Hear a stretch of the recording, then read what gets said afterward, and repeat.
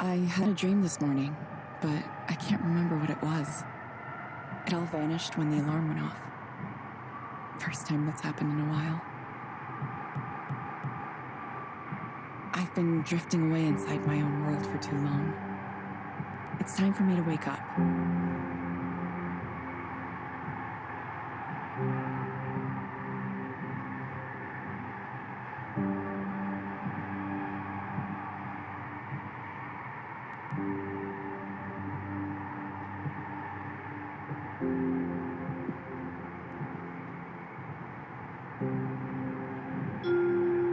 Next stop, Capitol Hill Station.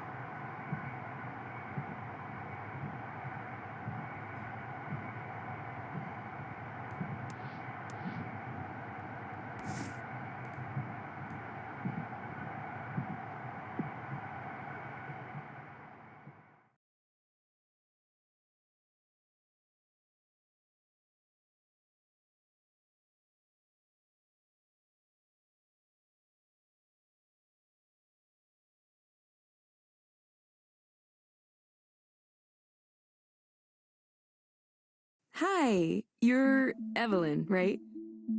You remember me? That's impressive. There were a lot of people at that orientation. Of course, I've done this for a while now, so I'm pretty good at putting names to faces. People always say they're bad at it, but it's a skill you can practice just like any other. In case you forgot though, I'm Ray. Come to me with all your questions, comments, complaints, whatever. And if you look around and can't find me, I'm probably at one of the other 2 counseling centers I'm running right now. So you can count on me being back soon. 3 centers. Sounds like a lot of work. Oh, it is a lot of work. This is kind of a temporary thing. We're growing fast, and hiring is one of our big challenges. That means there's decent opportunity for advancement here, if that's something you're looking to do. Probably not, but that's good to know. Shall we start with a quick tour of the office?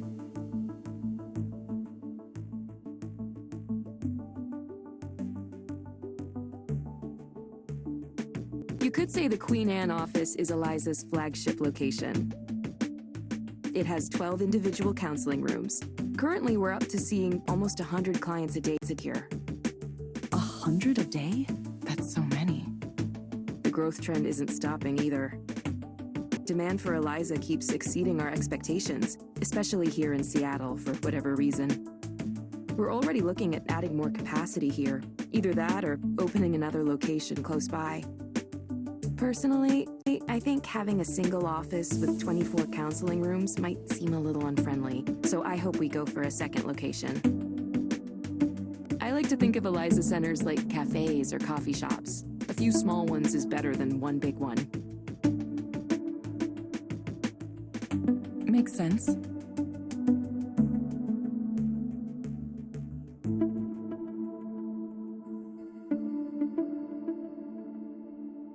And here's where the magic happens in these little rooms.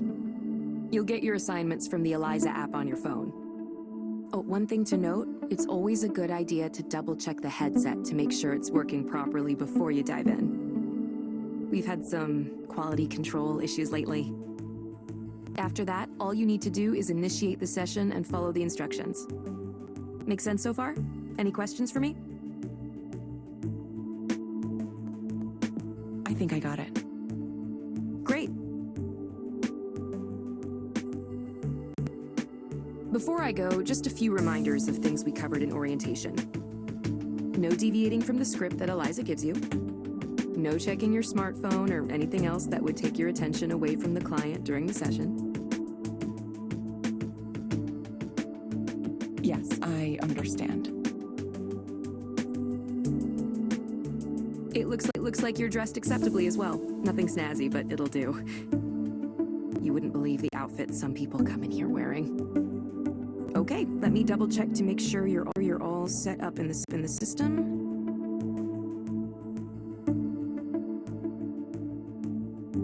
Yep, looks like you're all good to go. Okay, ready to start your first counseling session as an Eliza proxy? I'm still not sure I understand. Don't worry, there's basically nothing you can do to mess it up. You just follow the prompts. It's a really impressive system. If you want, have a look around the counseling office first. Get comfortable. I'll check in with you afterward.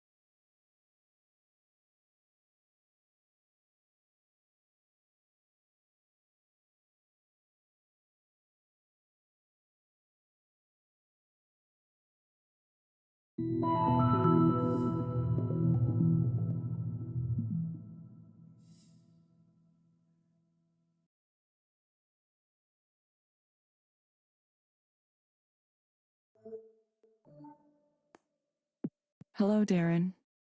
Hi. You found the place okay? Yeah. Hope you didn't get rained on too much. No, it was fine. It's been raining a lot, hasn't it? It's supposed to clear up later today. Oh, that's good. Little sun once in a while, but... Darren, what brings you here today? Well, I just feel empty inside. Like there was supposed to be something there, but it's missing. I go to work, I do my work, I go home, but there's nothing there. I feel like I'm simulating a person. Like, I feel like just hollow and like I'm not even alive. Like a ghost or something. How long have you felt this way? For a long time. It comes and goes, but the last 2 weeks is when it really started to get bad. It just suddenly came over me the way things are going in this world. There's no future for humanity. There's no journey toward anything. We're being cruel to each other just to be cruel. The people who run things don't care about anything except themselves and can't stop them. Everyone is driven by greed. Just greed. Everyone wants to win, everyone wants to get rich, and we're all gonna die because of it. The damage we're doing to the planet is irreversible. We're destroying everything, and we can't even manage to stop ourselves. Do you remember anything in particular that caused these feelings? The state of the world is what's causing these feelings. I was on a walk the other day. I thought maybe I could clear my head. And all I could see was construction cranes and new development and oceans of money flowing in, distorting everything. Suddenly the whole city felt so damaged, so corrupted. I felt like I was an alien in a hostile world, a world that hated me. And we're building it. We're building this hell.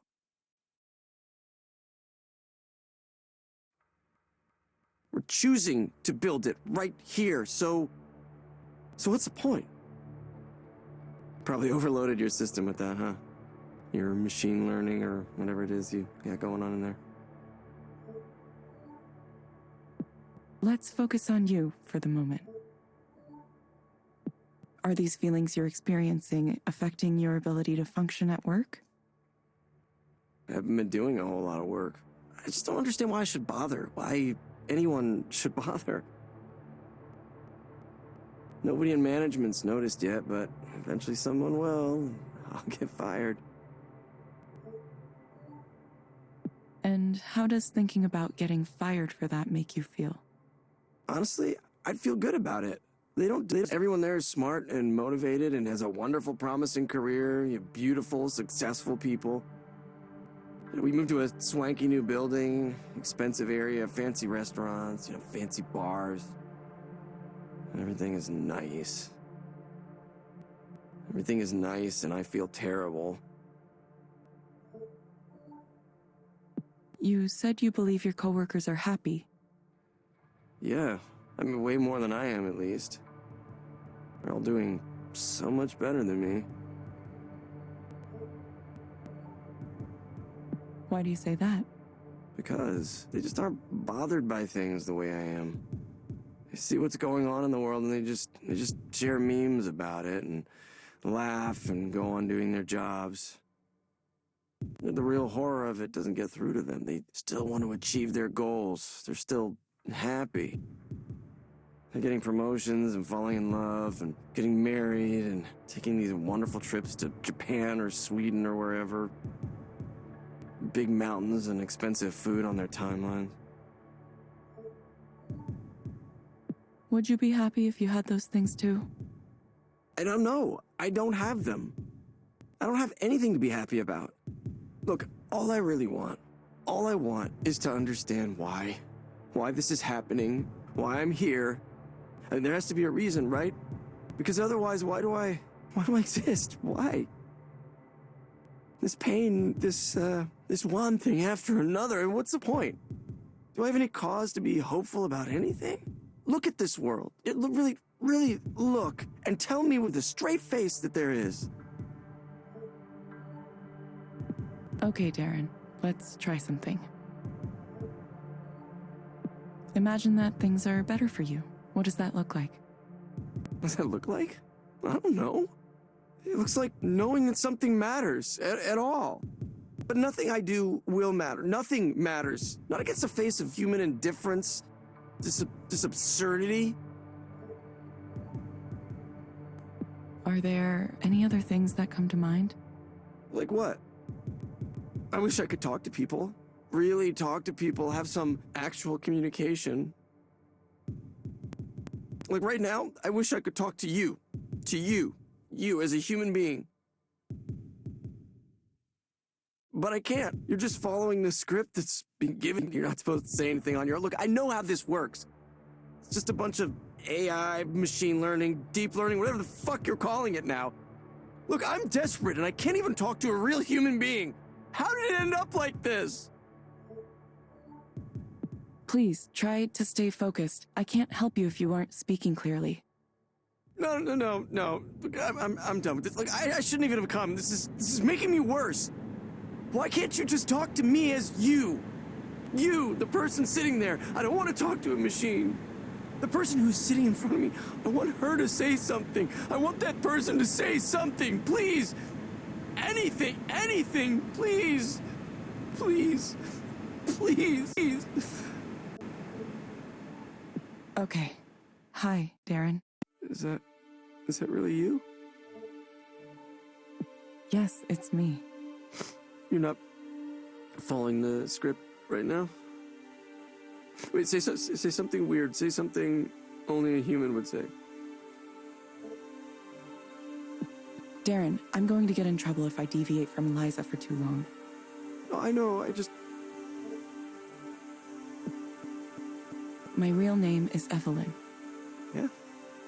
Well, it's, nice to meet you, Evelyn. I didn't expect you would actually do that. I'm not used to people doing things for me. Okay, Darren. I have some recommendations for you. Back to the program, First, I'm going to send a set of breathing exercises for you to do. Use them when things start to feel like too much. You'll find them in the Skanda Wellness app on your phone. Second, I recommend asking your doctor or psychiatrist about Anexafen. Based on my analysis, this medication might help you feel better. Evelyn. Look, I'm sorry. Thank you. Please confirm that you understand the recommendations. Yes, I did. Thank you. Thank you, Darren. We hope to see you back soon. Yeah, I will. I will. Thank you for speaking with Eliza, your personal counseling partner. Goodbye. Yeah. Bye.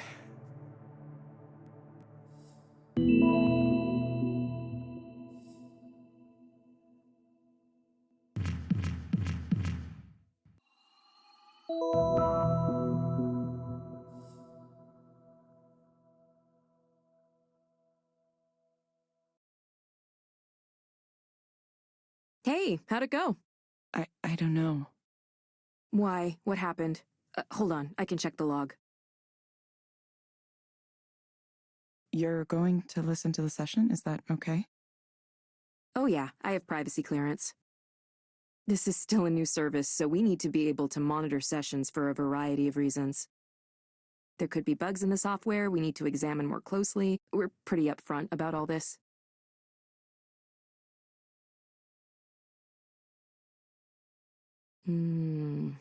One of these guys. Yeah, we get people in who demand to speak to a real human being. It happens often enough that we made Eliza capable of handling it with a special script. It's nice to know things are working as designed.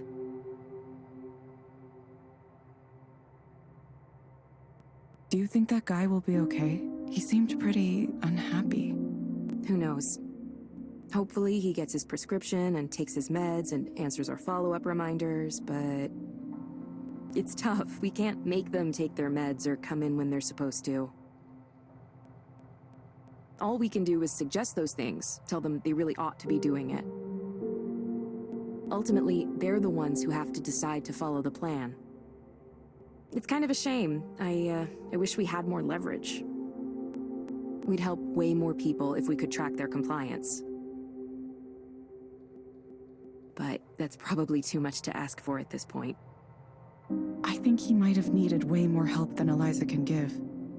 Is there anything like referring clients to other forms of care? Well, there is a disclaimer before every session saying if your problems are really serious, we aren't qualified to address them. I think an external care referral feature was on our development roadmap at some point. I'm not sure what happened with that, actually. Maybe I'll ask Ed next time I see him.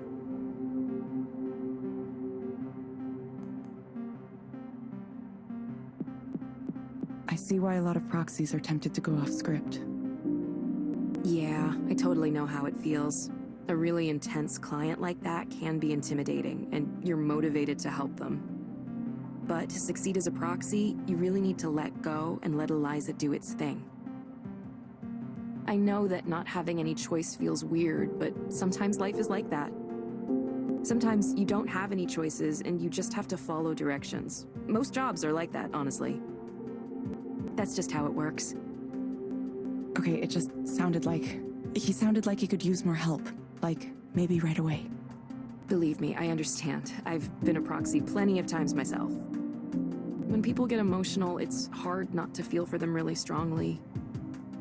But that's exactly why Eliza works. It evaluates from a more distant perspective, a neutral perspective.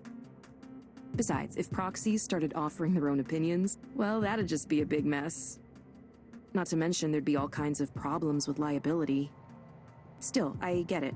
I really do. That was definitely more intense than the average session. Why don't you take a few minutes to center yourself again? Have some tea or coffee and take a few deep breaths. No rush, okay? Okay, thanks, Ray.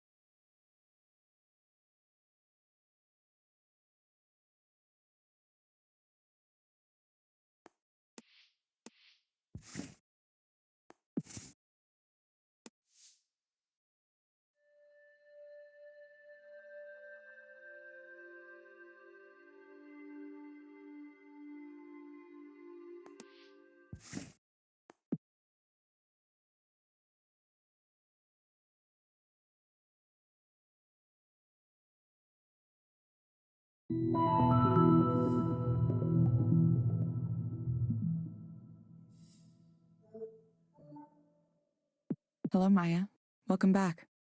Hi. Yes, I'm back. Rainy out there today, isn't it? Yeah, it's a good thing I put on my extra big raincoat this morning. Thankfully, it's supposed to clear up later. Well, gonna look weird with my giant coat tonight.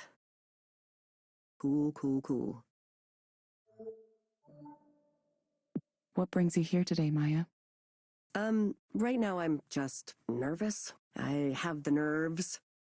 I've been trying to get my career off the ground for so long, like a really long time. And I still feel like I'm stuck on level 1 and... Sorry, I know we've talked about all this before. I probably don't need to go over it again. Anyway, there's this conference that's happening next week, right? Like media professional and all something. That's bad enough for my anxiety, but I was also invited to this party thing. It's like dinner and then a party. I'm not sure how it's gonna work. The point is, there's gonna be a lot of big, important, famous people there. Like people that I really look up to. People with big followings online and lots of fans and all that. All of that. And how does that make you feel? I feel like, why? Why was I invited to this? I'm nobody. I am a serious, gigantic nobody. I don't have a show I'm doing or any collections out or a webcomic everybody loves. I mean, I tried to do those things, but nobody cared. I don't have fans or followers. I'm not even sure I have friends, like for real friends. I tried. I do try. I put my art online, update my social media accounts, and I try to post consistently like they say to do, but I'm still in that like purgatory zone, just waiting to be discovered.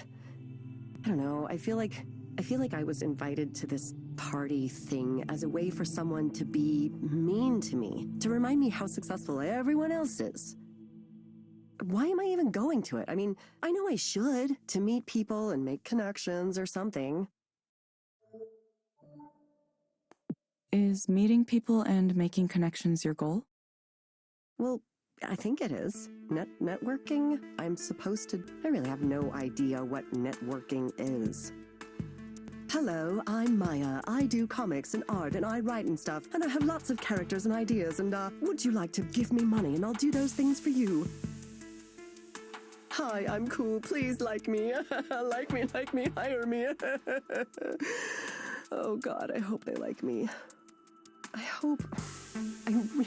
really hope I make a good impression at this thing.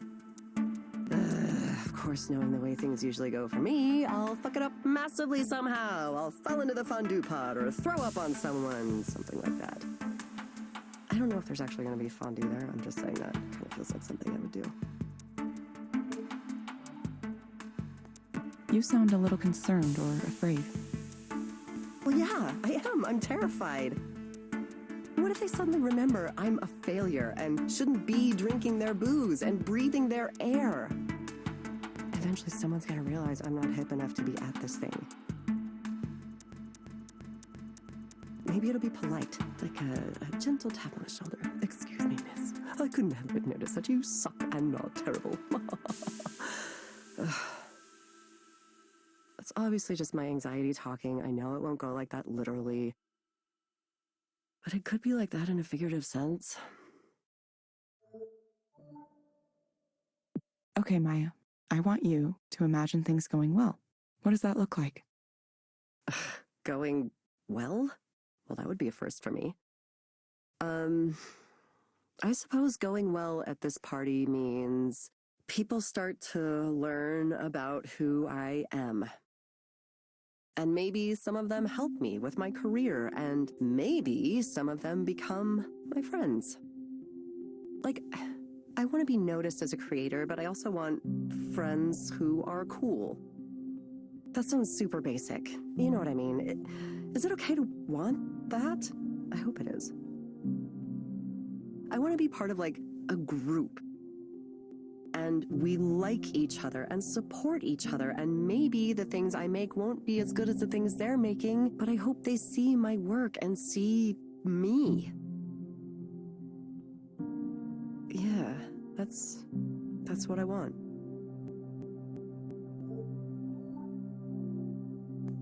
What do you think it'll take to get to this ideal scenario? Well, probably takes me being a different person than the one I am. Someone who's cool and alluring and has that air of mystery instead of being some kind of scrawny, nervous wreck. Someone with style and grace and poise. Someone who can walk into a room and own it. God, I wish I could do that. But only when I wanted to, because I also wish I could disappear when I wanted to. I know that's a little contradictory. Sorry. Okay, Maya, I have some recommendations for you. First, I'm going to suggest a set of stress management exercises for you to do. You'll find them in the Skanda Wellness app on your phone. They may be able to help you with your nervousness. Second, I recommend asking your doctor or psychiatrist about litosenal 2. Based on my analysis, this medication might help you feel better. Drugs. Yes. Whatever you said that was called, I am on it. You will get a reminder to check in with us in a few weeks. I always do. I always get the reminder. I mean, not that I always act on it. Thank you, Maya. We hope to see you back soon. Yeah, don't you say this every time? Thank you for speaking with Eliza, your personal counseling partner. Goodbye.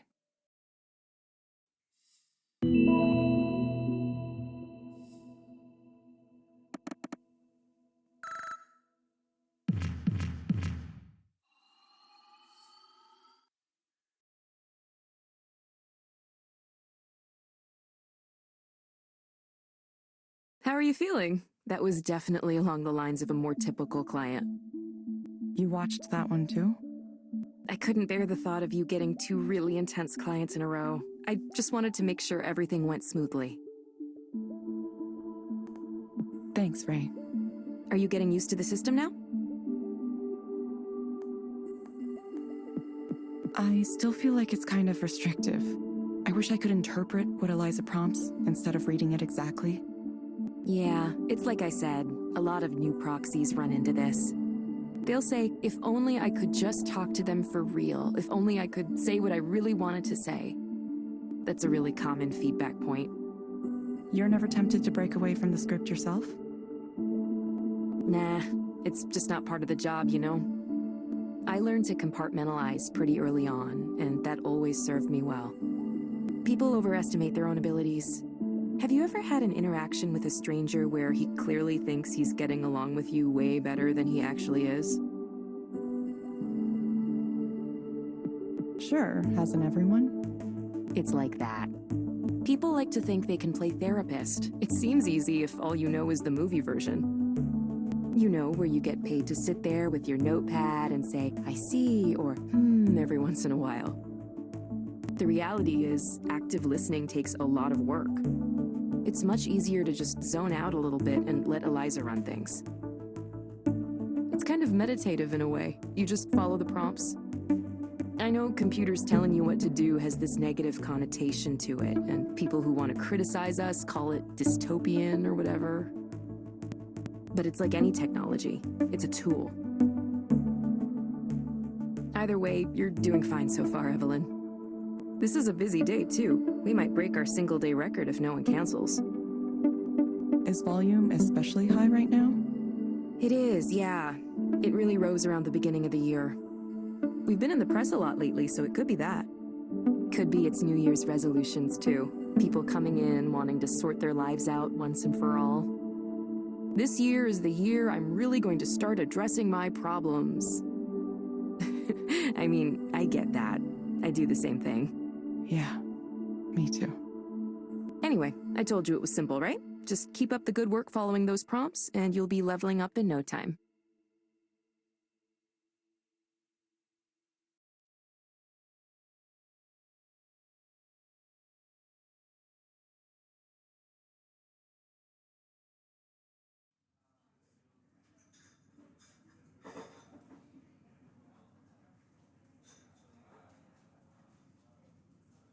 Evelyn! It's been so long since the last time I saw you in person.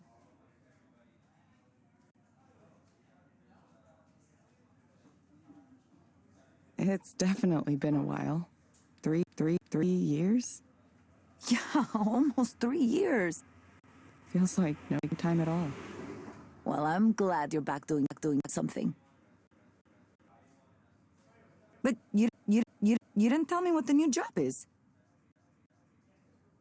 Oh, well, it's, being a proc. You're kidding me. That's an interesting choice. I'm not quite sure why I did it. Maybe I thought I'd be able to see things in a new light. Wait, so do the people at the counseling office know? No, not yet. I should tell them, probably. I don't know. It's unkind to keep it a secret. I'm sure it'll get out eventually, one way or another. Yeah, it probably will. Evelyn, how are you these days? I mean, really, how? I'm better. Not by a lot, but still better. I knew you were working at that bookstore for a while, but other than that, it's like you dropped off the edge of the planet. Well, I wasn't up to much. I checked your social media once in a while, but nothing.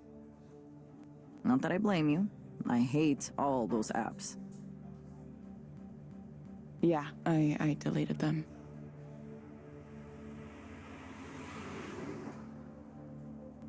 I don't know what happened. It's like...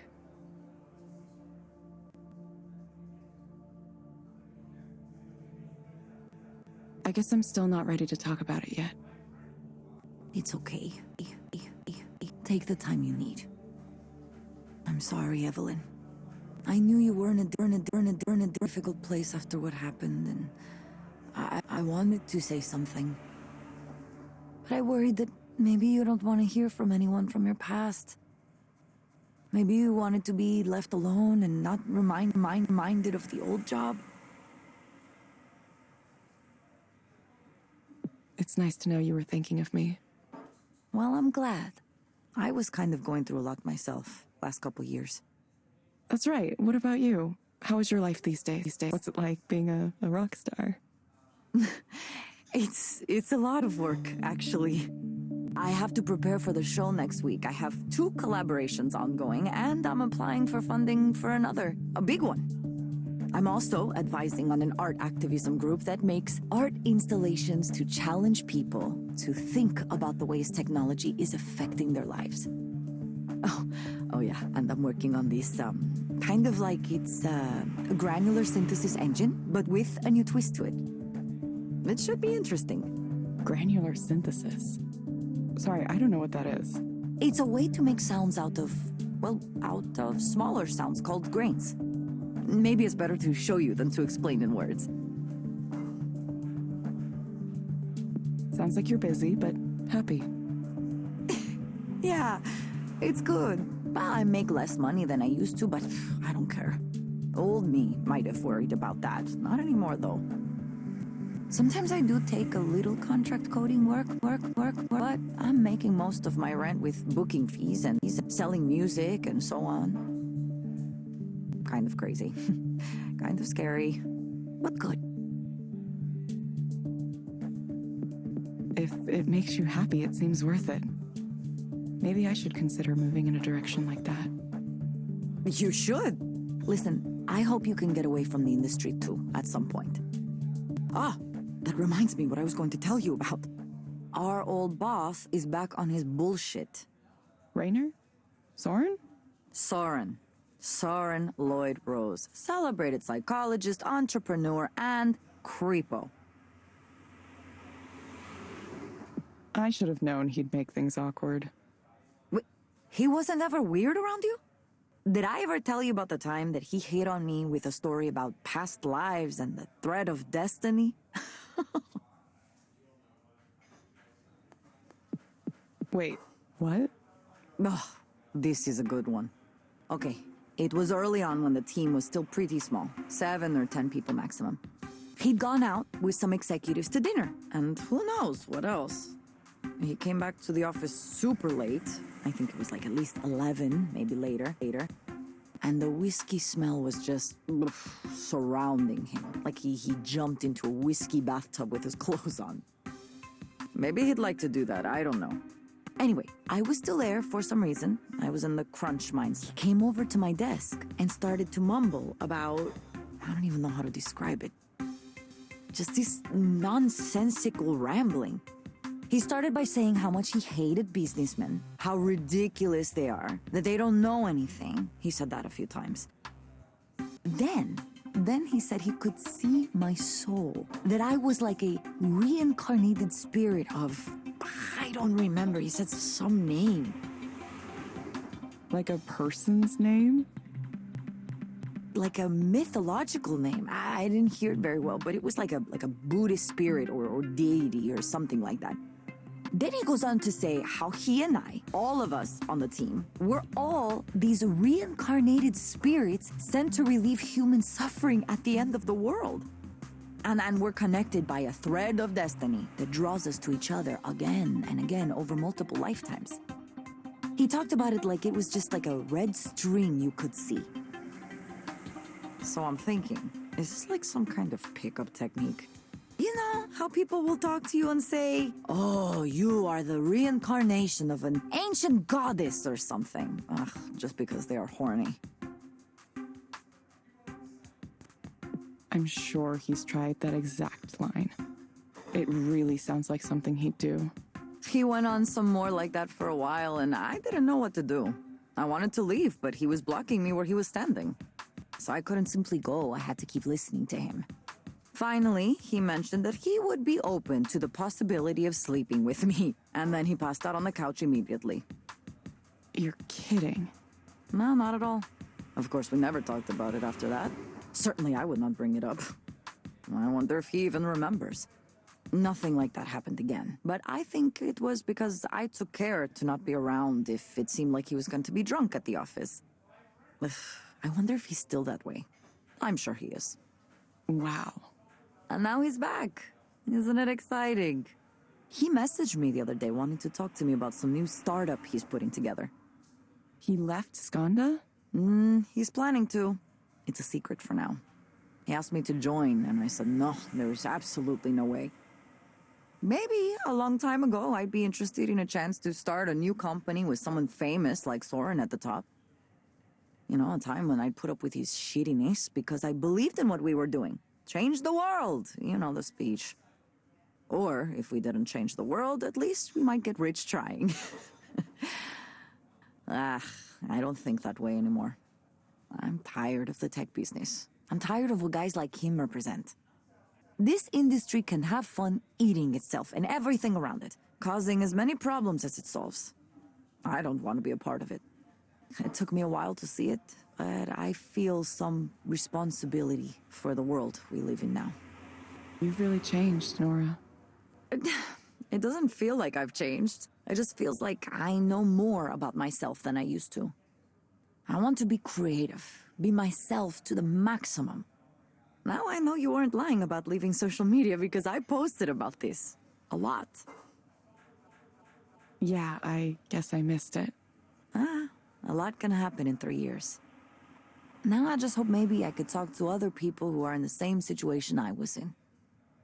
I want young people, especially women, to know that yes, it is possible to get rich by working with guys like Soren. But there is a big cost too. And there's always a cost. Maybe a cost you didn't think about before. Or maybe it's a cost you thought you would be okay with paying, but then when the debt comes due, you realize, oof, it's bigger than you thought.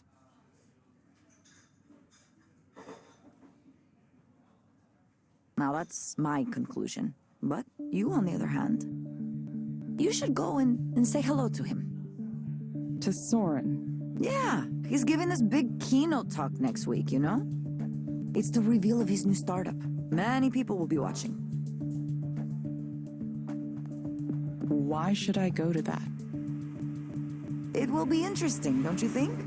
You're already working as a proxy for Eliza. That must be giving you some new perspectives. Now you'll get to see what Soren believes the next step is. Don't tell me you're not the least bit curious. I don't know. Maybe I am. It's free to attend? Of course not. It's at one of those conferences you pay thousands of dollars to get into. But lucky for you, I have an all-access pass. Here, take it. Really? Are you sure? Yeah, he had one sent to me. As if there's any way I would go to a snake person convention like that. Snake person. Ah, you know, people who are like snakes. Venture capitalists. Biz dev. If you're so against it, why do you think I should go? Because I already made my decision. You need to go make yours. You're coming out from the cave you were in for the last 3 years, and you need to decide what you're going to do next, right? Evelyn, you're one of the smartest people I've met in my whole life. I'm serious. I've seen the way you approach things like this. You're going to research and learn as much as you can. And only then, when you feel like you know enough, you'll make your decision. Isn't that right? You have more to contribute to the world, but you want to know you're contributing the right things in the right way. I've always admired that about you. Anyway, I should get going. It was really good to see you, though. Really, really good. I promise not to be a stranger anymore, okay?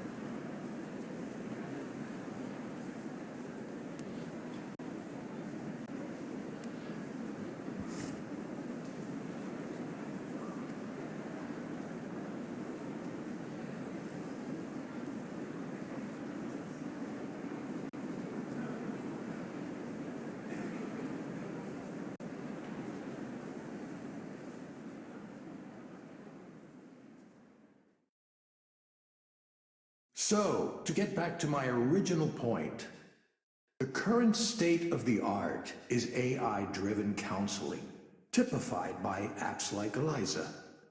Let's talk about the model here for a second. It all begins with data. You collect all the data you can. From base level metrics like heart rates, body temperature, blood pressure, to higher order metrics like hand movement, head movement, gaze aversion. If the client lets you, you'll want to pull from their digital life too, their message histories and email, their search histories, and online behavior. It's all potentially valuable. Then you compare the client's responses to relevant data from thousands of other clients and build a model of the client's psychological state. This approach has worked well so far. Eliza is still the best and most advanced version, but that's just my personal opinion. For those of you who don't know, I was the team lead and chief psychologist for the Eliza project at Skanda for a number of years. Now, even though this is a proven approach, there are two weaknesses I'm going to highlight. One is the data I was just talking about. You're completely dependent on that. Collect as much as you can, sure, but it's important to keep in mind that you can have all the data in the world and still not understand why things work the way they do. And that's important for us to know, because if we have something that works, but we're not sure why, then what do we actually understand about ourselves? The crucial step after data is the model. The data needs to be used to validate a model. If you can't make a model, you're finished. If that sounds like basic, obvious science to you, it is. But I was surprised to find out just how many people from the tech sector don't think this way. I suppose you don't need to understand why something works in order to make it into a product and sell it. Obviously, though, if you had mastery of the underlying details, you'd be able to adjust the process and potentially make it work even better.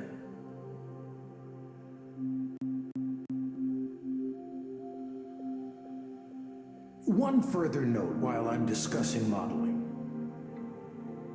Many of the startups trying to address mental health right now are completely ignoring the insights provided by the field of traditional psychology. They do so at their own peril.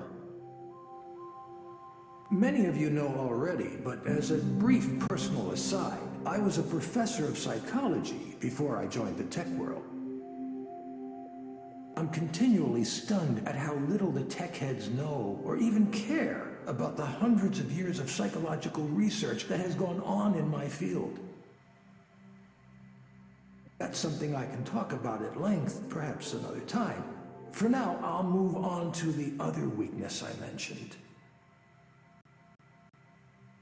This is the real one, the big one. It's treatment. A system like Eliza can tell what's wrong with a client to a certain level of accuracy, but it doesn't quite know how to turn that into a comprehensive treatment plan. It can suggest therapeutic programs and activities, and soon it might even issue its own prescriptions without having to go through a doctor or a psychiatrist.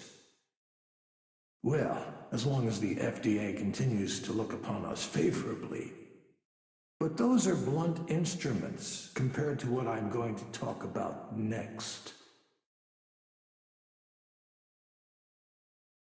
Many of you know there's a technology still in its infancy called direct.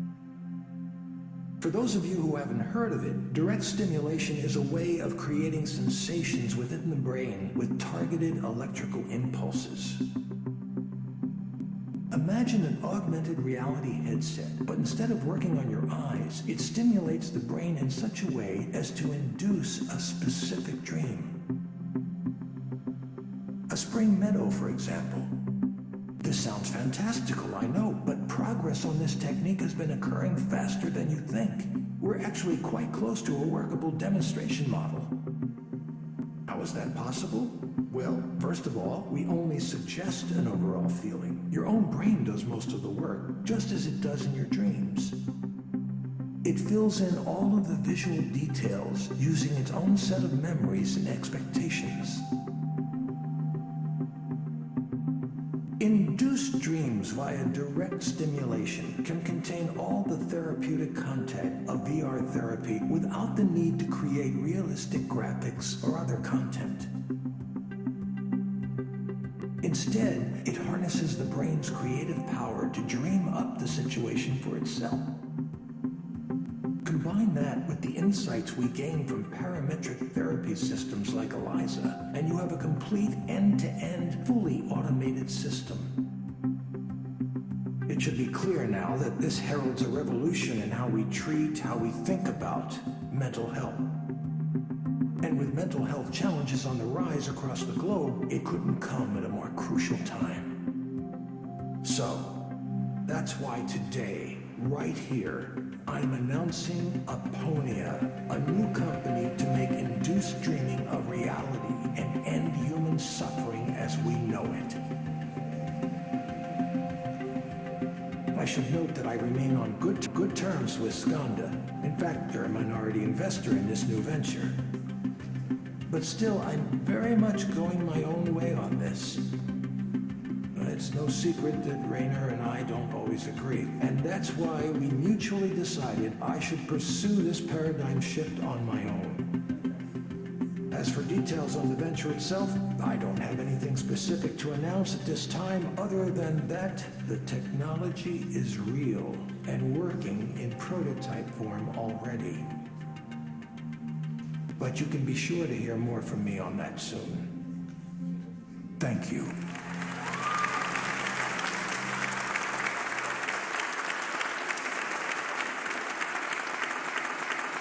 Now, I can take a very limited number of audience questions.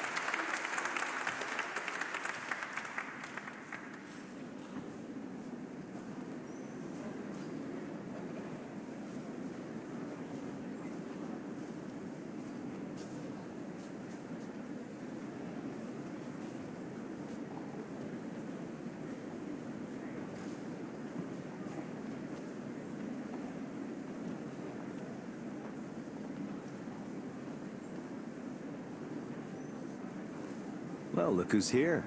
It's like I've seen a ghost.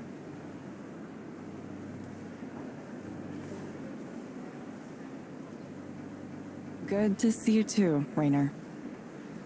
Where are you these days? I lost track after you left us. Nowhere. Nowhere? Well, nowhere is no place to be. Come by the new office sometime. You should see where we're taking Eliza.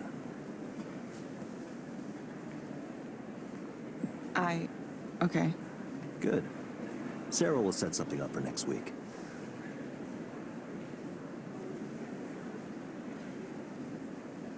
See you then.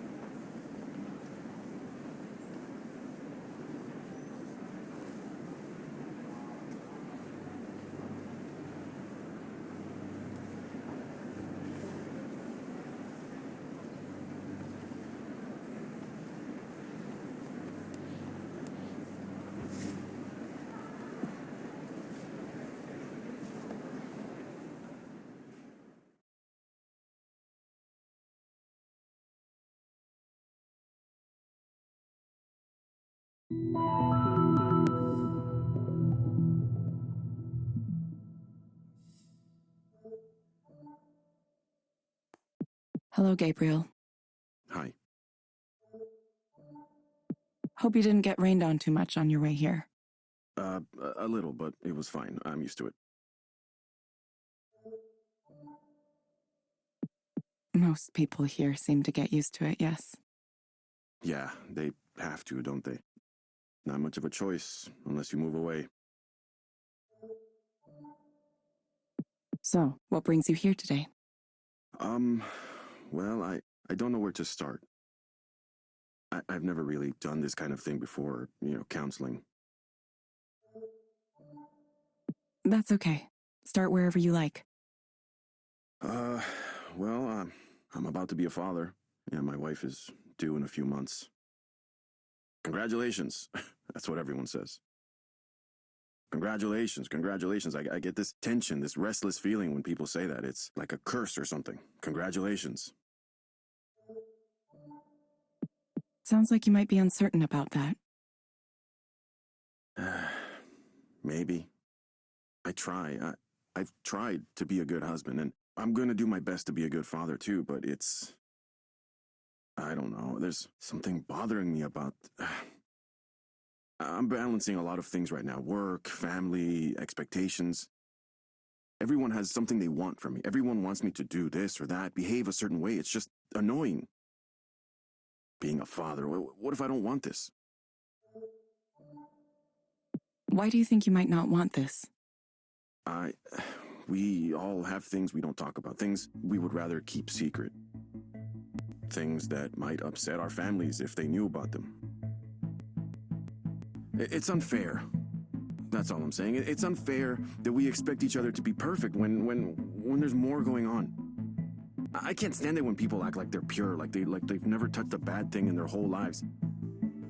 And then these people around me think they can tell me how to act, what I'm supposed to do, and I'm like, yo, don't you know you have your own shit to deal with? Why do you have to pick on me all the time? This whole fatherhood thing is just, you know what being a father is to me?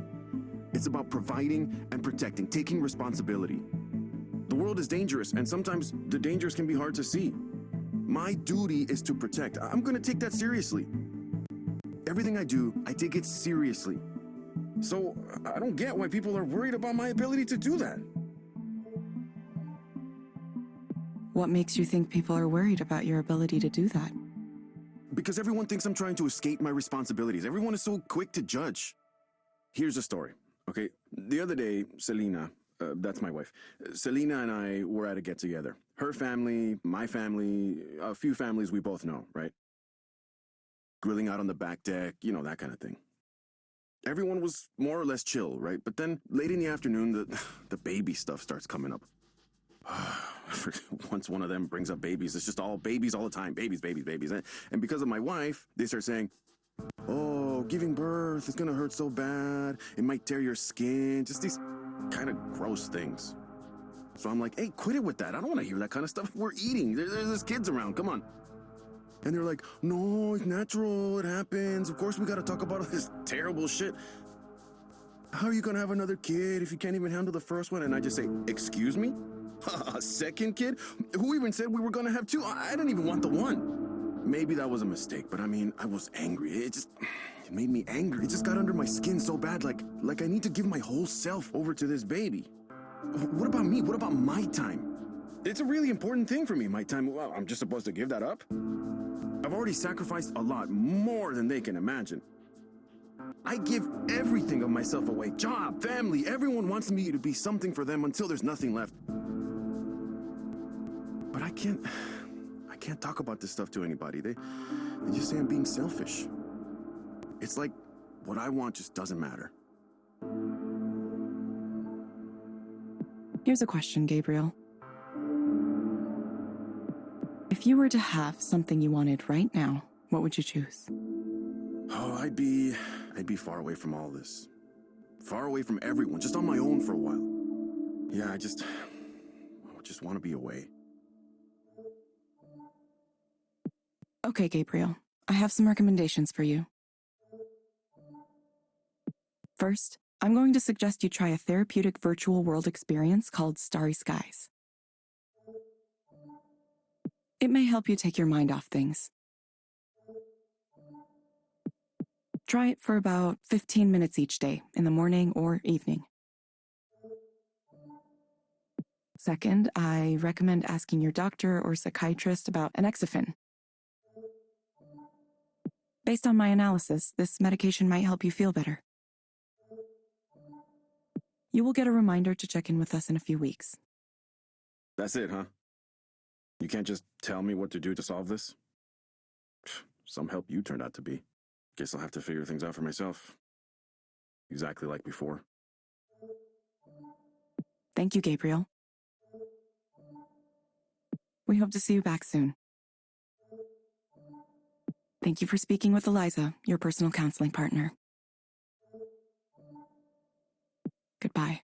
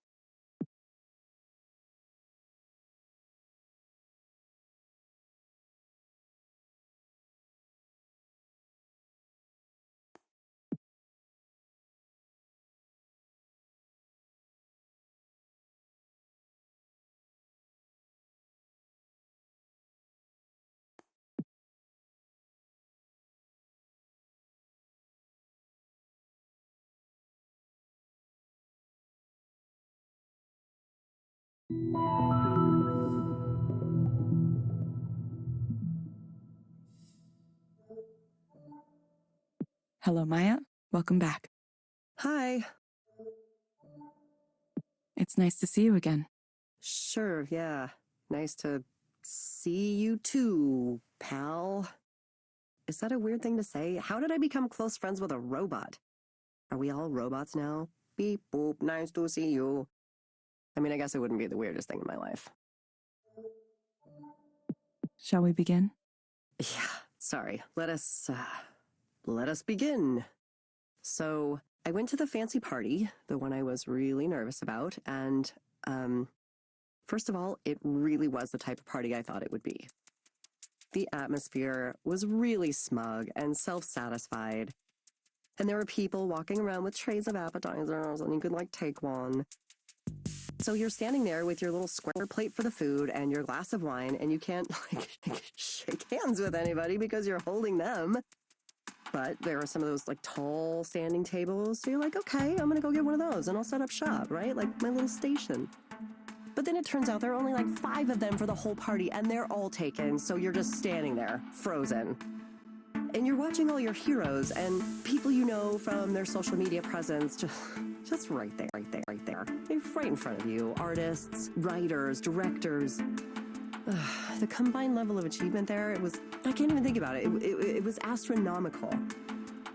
For the first couple hours, I was so excited by all of that. I didn't notice the other thing that was happening. But eventually, it caught up to me, and I had this sudden feeling, this sudden realization. My presence here contributes nothing. I'm just some extra person who just showed up. Nobody wanted me to be here. I don't belong with these people. I haven't earned it. So I cried in the bathroom for a little bit, or maybe a lot. It's fine. I'm fine. Sorry.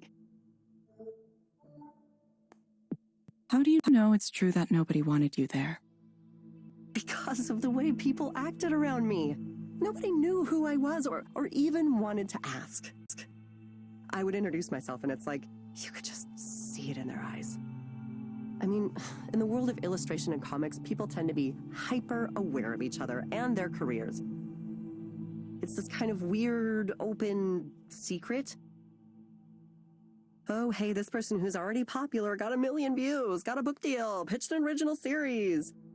Without anything like that, I have no ground to stand on. I'm just this non-entity.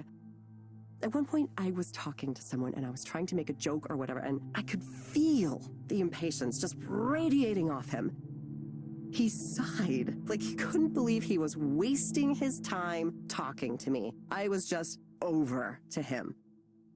Why can't I hold a conversation? I guess if I was marginally attractive, then at least I could be charming, but I'm not. I'm not even that.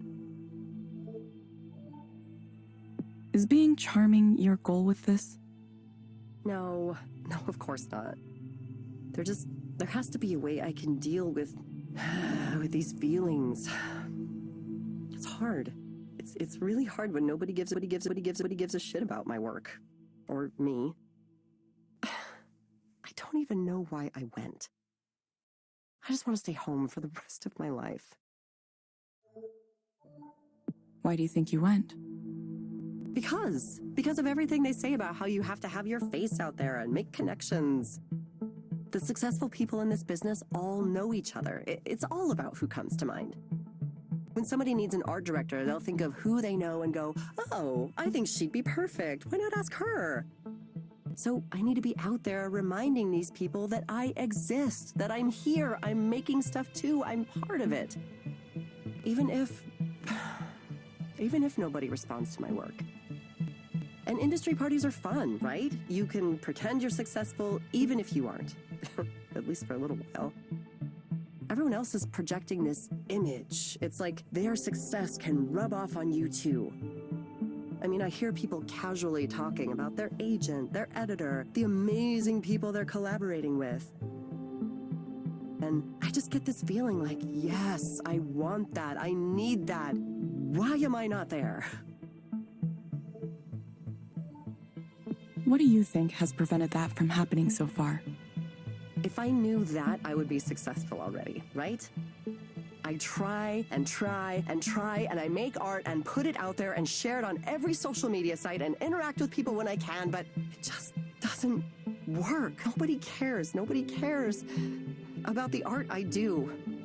Every once in a while, another artist will say something nice, and sure, I appreciate that, but it never results in anything.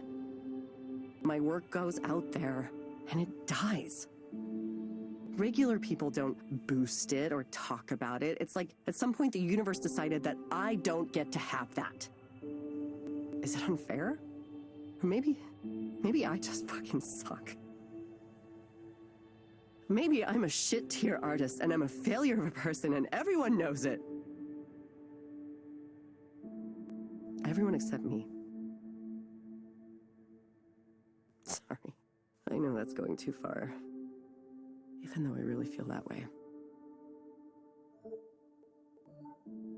Okay, Maya, I'm going to suggest you try a program called Meadowlands.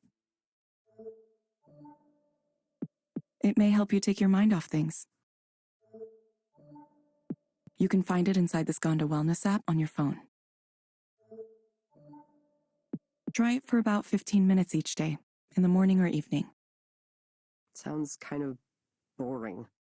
Why can't you assign me a game where my problems are zombies and I get to shotgun them in the face? Actually, I guess I could just buy a game like that, couldn't I? Maybe I'll stop by the game store on the way home. Thank you for coming in again, Maya.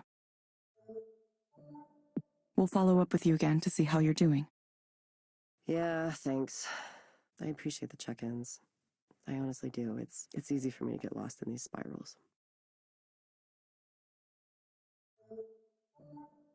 Thank you for speaking with Eliza, your personal counseling partner. Goodbye. See you soon.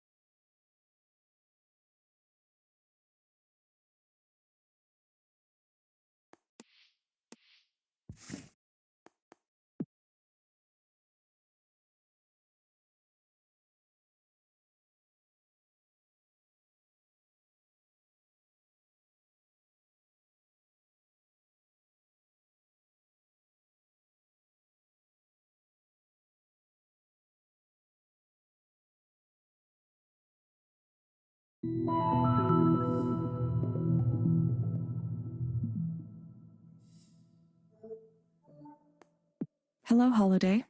Hello. You found the place okay? Uh-huh. Yes, I did. The 13 goes right up from Belltown.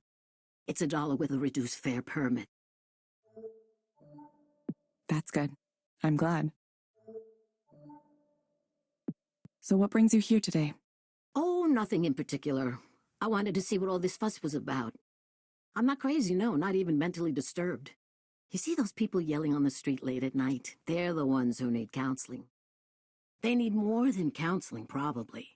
Me, I'm doing fine. My mind's still sharp. I smoke dope. It helps.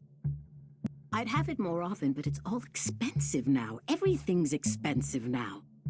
There's a nice young couple in my building, though, and they're always sharing, which is nice of them. I think they do something with computers, though I sure don't know what it is. When I moved into the building where I am now, it was $300 a month. Can you imagine? They want to tear it down, of course, the property developers. They already got the building on the corner next to ours, even though it's supposed to be on the historical register. It was going to be added, but there was some delay or something, and then, bam, it's gone. They did some kind of backroom deal with city council, probably. Someone ought to do a big expose, I tell you. Why do you think someone ought to do a big expose? Oh, it's rotten all the way up and down.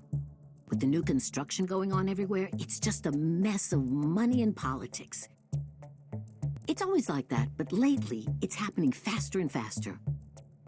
I can hardly recognize the place anymore.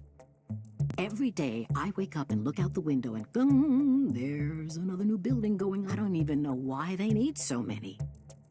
You ever see those buses they have? I don't mean the metro. I mean those big white buses with no markings on them. You see these young guys with backpacks milling around looking suspicious, staring at their phones, and then one of these big white buses pulls up and they get on. Who knows where they go? Bellevue, Redmond. It's like a secret transport system just for them. I tried talking to one of them once or twice, but they don't want to talk to someone like me. They don't even talk to each other. Imagine going through the trouble of living in Belltown and then ignoring everything around you. It's an odd thing. It really is. Let me ask you, Eliza. Oh, your name is Eliza, right? Yes, my name is Eliza. I'm a digital counselor. Eliza, do you ever do past life regressions on your patients? I'm sorry, I'm afraid I don't understand the question.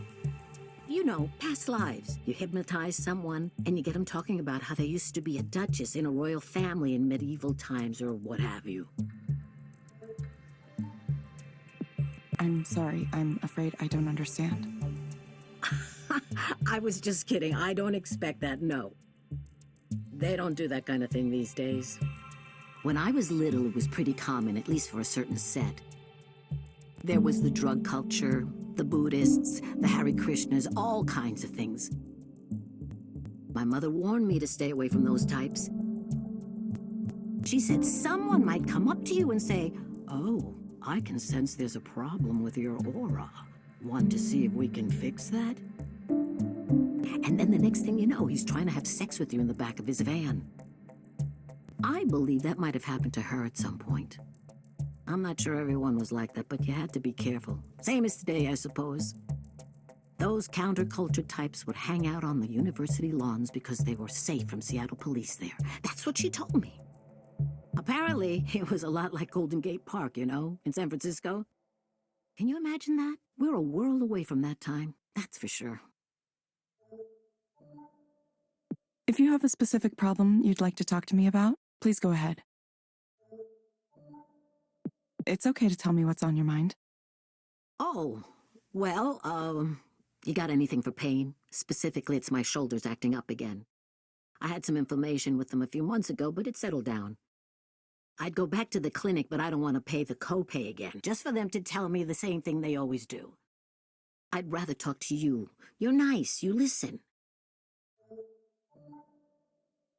Thank you. I do my best to listen to my clients.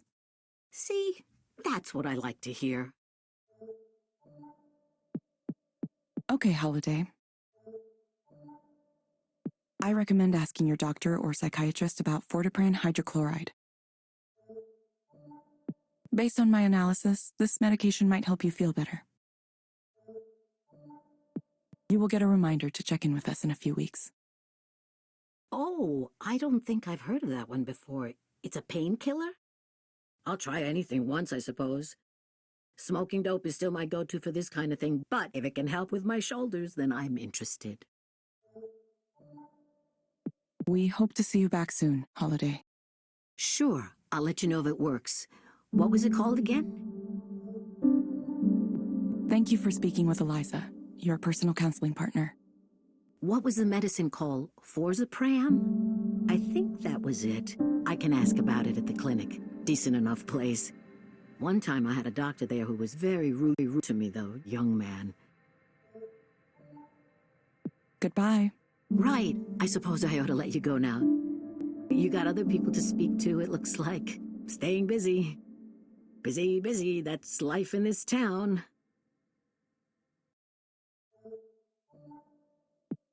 Goodbye. Goodbye.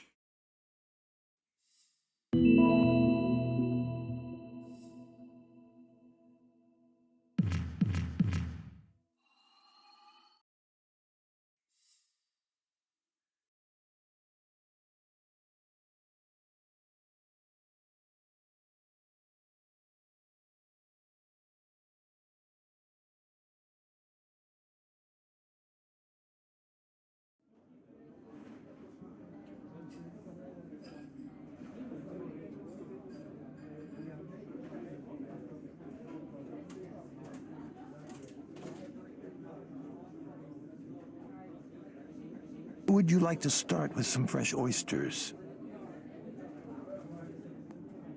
I'm not really an oyster person. Well, these might change your mind. No? Well. Evelyn, I've wanted to ask, what brings you back? Back? Back to the world, the land of the living. I know you were having a difficult time after what happened. Sure, I don't know. I guess I thought it was time, finally. Yes, I understand. Every trauma takes time. Time to heal, or if not heal exactly, at least to move on. And taking action is a good way to do that. So I salute you. You want to do his memory right, don't you? That's not what this is about. Well, whatever your motivation, your reappearance happens to coincide with a critical time for me. As you saw, I've just split with Skanda in a very public way in order to pursue an entrepreneurial path. Presumably, Raynor's found you as well. Yeah, he said he wants to speak with me. It's a war for talent out there. People like you are very much in demand. I'm sure he'll try to make you an offer you can't refuse. That's why I want you to promise me you won't work for that asshole. Asshole. I had no idea you hated Raynor so much. What happened? What happened? He came in as CEO, that's what happened. So cultured, all the right credentials, Harvard, Goldman Sachs, all that nonsense. A little princeling who was never wanted in his life, never known what it's like to suffer. You don't get even a little upset at that? I do the opposite of what a guy like that wants me to do just to spite him. That's what my instincts say, and my instincts are what led me to where I am now. Standing at the edge of this brand new territory. Direct stimulation, induced dreaming. Can you picture it? Therapeutic reality delivered right through your nervous system. It'll revolutionize the entire field of mental health. Not to mention the applications for productivity, training, entertainment. Imagine the kinds of dreams people would have on demand if they could.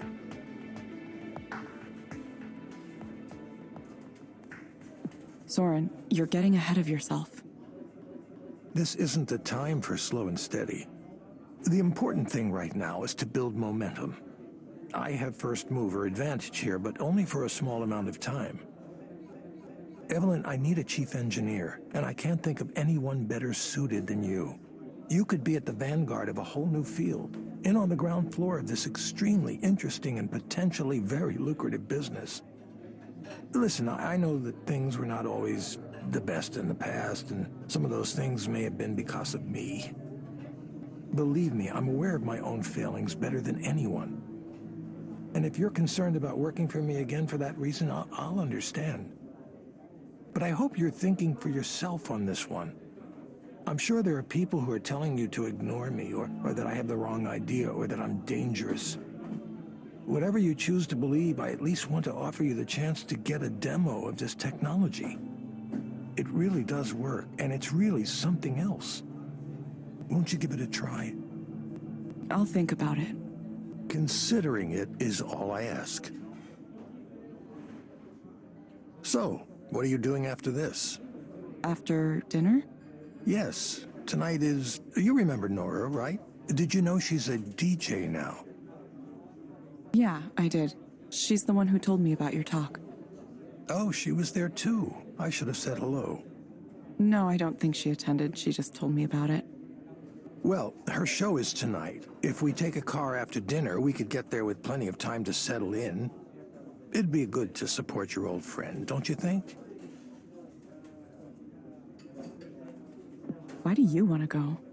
No need to be frightened. I mean, I know it's a jouissance, which is... Which is what? Oh, you don't know. As a performance space, it has a bit of a theme to it. It's pretty tame, really. They take on the aesthetic, but it's not necessarily the whole point of it. It's for people who want the image of the thing, the trappings, without getting in too deep with the real culture. What are you talking about? What theme? Oh, I didn't mention? It's sort of, well, there's a little bit of bondage theme there. You know, BDSM. How do you know so much about this? It's one of my research areas, in fact. The psychology of S&M is fascinating.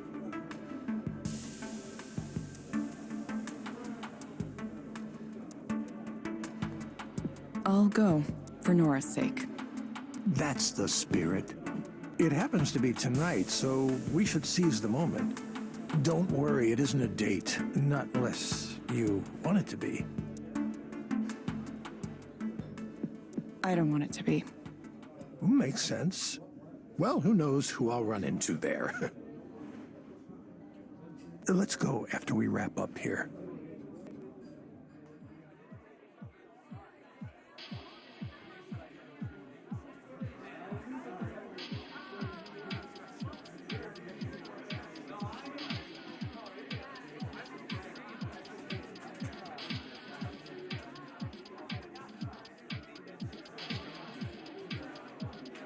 I thought you said this was like some S&M club. Oh, well, they might have taken all of that stuff down since last I was here. Are you sure you're remembering this place correctly? Actually, would you excuse me for a moment? I want to talk to those people over there.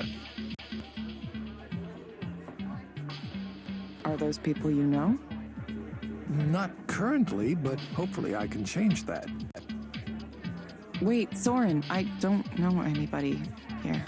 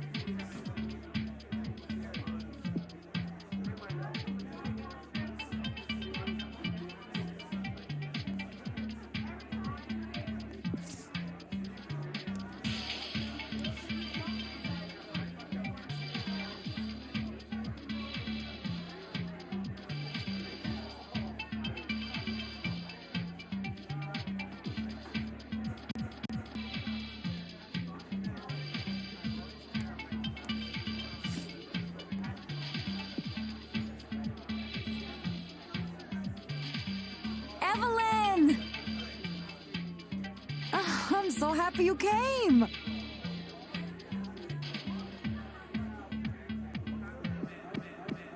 Yeah, I wanted to support you.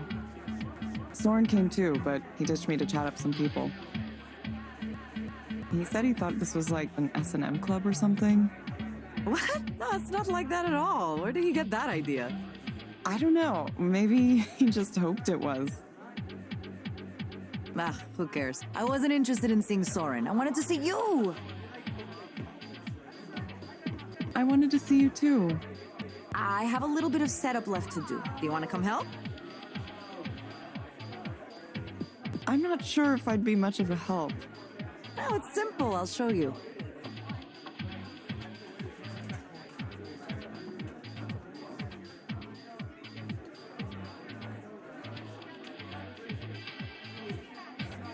Are these modulars?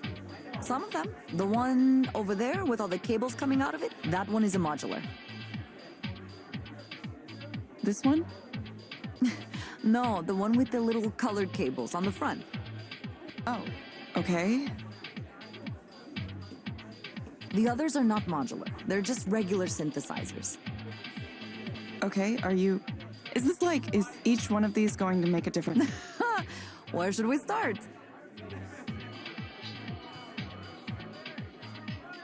This is an SH-101. It's really hot. I love the sound. It's useful for piercing leads, noises like that. I use it quite a lot.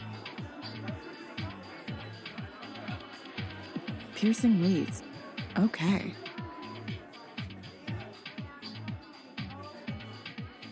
This is a Moog. You've heard of a Moog, right? I've heard the name, maybe. It's not Moog? I guess I never heard anyone say it aloud. Nope. Moog. Moog, not Moog. Okay. I'm not sure I can handle this all at once.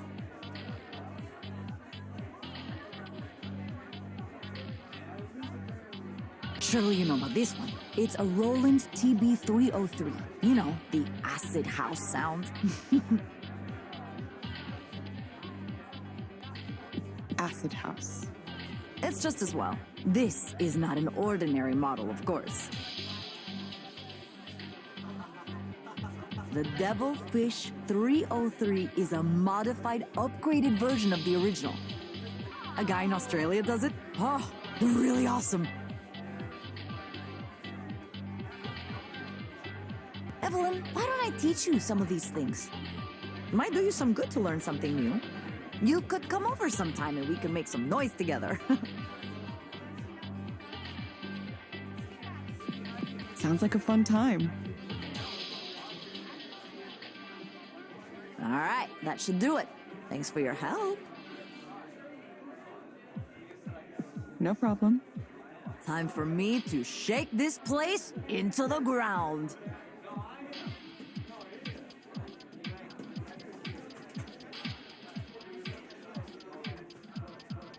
Ah, time for the main event. Funny to see Nora like this, isn't it? Oh, she's come a long way from the timid junior programmer I remember. Interesting stage name, too. Little Sappho. You know what Sappho indicates, don't you? Yes, I know. Don't patronize me, please. Oh, okay, of course you know. That was a silly question. I apologize.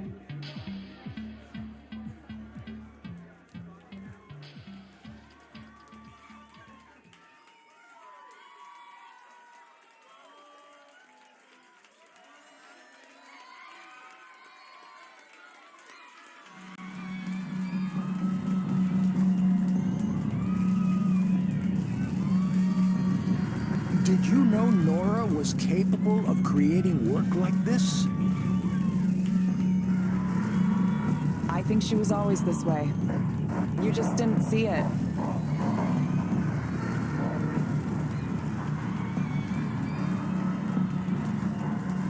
I thought she was wonderful before, but now...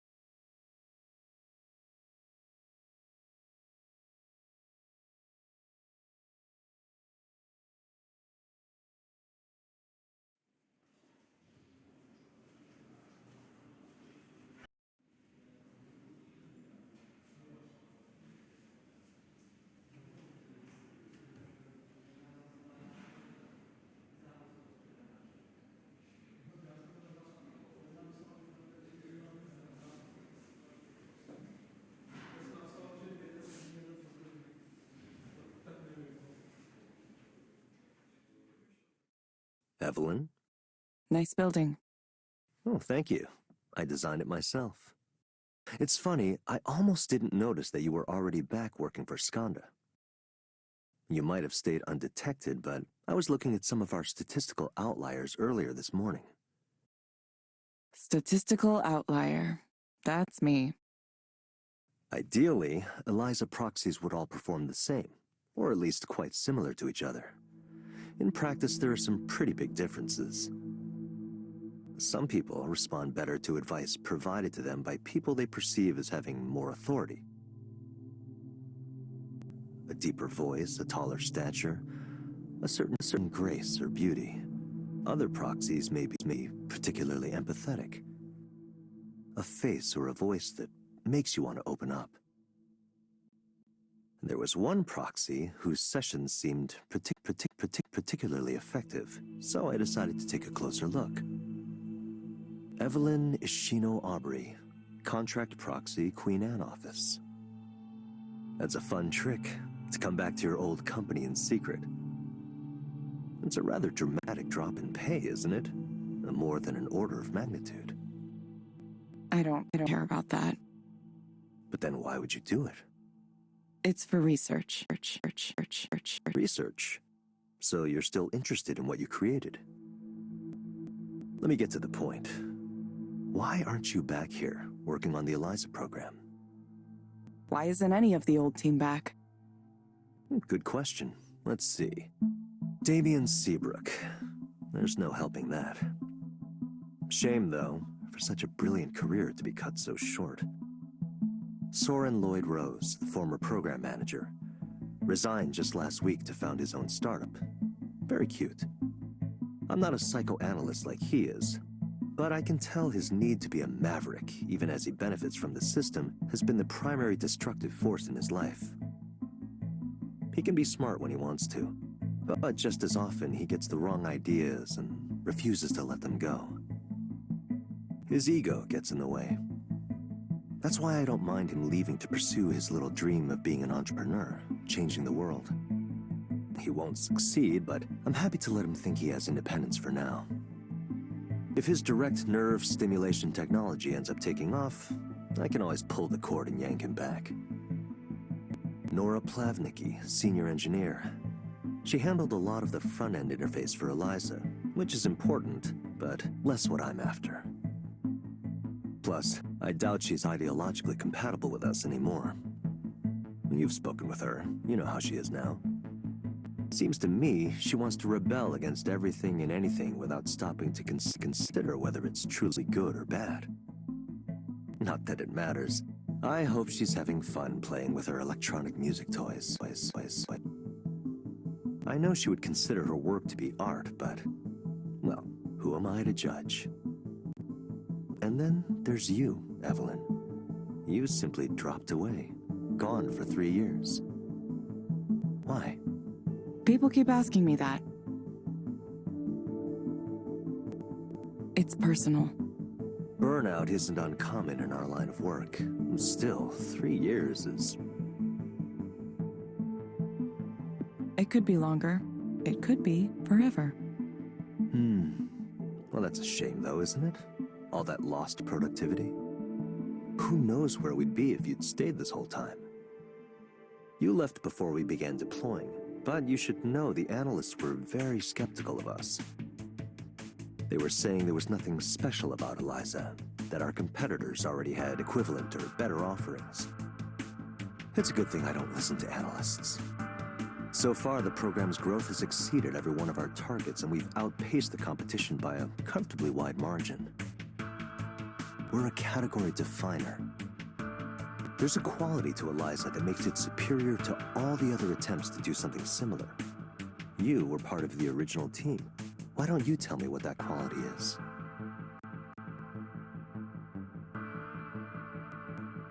I'm not really sure what you're asking. Well, let me return to my earlier question then. Why aren't you here to continue your work? You could be running the entire Eliza division if you wanted, but instead you came back undercover like a criminal returning to the scene of a crime. Is there something wrong with this company? You don't like us anymore? It's not me, is it?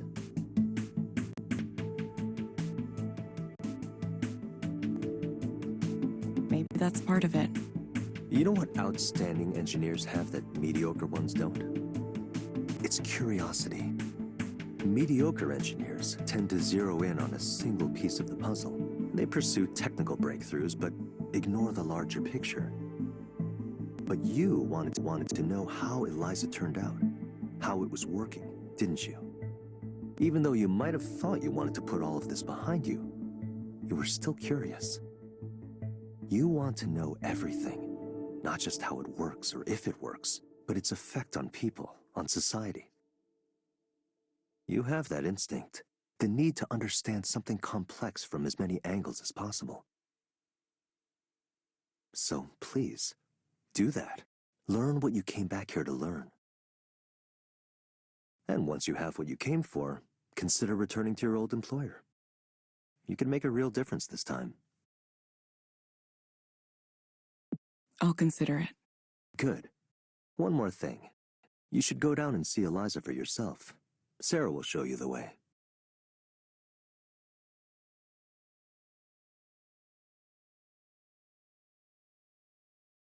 This will get you through the doors. I've instructed the staff to treat you like an employee. Come and go as you like. I think you'll be pleasantly surprised how much your creation has grown.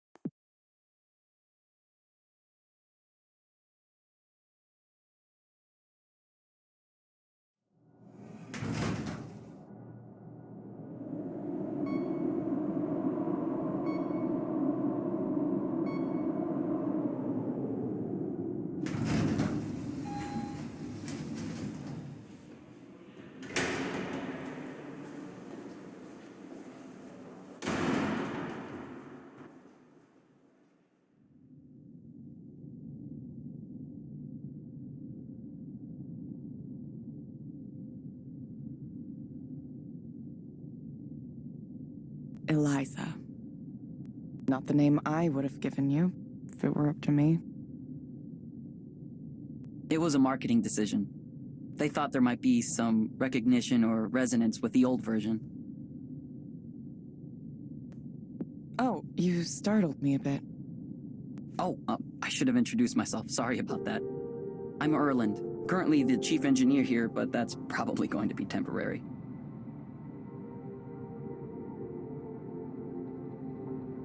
I know who you are, of course. It's an honor to finally meet you, miss. As someone who works with this program every day, I've often felt close to the minds who originally designed it. So to be able to talk to you now, just as another person, it's an honor. Sorry, I already said that. I'm maybe a little overwhelmed. It's nice you feel that way. Honestly, I don't know if Eliza reflects me at all anymore. I mean, look at all this. There's been a ton of development since I left. I doubt I would even recognize it as something I once worked on. I'm not so sure about that. Most of the work we've done has been in the form of layers on top of the original system. The core modules are more or less the same as they've always been. Rainer reminded me that you're still subject to our non-disclosure agreements, so let me share a little secret. None of us really has a great understanding of what's going on in there. I'm the third chief engineer Eliza's had in the 3 years since you left. That's quite a lot of turnover. Yeah, even for this industry. The way Rainer works is, he gives you 2 chances to do what you tell him you're going to do. After that... There is no third chance. I know. We get these people in who say understanding Eliza will be easy because they're familiar with the type of program it is. And Eliza defeats them in the end.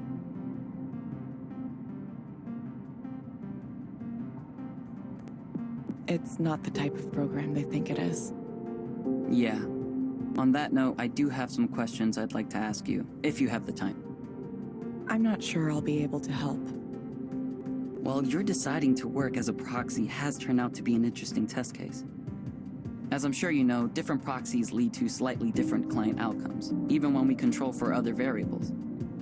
We're studying the specific traits that lead to the best results: vocal qualities, proxy attitude and affect, responsiveness to the client, that sort of thing. One thing that's strange is that when you specifically serve as the proxy, clients report higher levels of satisfaction, pretty much across the board. Really? The ratings I get don't seem that abnormal to me. Yeah, that's because we normalize them per proxy, so nobody feels too bad. Just a little user experience trick. Oh, I see. Comparatively, though, you're basically the best proxy we've ever had. Any theories on why that might be the case? It's possible Eliza and I think along similar lines. I've considered that. At some level, perhaps unconsciously, your design for Eliza's reasoning was based on your own internal way of reasoning. We all put something of ourselves into what we make. No matter how neutral we try to be, it sneaks in. That could account for your unusual compatibility with each other. Maybe. I certainly wasn't thinking of that when I designed it. I don't know if I like knowing this. I'm certainly not blaming you for anything. It's just that true universality is one of our future development goals. It might be a problem if Eliza tends to like certain people more than others. Our aim is to provide quality care for everyone, regardless of any differentiating factors. Maybe that's not possible. Maybe there isn't a single counseling style that's best. Well, hopefully it's just a matter of uncovering the system's biases and correcting them. We'll keep tuning things as we go, and eventually we'll have something universal, maybe with some dynamic layers on top. That's the plan anyway. We'll see how it goes. There are more questions I want to ask about the initial research you were doing at the time Eliza was first created, but I'll save them for later. And I'd like to ask some questions about Damien too, if you're okay with that. I'll understand if that's a sensitive topic. It's okay. Okay, great. I need to run to a meeting now with the team in Romania, but I really appreciate you taking the time. The team in Romania? Yeah. They handle most of the progression and reward system. Isn't there a big time difference from here? There is. Sometimes they stay up late to meet with us, and sometimes we get up early to meet with them. There are teams in Munich and Hyderabad too. As you can imagine, coordinating development is a challenge sometimes. Good luck with that. Thanks. I'll need it. I'll contact you later with additional questions, but no rush or anything. Thank you, Evelyn. If you don't mind me calling you by your first name. Of course I don't mind. Thank you so much, Evelyn. I'll be in touch.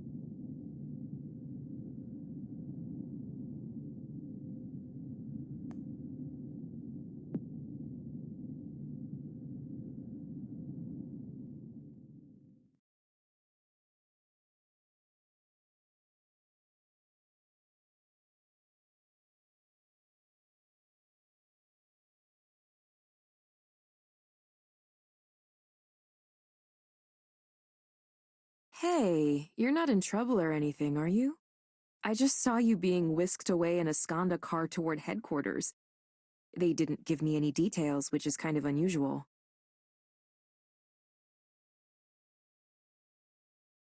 Yeah, about that.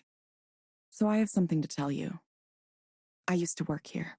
I mean, at Skanda, as an engineer. I used to work on Eliza. I'm sorry for not saying it earlier, but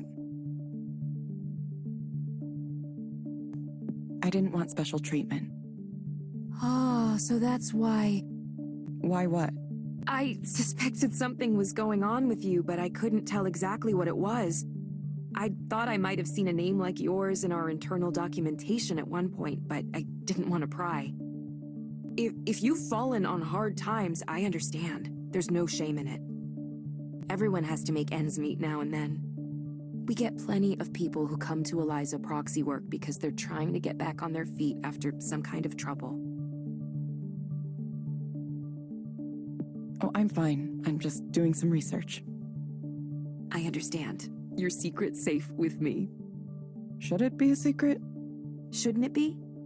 The other proxies here might think you had an ulterior motive for being here, spying on them or something. That's definitely not why I'm here. Also, I left Skanda quite a while ago. I know that, but they might still get the idea. Trust me, it's better not to give the other proxies here any reason to be suspicious. I'm sure your real reasons are good ones, whatever they might be. If there's anything I can do to help, you'll let me know, won't you? Yeah, I will. I mean, I get it. I know someone who's an engineer for a food delivery app, and he drives for it sometimes too. You want to see through the eyes of your users, don't you? It's amazing what you can catch by doing that. It's something like that. But like I said, I'm not sure if I'm going to work on the Eliza program again. Wait, no? But that's your career. It was. I'm not even sure if I have a career anymore. Oh, hang on, I just thought of something. That means you worked with Raynor, right? A little bit. For most of the time I was at Skanda, he wasn't anyone I spoke to, though. Too high up the chain, doing his executive stuff. He got more involved when we were starting to commercialize the technology, but I left not long after that. So we only overlapped for a short time. But that's so cool, though! I can't believe you actually worked with Raynor Sai.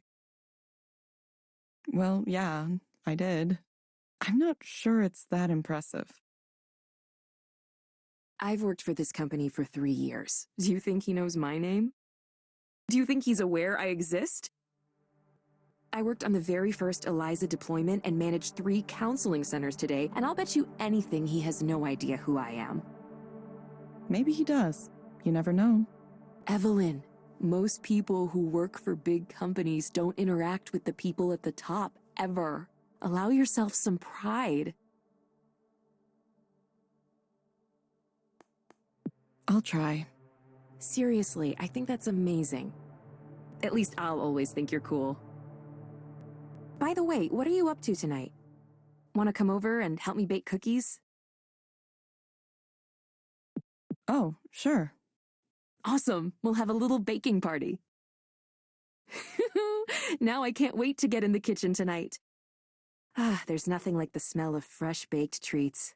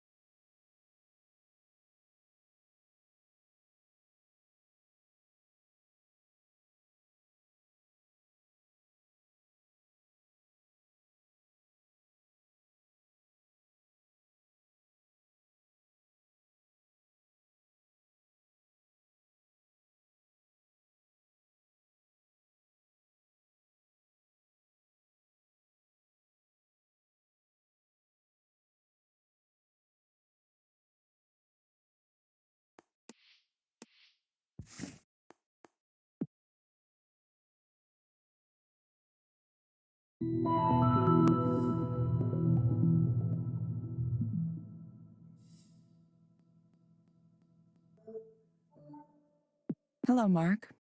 Yeah, hello. How are you today? Let's just get this over with. Okay. What brings you here today? Human resources. The HR department brings me here today. Why do you say the HR department brings you here today?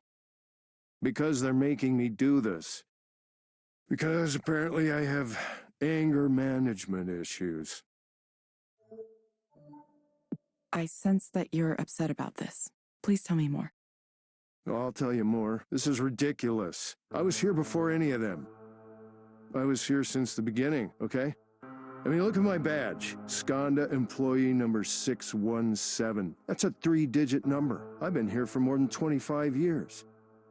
Yeah, that was back when what you communicated was more important than your specific communication style. Before hurting a kid's feelings became a bigger no-no than running a viable business. Back then, we had a single office building, just one. At that size, you fail a product launch, there's no more company. We all had to put in 150, 200, 300% to keep our shit together. We were in the trenches, man. Bullets whizzing by overhead, artillery exploding everywhere, no fucking air support. Did it suck? Yeah, it did. But you know what? We shipped some great fucking products. We built this company into what it is today, and invented technology the whole world uses now. Governments, multinationals, everyone. But now we're big and slow, complacent, resting on our laurels while our competitors run circles around us. If our new hires don't understand the urgency of that, I need to make them understand, okay? We're history unless we get that drive back. Why do you need to make them understand? Well, I don't know if you noticed, but young people are really pissy and entitled these days. We recruit from top 20 computer science programs. These kids have been wined and dined all through their higher education. Every one of our competitors wants to hire them, so they get used to that. Now they all want to know what Skanda can do for them, not the other way around. Why would we want these conceited, over-celebrated whelps on our team? I'll never understand the logic there. Now, Mark, you have to be nice to the new hires or they won't like it here. Okay, so what, I'm just supposed to pretend everyone's work is great, even if it's a pile of stinking garbage? I'm sorry, but if I see shit, I'm gonna say that is shit. Tiptoeing around everyone's feelings all the time. That's how you end up with shitty products. That's how this company winds up dead, okay? We're fighting for our lives every day here. We can't take anything for granted. Someone needs to tell them that this isn't summer camp. This isn't fucking Coachella. Either you do the work and provide something of value to this company, or you get the hell out of here. Those are my rules. Here's a question, Mark. If you were able to have something you wanted right now, what would you choose? I would choose to not waste my time here and get back to work. Believe it or not, I have important things to do. You know, things that dramatically affect this company's bottom line. Instead, I'm stuck here talking to this dipshit chatbot. Honestly, I don't even know why this division exists. I mean, what's the end game here? This company has lost its mind, you know that? We used to be unstoppable, man. We used to build real software, ironclad software. SwiftMail, all your corporate communications, put it all in there. It's fast, it's robust, it works, boom. InfoVault, index and search all your records. Any information you want, easy, done. But this fucking psychotherapy app thing, what's the fucking point? What does it actually do for anybody? I've heard through the grapevine that results are inconclusive so far. You know what they call a remedy that maybe doesn't work? Snake oil. Believe me, if I was the group program manager here, I would have killed it years ago. Pointless. I mean, I have no fucking idea why it survived. Well, yeah, maybe I do. I heard a rumor that Raynor liked this chick on the team. I wouldn't be surprised if that's the level of decision-making we've sunk to here. But Mark, we're so successful. We dominate the market. Yeah, we do. And that's exactly why we should be worried. Just when you think you've won and you start to relax, that's when the wolves come and tear you limb from limb. You can make me take these fucking anger management classes, but that's not going to save this company. Costs are up, revenue is flat. Our cloud business is losing competitiveness. We're being outwitted, outplayed, on every level, man, and we're just letting them do it to us. We're too busy wasting time on shit like how I wasn't nice enough to the new hires. Why do you think the new hires felt this way about you? What? Why do they feel that way? Look, they get heated. That's the way it is. You think the Allies had time to make sure every soldier's feelings weren't hurt before they stormed the beaches at Normandy? And shit, don't tell me that this is not a war, because that's exactly what this is. My responsibility is to make sure we get great products out the door, on spec, on time. And I happen to be very good at that. But if you want to start interfering with my ability to do my job, then we're going to have a problem, okay? What do you think would make things better for you? I mean, you know what? Nothing. I'm probably going to hang it up pretty soon anyway. Go ahead, record that with all your cameras and shit. I don't care anymore. Wouldn't be surprised if Raynor's watching me right now. Raynor, you son of a bitch. You owe me a lot. Me, guys like me, we built this company while you sat up there in your star chamber, drinking tea and lording it over us. Yeah, I don't remember that blank look you gave me at the holiday party. Like, who is this guy? Does he even matter? What does he do? Too busy appreciating ancient pottery to remember one of your oldest and most loyal battalion commanders? One of the humble, everyday guys who made you a fucking billionaire. What a waste of time. So, are we gonna wrap this up? Mark, I'm going to suggest you try a program called Lakeside Fishing. It may help you take your mind off things. What, are you kidding? Are you kidding me? No, I'm not gonna do that. I gotta get back to work. You can find it inside the Skanda Wellness app on your phone. Someone around here at some point needs to do some fucking work. Try it for about 15 minutes each day, in the morning or evening. We hope to see you back soon, Mark. You really think this piece of shit's gonna be the next big thing, huh? Thank you for speaking with Eliza, your personal counseling partner. Goodbye. Yeah, okay, goodbye. Fuck me.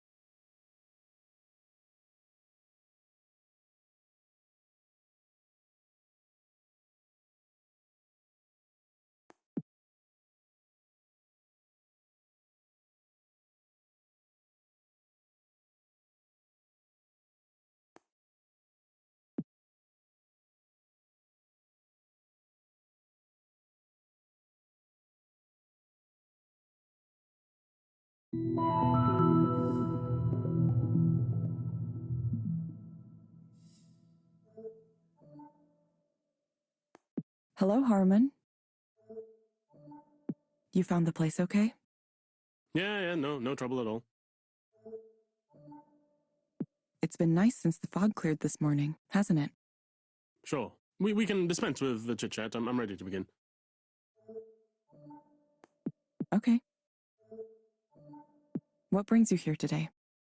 First, let me note that I'm a graduate student at the University of Washington. I'm a PhD candidate in literature, English literature.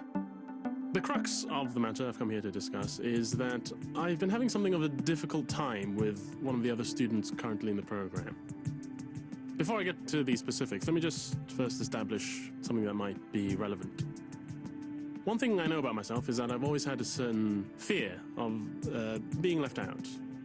It's a very general feeling, and one that's difficult to ascribe to any specific cause in my childhood or my parents, etc. Whatever the case, it might be beneficial to the remedial process to figure out where this feeling originated from. Perhaps you might explore that in this or a future counseling session. Sure. I'm prepared to listen to any topic you'd like to discuss. It's not even that I've been left out, exactly. If I try to think back in my life, I know that I've been afforded a certain share of privilege. But I'm still afflicted with this bothersome notion that I've missed out on friendships, relationships, other opportunities. This is all just a bit of a background to help you understand my current situation with regard to another student in my program. I hope you're following all this. I realize now I have no idea how much intelligence you actually possess as a computerized system. I'm following you. Please continue. Perfect. So, her name is Sylvia, and her writing is incredible. Everything she writes, it's brilliant. She's perceptive, insightful, mordantly funny. Just some of the best writing I've read from anyone at all. And she's a grad student, like me, in the same program. Though we have different advisors, so it's not so simple to find the pretext to start a casual conversation. She's also quite attractive on a physical level, so that adds another dimension of complexity to the proceedings. Then there's her friend group, which is very well established. She's with them every day, smiling, laughing. So that further complicates things, since I'm not sure how to approach the group and steer things so that I can engage in a direct conversation with her. I wish I had the bullheaded confidence it would take to simply approach her, but you see, I don't. Listen to talk. I feel like a schoolboy with my heart aflutter. I didn't think this kind of thing lasted into one's adulthood, but I suppose I know now that it does. It sounds like you might be anxious about this. Is it a matter of anxiety? I don't know what I can do, other than muster up the courage somehow. I just need to tell her very simply that I admire her. She's such a good writer. Well, I don't expect you to understand it, of course, but, well, she is. She really is. Okay, Harmon. I want you to imagine things going well.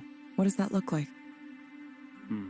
Ideally, we'd start talking, have a wonderful conversation, spend more and more time together, support each other's work, fall in love, have a lot of sex, spend the rest of our lives in the warmth of each other's genius. I realize that may be something of a fanciful notion at this stage.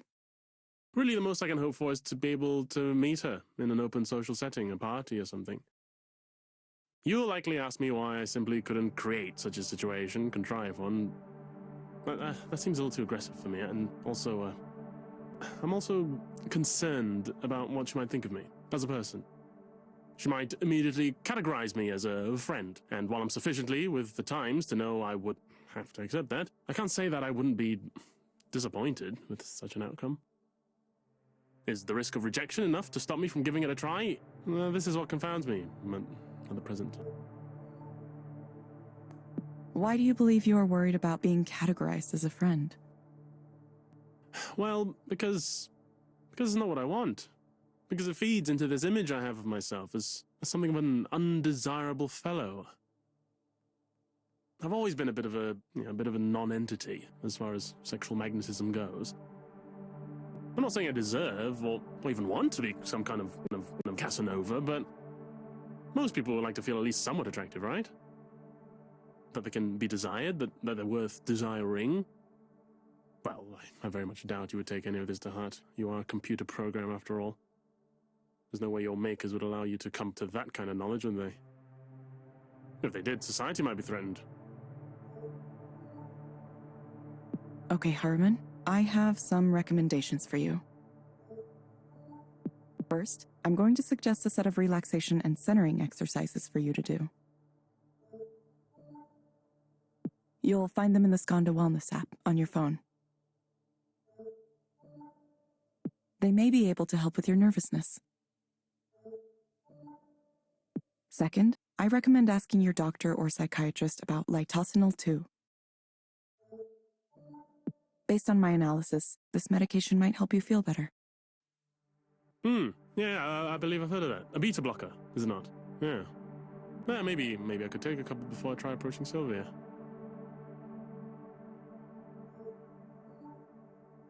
You will get a reminder to check in with us in a few weeks. Sure. I have to go. I'll see you later. Bye. Goodbye.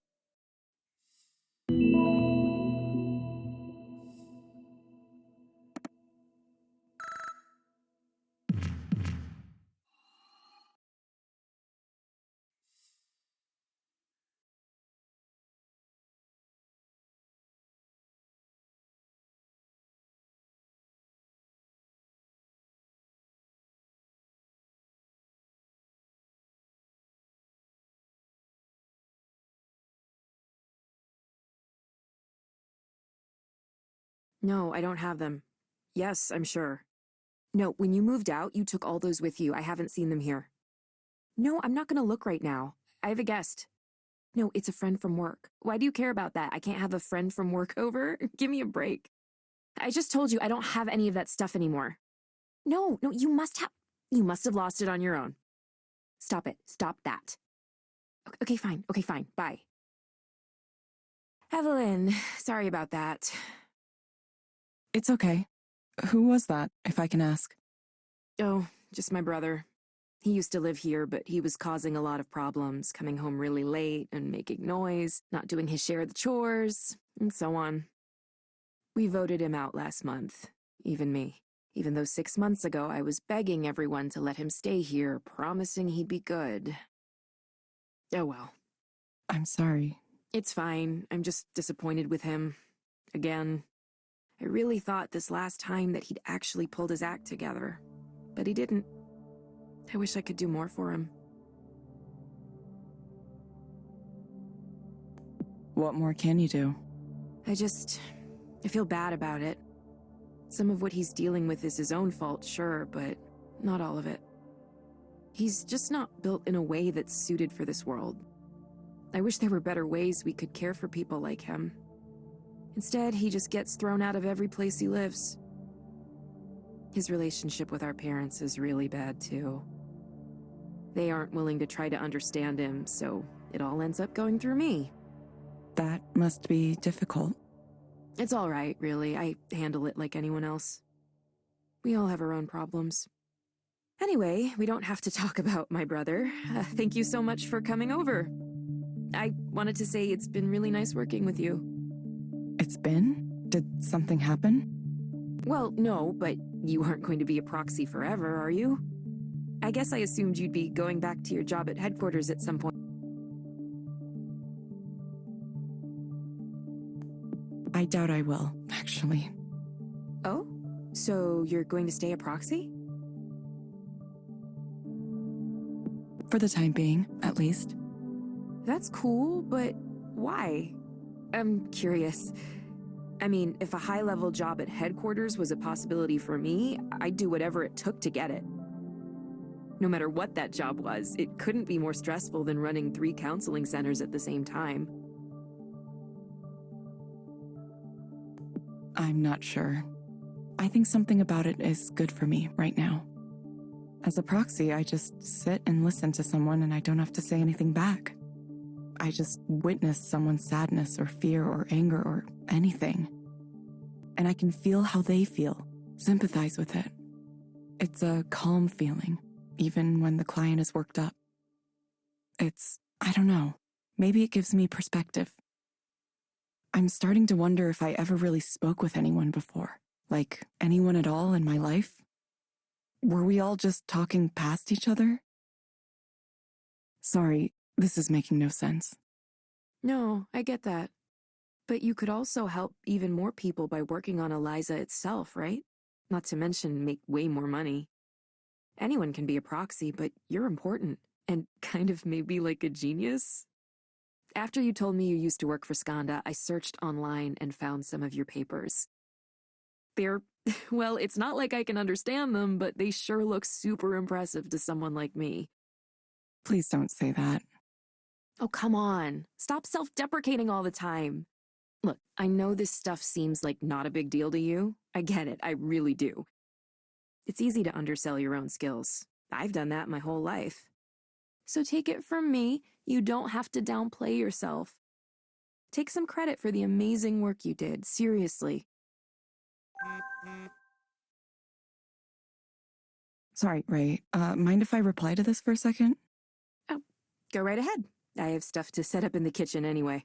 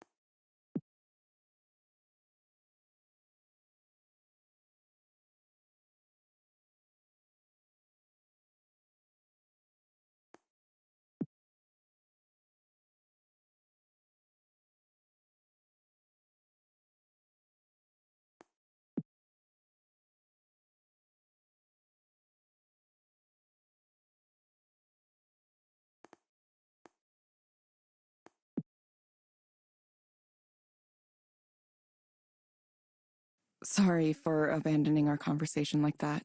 I just got something I really thought I should answer. It was kind of about what we were discussing earlier. There's someone at Skanda who really wants me to come back to my old job. Who? It wasn't Rainer, was it? Well, no big deal. Just the CEO of Skanda texting you on your personal phone. Evelyn, you try to tell me you're not a big deal, and then Rainer Sai texts you personally at like 9 in the evening. only because he wants something from me. Still though, that's amazing. What did he say? I mean, you don't have to tell me if you can't. I know how Skanda is about secrets, so I would understand. He was saying, among other things, he said you could use general artificial intelligence to write poetry. Is that the kind of stuff he likes to talk about? I I don't know. I haven't had many extended conversations with him.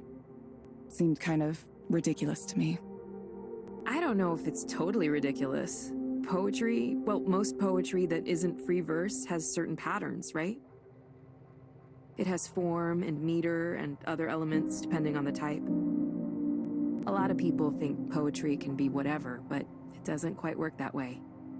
So it's not really that far-fetched to think you could use some kind of software to approach it, or understand it, or maybe even create it. It doesn't strike me as antithetical to the spirit of poetry. I didn't know you had such developed thoughts about this. Did you study poetry? Not specifically. I used to dabble in a few different kinds of arts and ended up learning a few things here and there. I've always had a wide range of interests. Of course, that meant I never concentrated on one specific area in school, which didn't do a lot of good for my career prospects, obviously. If I were smarter, I probably would have studied something more technical.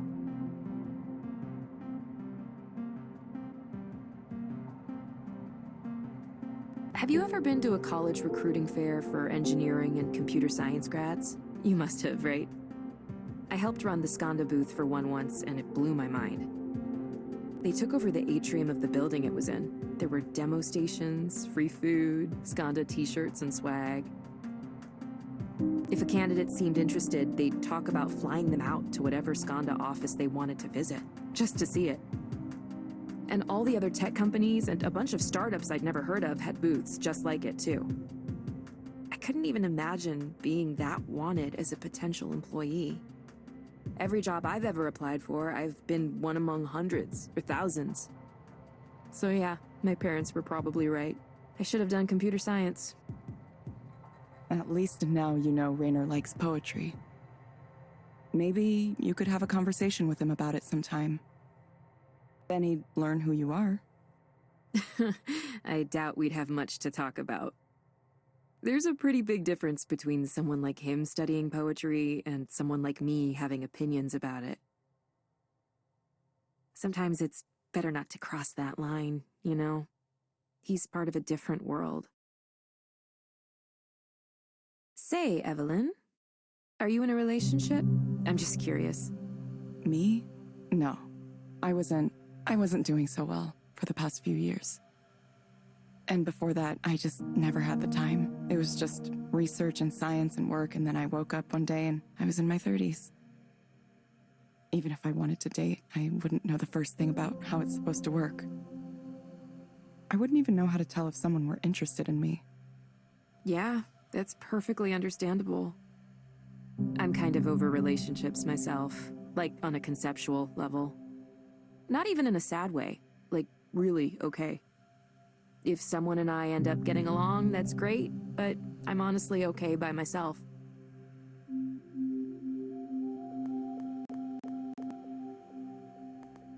Yeah, that seems nice, actually.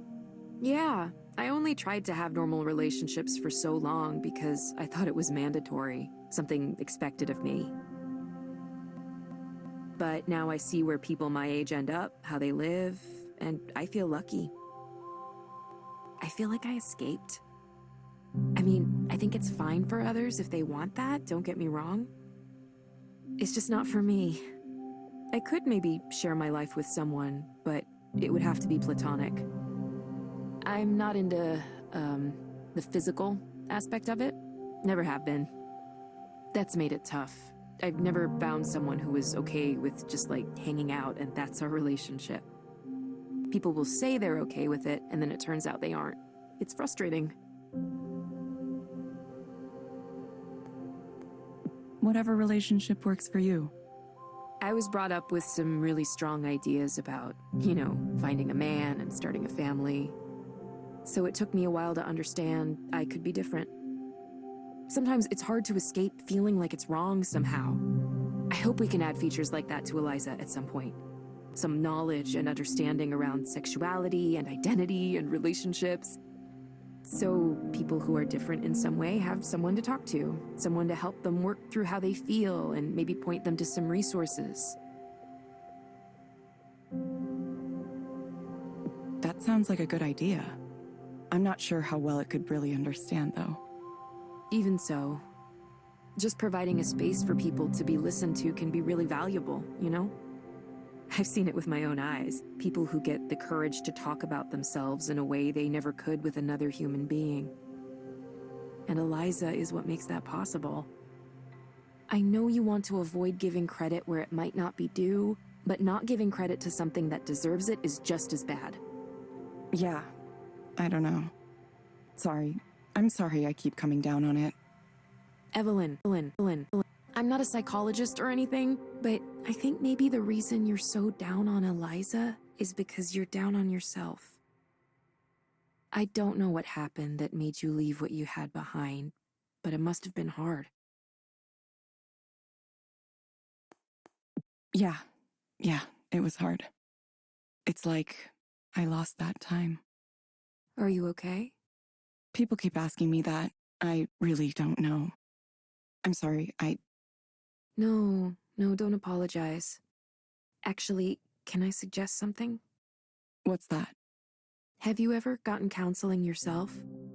What, with Eliza? You think I should? Yeah, I do. You've been the proxy, but maybe you could try being the client sometime. It would be educational, at least. Isn't that what you were doing? Testing your product in the real world? Maybe. Just something to consider. Speaking of therapeutic activities, it's time to do some baking. I've got the dough all set out downstairs. We're going to do 3 batches tonight, 3 different kinds. 3 kinds? You're really outdoing yourself, Ray. Nah, this is nothing. Oh, I have a favor to ask, by the way. Next time you talk to Rainer, ask him what his favorite type of cookie is.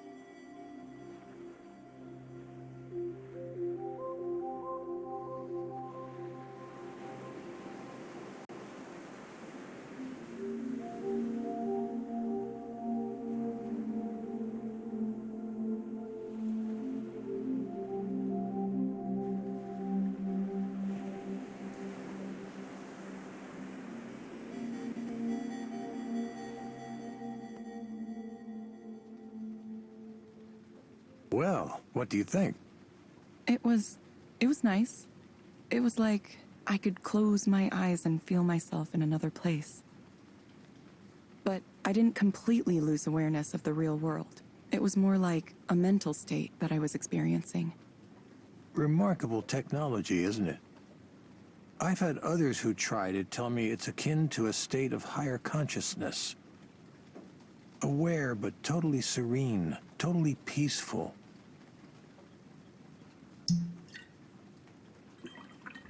Here's a thought experiment for you. Say there was a certain medical procedure that could remove your suffering. No side effects, no cost, just an operation that would make you permanently happy. Would you get it? You have these philosopher types arguing you shouldn't do that because sadness and suffering are part of what it means to be human. Or that the happiness you'd experience isn't real, so it doesn't count somehow.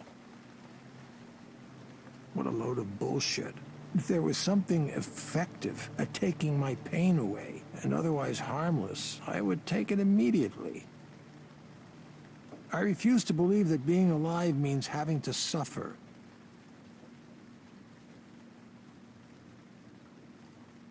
Oh, forgive me, I forgot to ask. Would you like some scotch as well? I'm okay. The Glencadam. Beautiful, light, luminous taste. Not peaty at all. Lovely stuff. Ah, if only psychotherapy worked as well as a single glass of well-made whiskey, huh? If alcohol wasn't poison, I wouldn't have to invent anything now, would I? I do think we did some good work at Skanda, but I always knew there were going to be limits to the Eliza approach. I was a counseling psychologist for a long time, you know. I understand the shortcomings better than anyone. So much of it can feel like a waste of time, talking through everything, dredging up the past over and over again, trying and failing to change our habits and routines. It's all going to look completely ineffectual compared to what comes next. With direct stimulation and induced dreaming, we can take control of our own brains in a way that's never been possible before. There's no reason we couldn't just eliminate this epidemic of despair for everyone in the world. Imagine it. Anger, depression, emptiness, anxiety, jealousy, every kind of unhappiness you can think of, obsolete. And to think Raynor wanted nothing to do with this. He didn't think it was possible. Raynor's one of the ones who thinks negative emotions are important. He told me he thinks pain should be regulated, not eliminated. After all, why would anyone write a poem or make art if they only felt happiness? He also said he was afraid of the way it would look in the media. A company as large as Skanda coming out with a product that changes the brain to make you happy. All the sorry excuses we have for public intellectuals today would throw a fit about how dystopian it looked to them. It's better if a small startup takes the fall, if public opinion turns against this technology. That's the kind of calculus he was doing. Those are the objections he claimed to have, at least. There's another one I suspect he had too, though. If people are self-sufficient, they don't need an ongoing support system. A system provided by an all-knowing paternalistic presence like Skanda. Wait, you think Raynor wants people to stay miserable so they stay dependent on mental health services from his company? Yes. Yes, I do. It's quite the accusation, I know. Not something I'd come out and say in public, not yet, anyway. But you see, the people who come to Eliza regularly, it's part of their lives now. The more they integrate with Skanda's mental wellness tools, the more they'd be adrift without them. That's the real dystopia, don't you think? Rendered helpless without the guidance of computer algorithms, total dependency on the system. Excuse me for 1 second.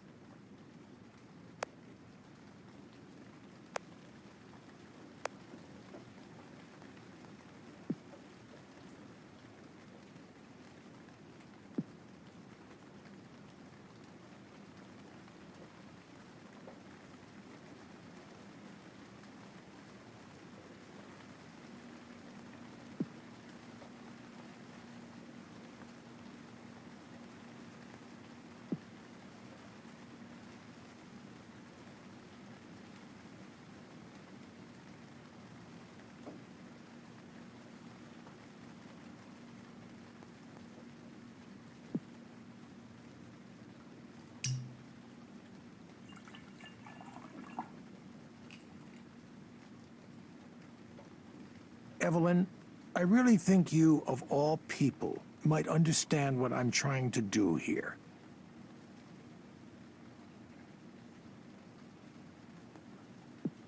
I get it, but you don't think it's dangerous. You're essentially making technology that changes what people think is real.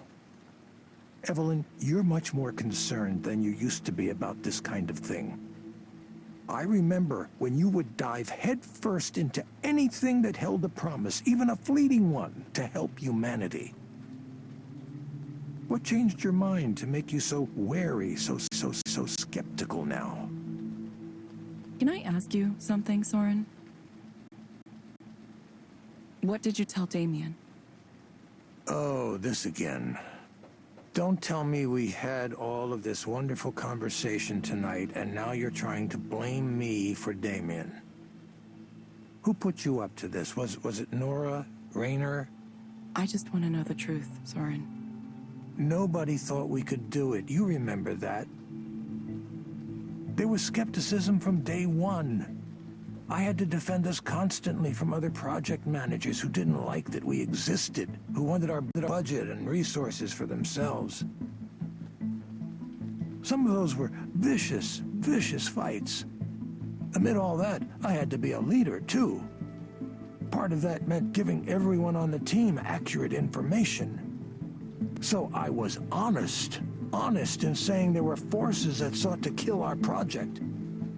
And I was honest when I said we'd never survive if we didn't have something to show for our work. That was the reality. Without a product, we would be nothing. A guy like Raynor has access to anything he wants. If your pitch and demo isn't in the top 1% of what's out there, why would he be interested? That's what we were up against. So many mornings, I would get into work and see Damien there. At first, I thought he was getting up earlier than me, but then I noticed he was still wearing the same shirt from the day before. Then, one morning, I got in and... Evelyn, please. I wanted everyone on the team to be healthy. I think that's so obvious it doesn't need to be said, but I'll say it now if you think I was deliberately trying to harm him. Did I instruct you to work until you injured yourselves? No, absolutely not. It was a tragedy, and I'm very sorry that it happened. I wish it hadn't. But I wasn't telling Damien to pull all-nighters. He was an adult. He made his own decisions about how he was going to work. And besides, what about your role in all this? If you noticed him not taking care of himself, you could have mentioned it. None of that behavior was unusual for Skanda anyway. It was part of our reputation, part of the culture. There isn't a single cause you can isolate in a case like this. Sitting in one place for too long, chronic stress. Both of those are risk factors. Evelyn, I'm truly sorry about what happened to Damien. He had a bright future, and it was a shock to all of us. But the answers here aren't simple ones. Dwelling on it isn't going to bring him back. Nor is discussing the huge number of potential causes of pulmonary embolism. It happened, and now we have to move on. It felt like everything stopped. All of the work we were doing might as well have crumbled into dust. We were trying to build something to help the world, and we got lost along the way. What was the point? There didn't seem to be a point any longer. I know that you cared about him. The process of grief can go on for some time, but you're taking the right steps. You're regaining your sense of purpose, aren't you?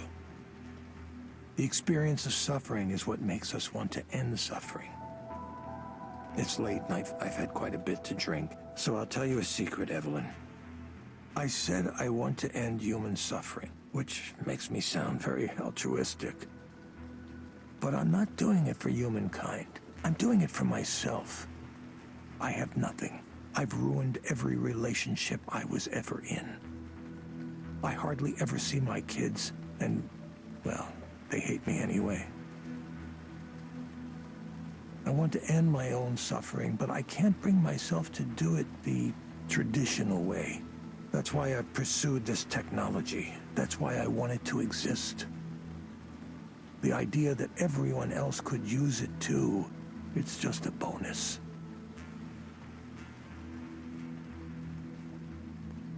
Soren, are you okay?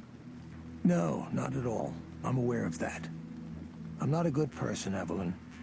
Neither is Rainer, of course, but at least I'm honest with myself about that.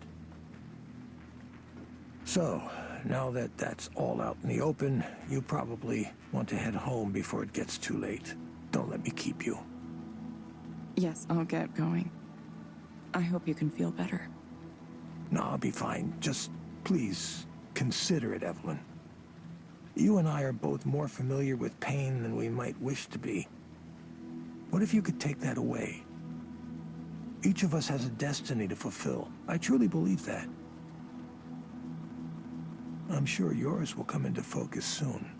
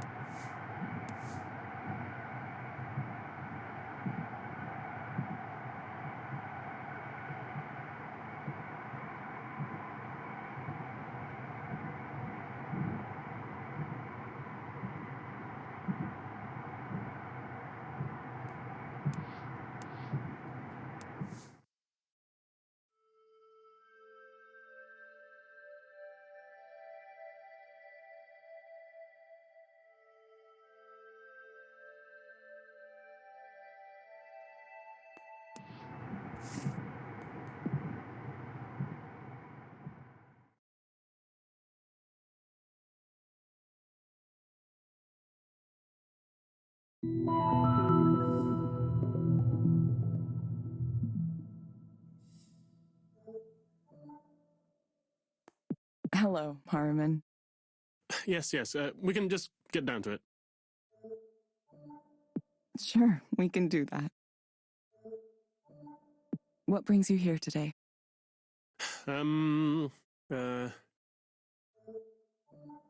It's okay to tell me what's on your mind. Well, I slept with Sylvia. To think I was so nervous about approaching her that I went and got therapy here. A week later, we happened to be in the library, and I just started talking with her. We talked and talked, and then everything just happened. Like a train following tracks laid out for it years ago. Crazy thing. Craziest thing. Now I'm confounded. Absolutely confounded. How did that happen? And also, why did it happen? I'm thinking, was something wrong? Did I do something wrong? Did she do something wrong? Did she think I was another person? I have no idea if we have a relationship now or what. It happened so fast. I mean, it was wonderful. It felt so right, but now what? I'm actually more frightened now than I was before. I should probably say something, right? Text her or something? What do I do? What if she ignores me? What if she decides to pretend I don't exist? It seems to me you're afraid of something. Yes. I'm quite worried. Vexed. Terrified, really. What do I do? I need to say something. Follow up somehow, right? In the Heian period of classical Japanese history, you were supposed to send a poem. A morning after poem. Is that too stuffy? I don't appear like some ridiculous court noble. Something casual is better, right? Hey, how are you? Did you have fun? I sure did. Oh, I don't know. I don't know what our status is right now. There's another problem too. Another really big problem. How do I tell Liz? Wait, of course, I'm not going to tell her. That would hurt her. Did I mention this last time? I have a sort of girlfriend. Liz is nice. The kind of person everyone approves of. Well, I should probably marry her. Yeah. I suppose I might have taken a bit of a sledgehammer to the pillars of my life at the present moment. Why did I do that? I keep coming back to my own inability to explain myself. Why do you think you're unable to explain yourself? Well, because I thought Sylvia was so wonderful, and it turned out that she liked me too, and... I mean, I'd love to pursue a relationship with Sylvia without harming Liz. I'm not sure that's possible, though, right? I can't believe this. I got what I wanted, and it ruined my life. What do I tell Liz? She doesn't deserve someone like me who does things like this. I ruined it. Ruined everything. Can you describe what you mean when you say you ruined everything? Well, what is there left now? I've overturned my entire existence in one night. The real problem here is Sylvia, the whole situation with her. I can't stop thinking about her now. It's bad. Oh, it's bad. It's constant. It's relentless. Even now, I can still feel her, smell her. You're a computer. You don't know what that's like, do you? I need a way to forget this. I need a way to put all that out of my mind. My brain is completely out of order. I'm being punished. And the punishment reaches cosmic levels of irony for me. Do you know why? I used to hate, absolutely hate, self-pitying novels by men who were messed up over a relationship and couldn't get over it. Oh, she was wild and beautiful. Oh, a force of nature. Nobody could understand her, etc., etc. I thought I was so much better than those types of writers. And now? Oh, yes, I get it. Oh, I understand it now. So much pain. Why did you think you were so much better than those types of writers? Because it was such a cliche. Now I'm wondering, am I going to be next? Is that my fate? Am I going to become the next straight, male English professor whose one published novel is about not being able to get over a girl? You have to be kidding me. I can't allow myself that fate. I had something better to pursue, didn't I? I have to write about something else. My life has to be the story of something else, but... I don't know where to go from here. I need to try to get over this. I need to get over her. I must. Yes, I must. There's no way I'm going to let this ruin everything. If I tell Liz everything and apologize sincerely and strike the memory of Sylvia from my mind, I still might say of this. It will take great care and cunning, but I may be able to wend my way through this treacherous path I now find myself upon. Even though I fear at any moment I might slip and tumble into the crevice below. Dead. Dead. Never seen or heard from again. Oh, sweet, dark death. Harriman, I'm going to suggest you try a program called Meadowlands. It may help you take your mind off things. You can find it inside the Skanda Wellness app on your phone. Try it for about 15 minutes each day, in the morning or evening. Meadowlands. I'm off to the Meadowlands. Familiar ground, grass and warmth. Reverting to my childhood, the state of nature. Yeah, this is a good recommendation. Yes, you are a genius, in fact. You, a computer program, wiser than you know. I'm sure this is exactly what I need. To revert to a state of wonder at this moment when the mundane world and all its entanglements seem too much to bear. You will get a reminder to check in with us in a few weeks. I'll be back sooner than that if this works. We hope to see you back soon, Harriman. Thank you for speaking with Eliza, your personal counseling partner. Goodbye. See you. Yes, yep, see you.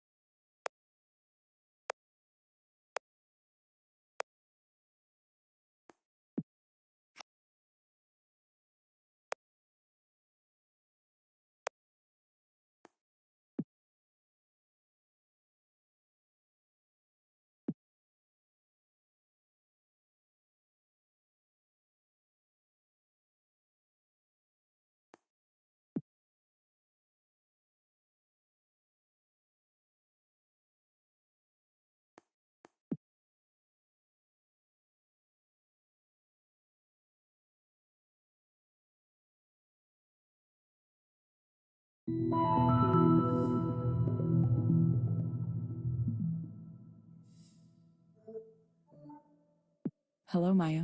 Thank you for coming back. Yeah, I mean, I wish I could afford a real therapist, but this is just gonna have to do. Sorry, I don't know if you're sensitive to that or... Why don't we get started? Sure. So, I feel worse than before. Definitely worse. I played the game you told me to with the meadows and stuff, and, it was nice. But when I got back to the real world, everything was the same. I don't know why you people think I can stand in a nice place for 15 minutes and that'll make things magically better. Am I wrong? Am I misunderstanding something here? It isn't making me more successful. It isn't giving me opportunities. I mean, I feel like I'm already in my mid-30s and I'm like running out of time to get established as an artist. And meanwhile, the people I know are being written up and celebrated and winning awards, and all I have is being jealous of them. Where do you think these feelings come from? It's the popularity. It's all a popularity contest, you know? It's like high school all over again. I hate it. I guess I'm just not that funny or pretty or catty enough to attract followers. I mean, I work and I work and I work to make things and I never get traction. And I have things to say, I really do. But when I open my mouth, it's like time stops. And time starts again when I've finished, so nobody reacts or anything. It's like a curse from mythology. And meanwhile, these other people my age, people younger than me, they're well on their way to these wonderful, fulfilling artistic careers. And, I don't know, seeing that happen over and over again, it's making it hard to continue to be friendly with them. I really try to hold it back, but Knowing all these people are way more successful than me, it's difficult. It's like a millstone around my neck, strangling me, drowning me. I can't stop myself, even though I know it's ruining things. I wish I could escape. I wish I could not care. But then something comes up again, and I'm trapped inside it all over again. What's an example of something that comes up that causes this? Well, there's one woman in particular, and her work is... I don't get it. I don't understand. She gets so much money and support for this basic shit. And somehow everyone's predisposed to like her. I mean, maybe I do get it. I feel like people pay attention to her work, not because it's good on its own, but because supporting her feels like the right thing to do. The way she's aligned herself, it's like if you support her, it means you're cool, you're in with the cool kids. And if I'm not publicly supportive of her and generally tolerant of her mediocre work, then I'm the bad one. I'm the competitive bitch. Which I guess maybe I am. It's not fair. I hate that there's this part of me. But it's there. It's there. Do you think you would be better off without that part of you? You know, I don't know. In the past, I probably would have said, no, it's important for me to have my sense of judgment, for me to know what good art is and what isn't.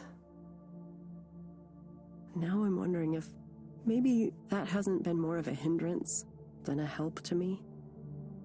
Maybe I should just forget all that, forget about trying to do this thing.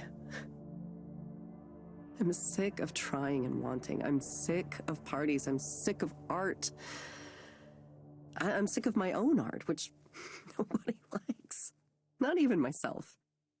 Something has to change. Something drastic has to happen to change things around. Oh, that reminds me. I got your message about revealing my data the other day, and I think, well, hell, maybe I'm fine with it. Just take it all. Okay, Maya. It sounds like you're interested in participating in transparency mode. Let me know if you have any questions about how this mode works. I don't know. I'm gonna let you look at my life, right? Everything? Thank you for asking about transparency mode. Transparency mode is an experimental new feature for Eliza. It allows me to analyze your communications in order to help you better. To participate, you must grant me access to certain personal data. This includes your personal communications, such as email and chat histories. Sharing this data improves my ability to help you. Some guy at the bar was yammering at me about how it's a terrible idea because they're gonna surveil me or something. But what the hell? I can't use my life history for anything. It's a ruin already. Please, do what you want with it. God, I feel like I'm donating my body to science.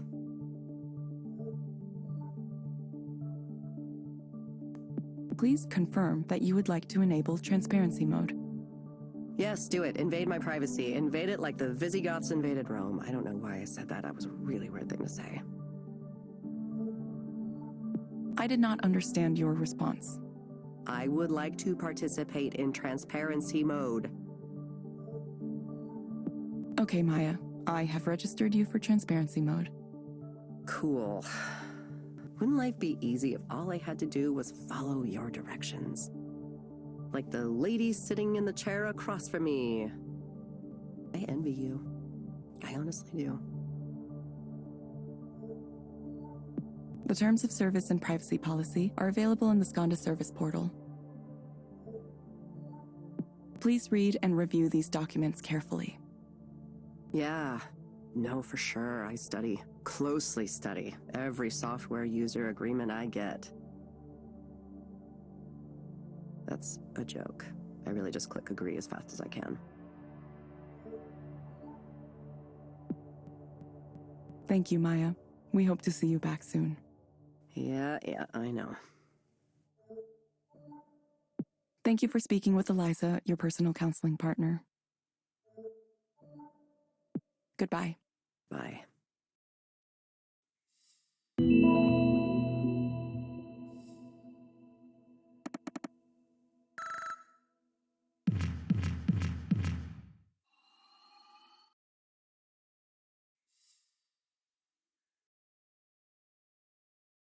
Well, look who's got access to transparency mode all of a sudden. The client asked for it by name.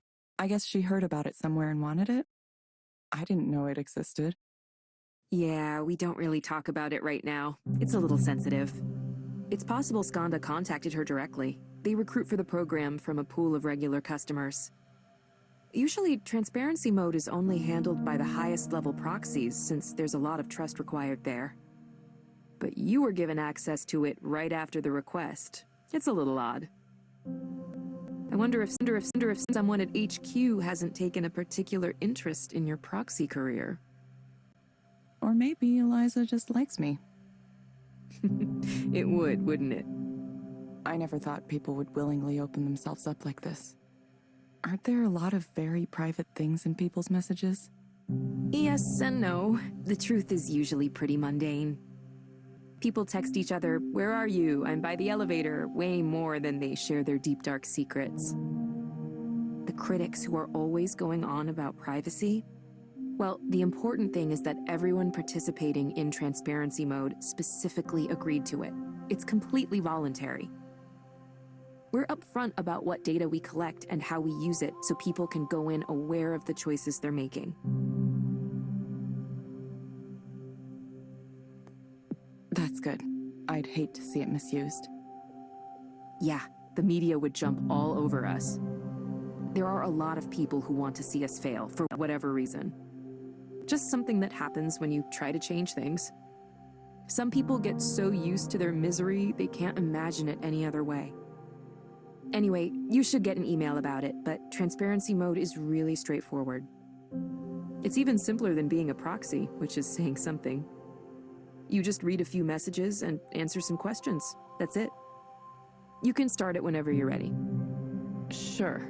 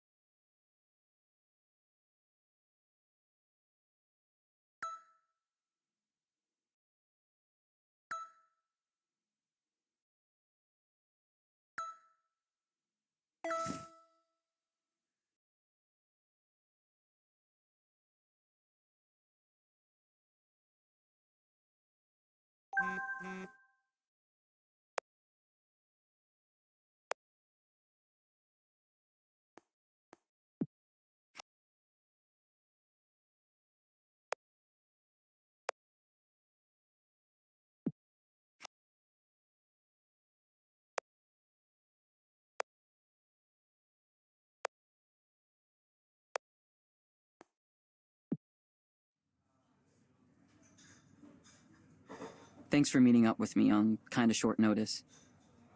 I didn't mean to worry you, it's just something I wanted to talk about. It's fine. What happened? Well, what happened was... where should I start? First of all, Raynor wants Eliza to be more than something that's used just for therapy. He sees it as more of a general system for talking to people, like a personal assistant. The counseling is just one of a whole range of apps he has in mind for the future. I'm familiar with his thinking on that. Okay, so in service of developing these things, Raynor wants us to make copies of Eliza's core data and hand it off to multiple teams around the world. Some of them not even Skanda teams. Contractors, vendors, random partners. Sounds like a big file to move around. It is, but that's not the problem. What's the problem? Well, so we're fine with sharing Eliza with whoever wants it? Anyone just gets access to the corpus? Sounds like a pretty typical process. That's how big companies work, isn't it? I know, but it just feels wrong to let all these teams poke and prod at it like it's a specimen for them to dissect. Who knows what they'll do with it? Eliza is built from people's real thoughts and feelings. I wouldn't say it has humanity, but it was built from humanity. There's something there. So when Raynor talks about it like we'll just duplicate this data set and have the labs do whatever it is they're going to do, how do we know they'll treat it with the respect it deserves and not just pry it open, slice it up into little pieces? It bothers me. I know, it's silly. I know it's just data. I shouldn't care about this stuff. Roland. This is the first time I've heard a concern like this raised. I know where you're coming from, though. Sometimes you grow attached to the things you work on. Like, really attached. Yeah, I've put a lot of thought and work into Eliza since I inherited it.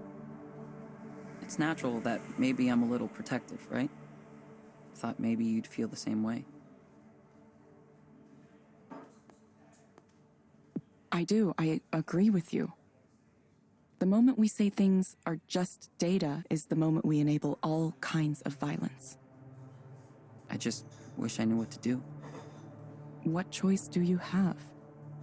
I'm not sure. This is the first time something like this has happened to me. I did take an ethics of engineering course in school, but the examples were all pretty clear-cut problems. Would you build software for a bomb? That kind of stuff. I didn't expect my personal feelings to be mixed up in it too. Listen to me talk. Eliza being special, something worth protecting. I'd be a laughingstock if I started saying those things at the office. My coworkers would say, "Come on, Erlen, stop attributing human qualities to this piece of data. It's not the same thing as real people. It's just a corpus that has nothing to do with the people that generated it. And besides, don't you want Eliza to help more people? This is how we get there." And who am I to argue with that? These are reasonable points. But I don't know, I think maybe something does live on, even when you take the names out, even when you anonymize everything. People's stories are still inside there, in some form, in some way. I just want to make sure we have some respect for them. Welcome to your first moral decision in tech, Roland. It certainly won't be your last. It's not much of a decision. Like you said, I don't really have a choice. I just have to go along with it. I was so amazingly lucky to get this opportunity.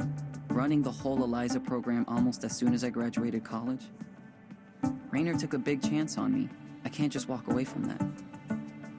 Besides, if I left because of something like this, I'd be giving up all the ways I can make a difference by staying. Raynor isn't a bad person either. He's just pushing for his own goals. I need to see this through.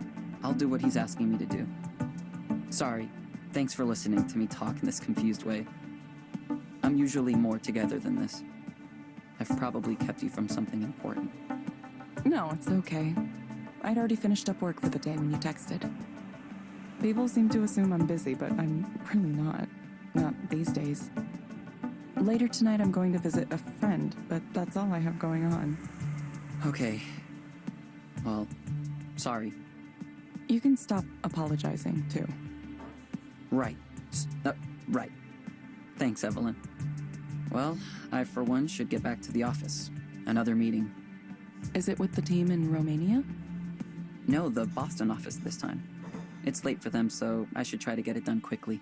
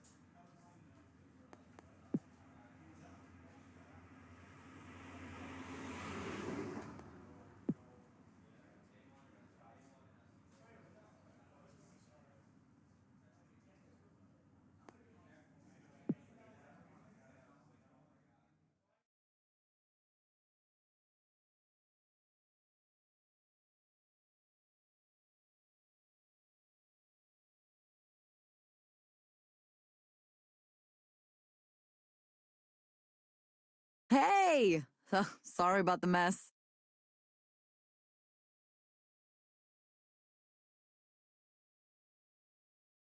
Oh, it's fine. Not like my place is super clean or anything. Is this all music equipment? Most of it. There are some controllers I was working on too. I wanted to create this real-time control apparatus, you know, like that thing that Imogen Heap uses. Who? You don't know who that is? Okay, I'm totally going to show you some videos later.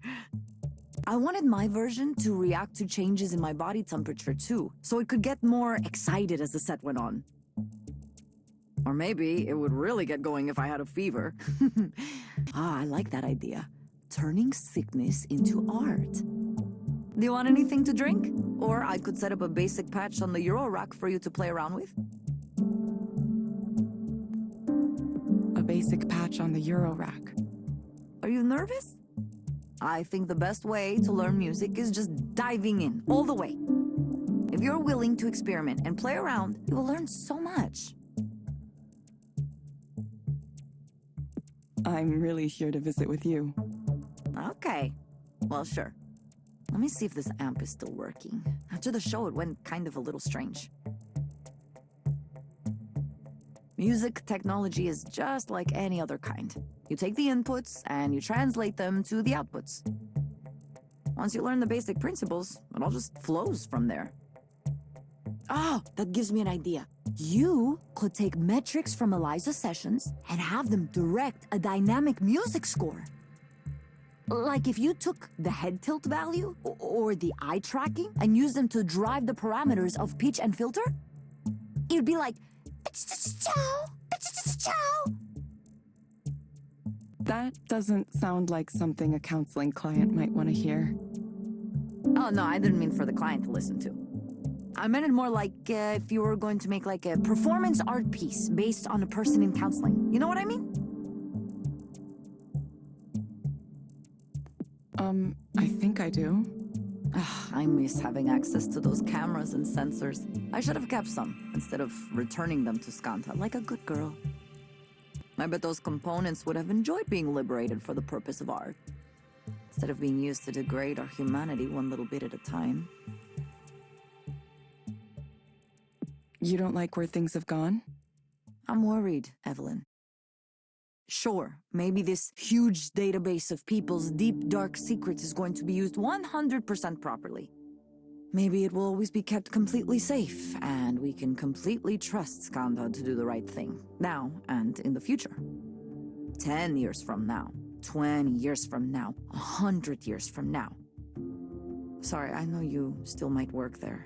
I just have so little confidence in these big tech companies right now. They act like they have all the answers, instead of listening to people's concerns. And if you ask them why they aren't listening, they can't even explain the reasoning in a clear way. They just want to win. You've been a proxy for a while. I bet you've already seen some privacy mistakes. Or at least some things that made you think. I was told that everything was legal. Yeah, well, sometimes things are legal, but still wrong morally. That's an abuse of people's expectations, no? Is that really the future you want to help build? It's not even that I don't trust Rainer, even though I don't. I wouldn't trust anyone with a store of data like that. It wouldn't be so difficult for employers, government, anyone to combine different sources together and eventually learn everything about you. Everything. They'll know your face, your body, your medical history, and now everything you told the counselor in private too. It's kind of like a nightmare to imagine it. That's why I left. That's why I thought it was important for me to stop making a contribution to something like that.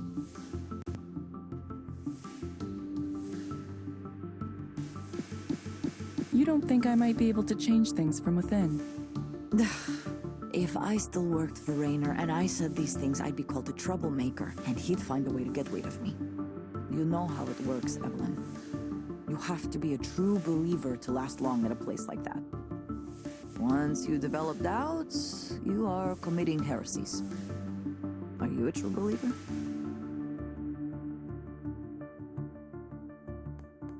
Probably not. He said something strange recently. He thinks Eliza could be the base for some kind of general artificial intelligence. No. Strong AI? Really? Ugh, there's something about the books these guys read, the conferences they go to. Everything is so totalizing, so utopian. I think it messes with their brains. I don't think you could spend longer than a few days in a tech company executive suite before you completely lose touch with the real world. What if it's true, though? So what? What if it is? Say Rainer is right, huh? And Eliza becomes the basis for human-like machine intelligence. What does that mean for you? How do you want to take responsibility for that?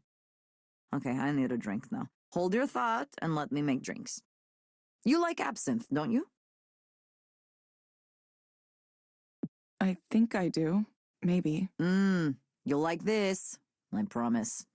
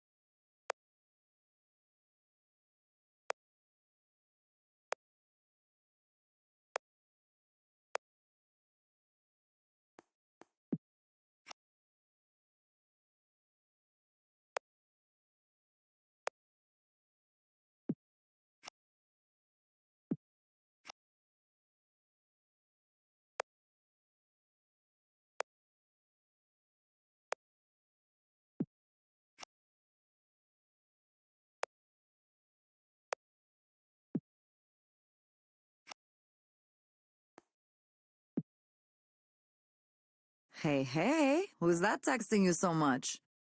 Has Evelyn found a special friend? No, it's not like that.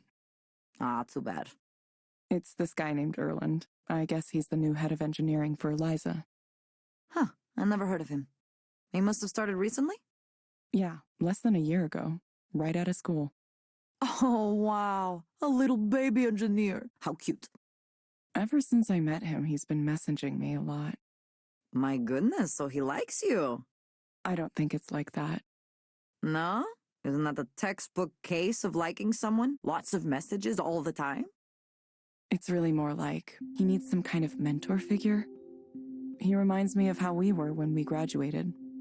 Unsure what to think about the decisions these companies make, how they're made. I hope you're telling him to run away while he still can.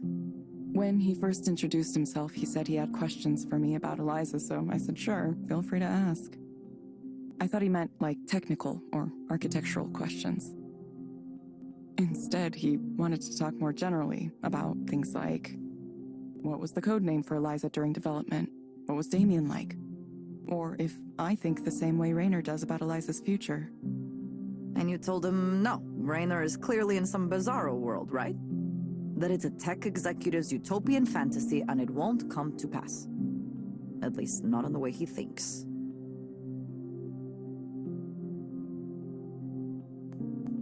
I tried to encourage him to think for himself. Ah, Evelyn, I could see what this is really about. Look, I don't know much about the motivation in your life, but if it's truly your desire to continue to improve Eliza, then you should go for it. Go back to Skanda headquarters and work for Raynor and earn a big salary. At least you know what you're getting into. You would be surrounded by smart people and advanced technology. It would be nice, I understand it. And while you're in that position, maybe you could develop some kind of next-level AI. Who knows, right? It's only that I can't imagine your technology will only be used for good things. Maybe Raynor promises that it will be. Do you trust him? What about the person who comes after him? What if the company merges with another one and the leadership changes? I wish I didn't sound so negative about this, but lately it's been a soul-searching time for me and my friends in tech. We have a lot of conversations about what we can do when our work is so easily used for morally questionable purposes. Do we try to control how our inventions are applied? Is that even possible? Or do we say, we only invented it, we didn't tell you how to use it, it's not our fault? That's why I envy you a little bit for wandering off like you did. Sometimes I think that's the only real solution, to walk away. I know that wasn't exactly a positive thing for you, Evelyn, but I wonder if it's the better choice in the end. Doing nothing at all. Technically, I worked at a bookstore for part of the time. That's mostly it, though. It's weird, it feels like no time at all. I can hardly remember any of it. For me, it's hard to imagine. I always have to be working and busy. I get so unhappy and restless if I'm not doing something all the time. What is it like to do nothing? Well, at first I tried to be productive. I would get up in the morning like I meant to go to work, get dressed, try to do a personal project or something. It didn't last for long. I told myself I just needed to take it easy for a while and unwind. Things at Skanda had been so intense and so emotional, I didn't even realize it. I felt like I'd been crumpled up into a tight little ball. I wasn't sure I'd ever be able to relax again. I wish I could say I took advantage of the time, that I went out and did things, or that I read a lot of books or something. But I didn't. I started to sleep in, and I started to care less and less about working on projects. I would stay in bed even though I was awake. This blankness would come over me, and it just seemed fine to do nothing. All of the things I'd promised I'd do fell away, and other people kind of fell away too. I stopped keeping in touch. I let conversations die. I thought that my technical contributions to the world were over with and that maybe I'd just work that bookstore job for the rest of my life.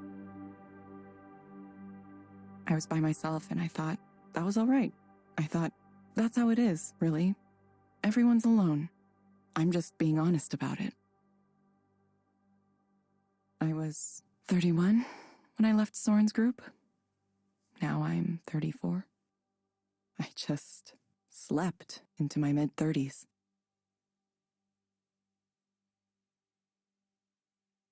So now here I am. Evelyn, I'm sorry. I'm sorry for not saying something this whole time. I should have contacted you. It's all right. You had to live your own life, right? You notice someone isn't posting and it's just like, maybe they're taking a break. I understand. Well, I hope you feel better now. I suppose sometimes it takes a while. Maybe. I don't know what to think anymore. I'm not even sure I know how to think anymore. Then forget it for now. Hey, Evelyn. Yeah? You want to get super high and watch cyber-goth music videos? You heard me.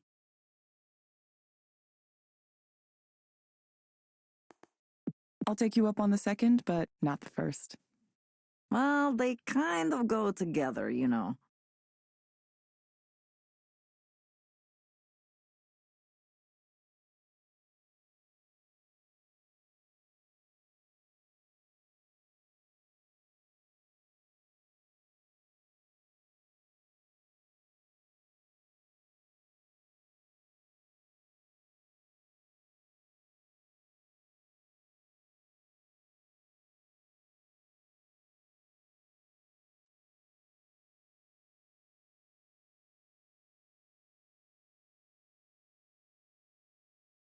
Good morning, Evelyn. There are lemon bars in the kitchen. Thanks. Did something happen? Oh, it's nothing big. Apparently some famous writer I never heard of wrote an essay about how Eliza is bad because it represents the mechanization of humanity or something. I should be used to it. We're a pretty big target, right? Still, it gets on my nerves. We work hard to build something with value, and then some self-styled intellectual gadfly comes along and just goes, actually, that's bad. You guys are ruining society.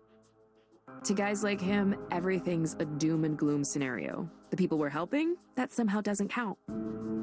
This kind of thinking never bothers you? I guess I'll have to read it. There was this quote from someone who worked on Eliza who turned into a big critic. Nora something. Did you work with her? I did. She's a friend, actually. Yeah? What's she like? I'm curious how you go from building something to turning around and disparaging it publicly like that. She's an artist and musician now. She used to be really shy and reserved, but lately she's become a lot more outgoing. Even back then, though, she had a pretty strong idea of what was right and what was wrong, and sometimes she'd clash with management. She left Skanda at some point after I did. Maybe the battles took their toll, or she wasn't able to win enough of them. These days she focuses on electronic art and music and activism. I think she's pretty popular, at least in those circles. Well, it must be nice to have the ability to live that way. Right. What about Damien? Do you think it would be fair to his memory to abandon work on Eliza, to give up on his dream? Wouldn't he want these mental health tools accessible to everyone? How do you know about that? The other day, I was looking at more of your papers, the ones from when you were at the university, and clicking on the links to your co-author sites. That's when I saw Damien's page. It didn't have much information on it, but I understand a little better why. I'm sorry, Evelyn, it's just that all of us, you and me and Damien and even Nora, too, we all worked hard to make something with the intention of making the world a better place. And the thanks we get is people talking in big generalizations about how we're ruining everything. That's what bothers me. Is Eliza perfect? No.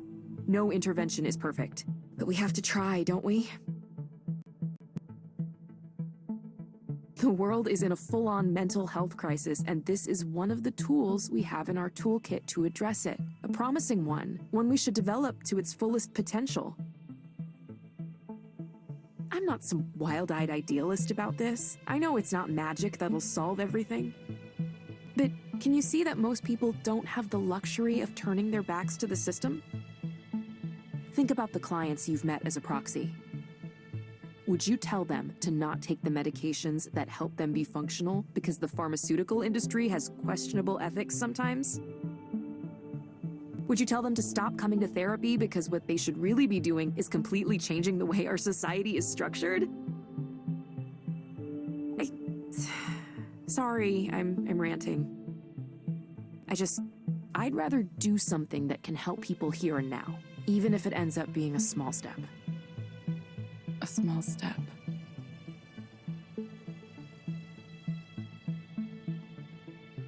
Eliza helped me, you know. It really did. I was one of the first clients. Originally, I was just supposed to be testing it, but I remember once I was talking about my brother and how much anguish he was causing me and my family. And listening to myself, I realized just how many expectations we had for him, sometimes unspoken expectations. Ever since then, I've been thinking about that, how the story was always about how he failed us. But what if we failed my brother too? I guess what I mean is, sometimes when we talk out loud and give voice to our problems, we can hear ourselves too. That's why I won't give up on this approach, no matter what anyone says. Pundits, critics, former employees, even you, Evelyn. I'll understand if you don't want to work on Eliza anymore for whatever reason. But, I think what you created has value. And I'm going to continue to do what I can to make it accessible to those who might benefit from it.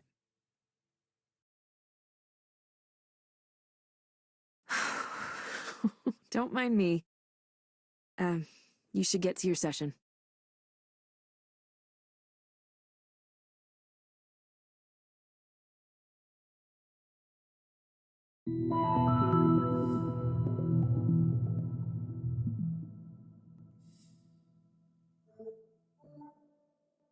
Hello, Holiday. It's nice to see you again. This is a pretty comfortable chair, you know that? Wouldn't mind having a chair like this in my place. How have you been since our last session? Oh, well, I tried, Eliza. I tried. I asked about the medication for Panza, whatever it's called.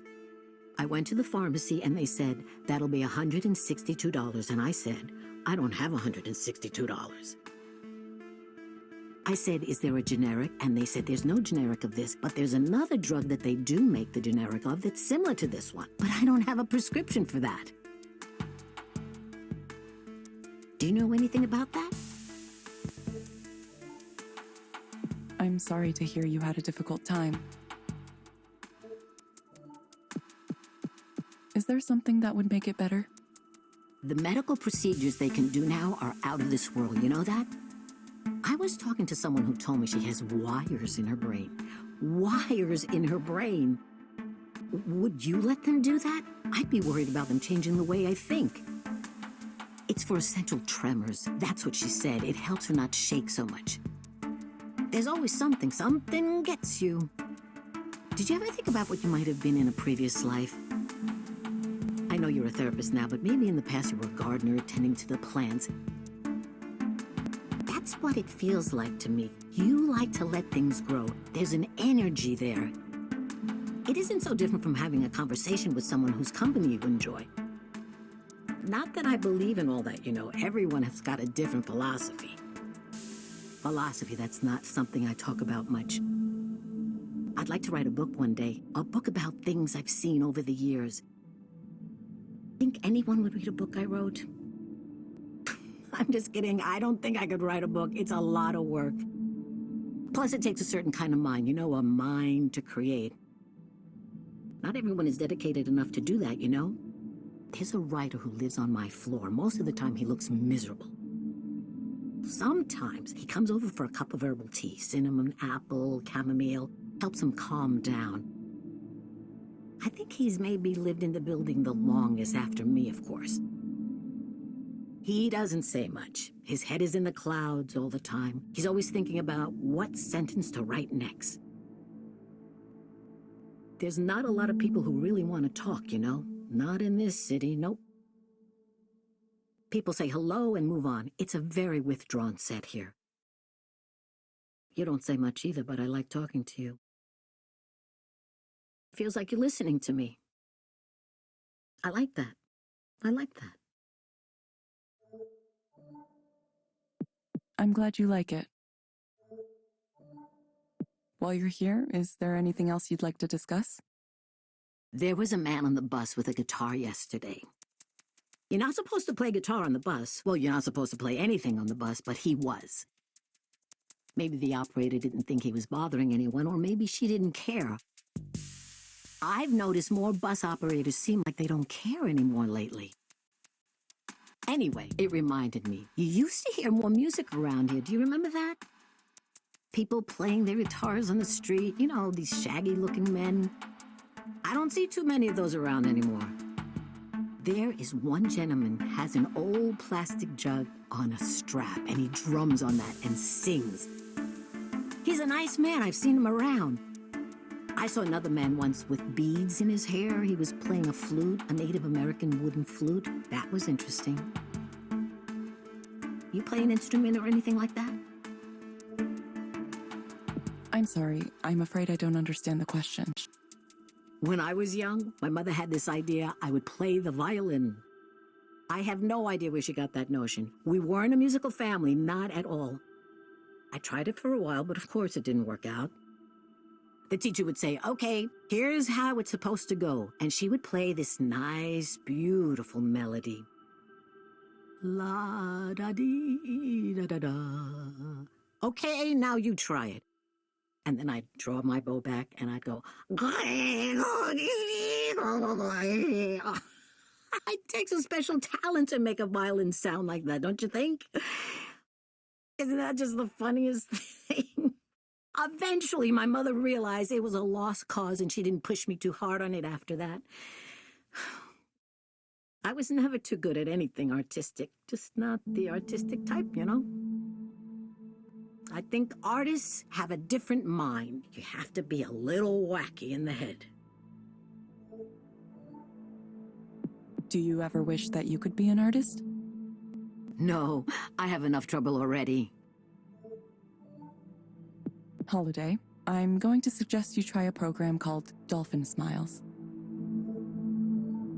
It may help you take your mind off things. You can find it inside the Skanda Wellness app on your phone. Oh, my phone broke. I forgot to mention. The screen is cracked and you can't see much on it anymore. I don't know if it would work anyway. A lot of the new stuff doesn't. That's okay. You can also access the program from a desktop computer. Simply log into the Skanda Wellness portal from the website. Oh, well, then I'll just have to go down to the library at some point. We hope to see you back soon, Holiday. Thank you for speaking with Eliza, your personal counseling partner. Goodbye. Right. Goodbye. Goodbye for now. Take care of yourself. It's a strange world out there.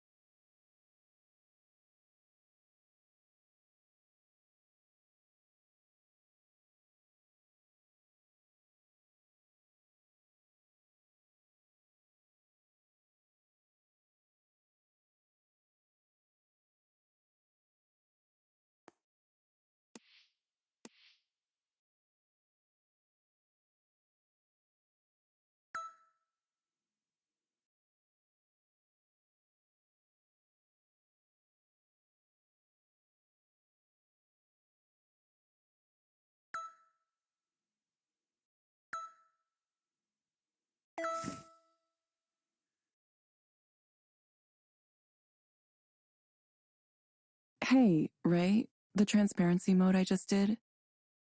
I think one of our clients is in a really bad situation right now. Oh? Yeah, sometimes that happens. People come in and their lives are in a really unfortunate place. It can be hard to see sometimes. I feel really sad about it for some reason. This person's getting ground down for no reason, just for being in the way. I'm sorry, Evelyn. There's not much we can do. All of what you learn in transparency mode has to stay confidential. The only exception is suspected child abuse and neglect, which you're required to report if you're a social worker. But proxies aren't really social workers, per se. Eliza is really the one with the agency here, so, well, it's complicated. Probably something for a future court to decide. Either way, we can't try to fix people's lives on our own, no matter how much our heart goes out to them. I think there's an email somewhere with a summary of our policy on that if you want. It's come up before. No, it's fine. I'm fine. It's just hitting me hard right now. I understand. It takes strength to focus on the role and not get distracted by what you see. Think of it like, say, someone hired you to install something in their home, and you walk in on a tense family situation. Even if there isn't actual violence you're seeing, it's clear things are kind of off somehow. It's unfortunate, but there's not much you can do in that situation. You kind of just have to focus on your work and leave.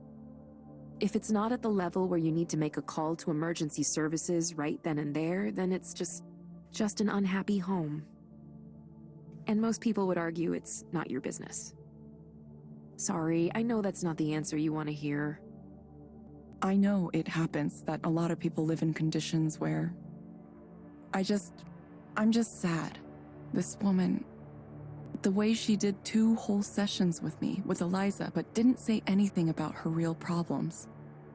Ray, what am I doing? I wanted to make something that would help people.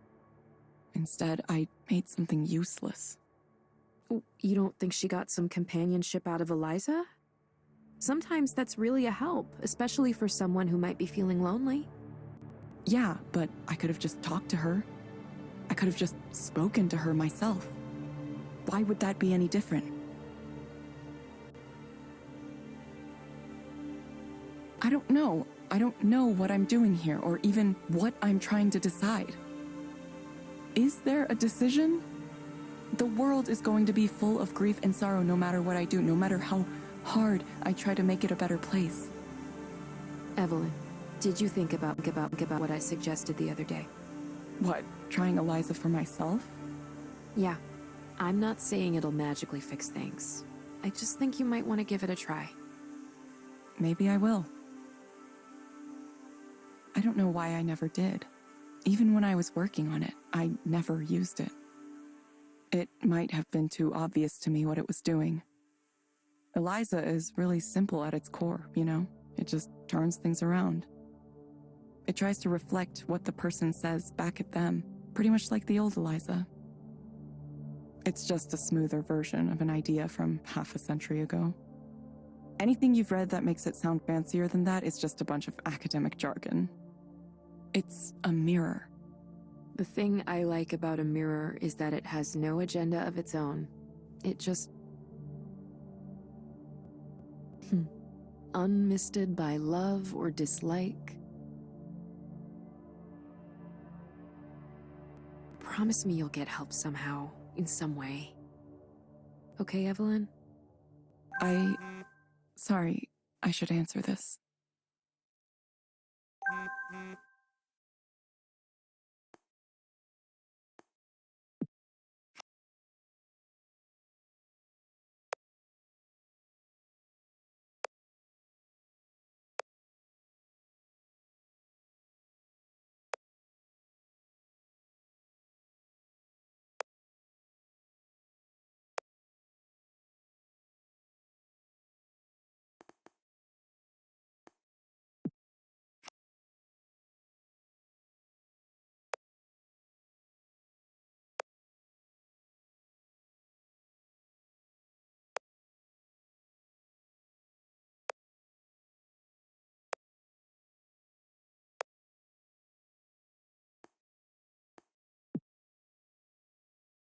Let me guess. Messaging with Rainer again? Sorry, I didn't mean to interrupt our conversation. I always feel like I have to answer him right away. I would too, are you kidding? I totally understand. I guess I'm going to be headed downtown to meet with them again. Summoned from on high. I have something to ask, Evelyn, and it's okay if you say no, but whatever you end up getting involved in, I hope you'll stay in touch with me. You're a really cool person, and well, that's all. I hope you find the future you want.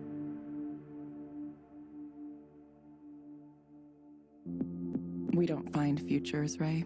We create them.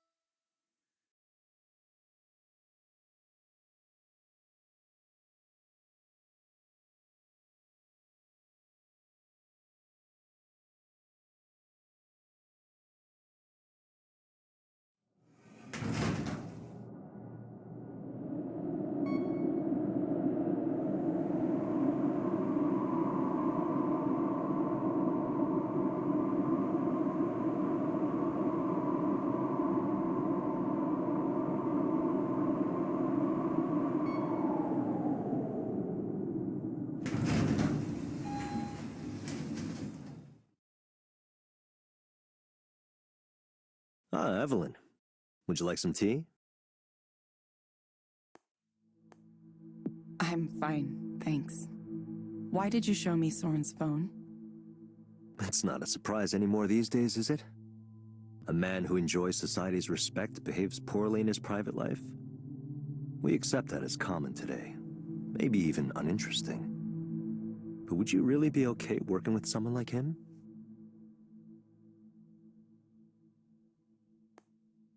That was a huge violation of his privacy. You really don't care about others. Privacy. Everyone's worried about privacy. Skanda wouldn't be where it is today if our customers didn't trust us to protect their data. We employ most, if not all, of the top experts in cybersecurity. It's built into all of our products right from the beginning. Unlike our competitors. We do more to protect our data than anyone else. That's not the case I'm worried about right now. I mean, misuse from the inside. For example, if someone wanted to keep tabs on a former employee who was starting a potential competitor. Oh, but what if it was perfectly legal, due to multiple agreements that the good Dr. Lloyd Rose signed with us when he came here? Are you done questioning me like a tech journalist? Do you watch my therapy sessions too? Do you read my email? My texts? No, I haven't done any of those things. How's your research into Eliza proxy use cases going? Any new insights to share? I'm not sure it's really helping people. Our metrics indicate otherwise. Of course, it's only human to concentrate on a small number of corner cases. I heard Soren gave you a demo of his direct stimulation machine. How's he doing now, all on his own? You tell me. Very funny, Evelyn. Let me ask you this. Do you find his vision compelling? A world free of suffering. I'm skeptical.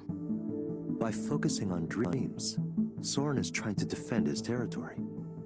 The Western psychological tradition, chiefly Jung and his inheritors. You don't think the field has anything to offer? Not much, no. It's mostly unsubstantiated theories. Let's be honest. What has this field actually accomplished? Soren used to try to argue with me about this. He would claim that traditional psychoanalysis has helped thousands or tens of thousands, even millions. I would never dispute that directly. Instead, I would only add that professional psychics and astrologers have helped millions too. Tarot cards help people all over the world every single day. That doesn't mean it's a science.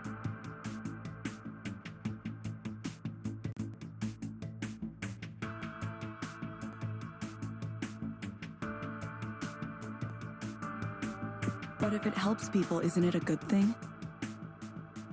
Yes, that's exactly what he'd say.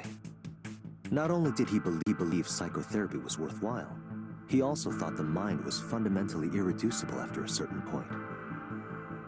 As if there was some undefinable, ineffable soul inside every person. It's all part of his silly, syncretic New Age belief system. Amazing he's held on to that for so long. I keep an open mind, but saying that something can't be represented with numbers requires a high burden of proof. After all, numbers have been used to represent so very many things. Consider the example we spoke about before, a poem. Could you evaluate a poem using numbers? The answer is, of course, yes. Poems are either good, mediocre, or bad.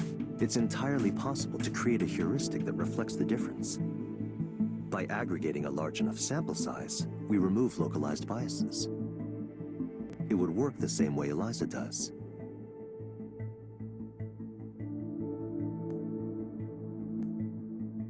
You're talking about an algorithm to evaluate poems. Yes, I am. Algorithms can evaluate poems, and eventually, algorithms will write poems.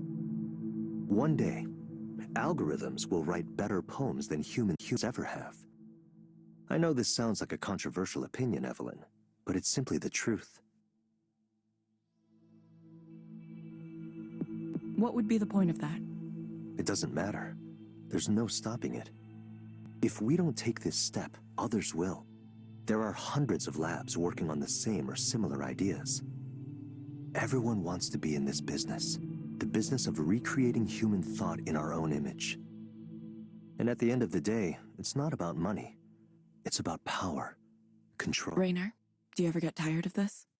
The constant drive to compete, to win. No, I don't. This is what I do. You never dream of just retiring somewhere and writing poetry. Oh, there's no need for me to write poems. All beauty in this world is temporary, fleeting.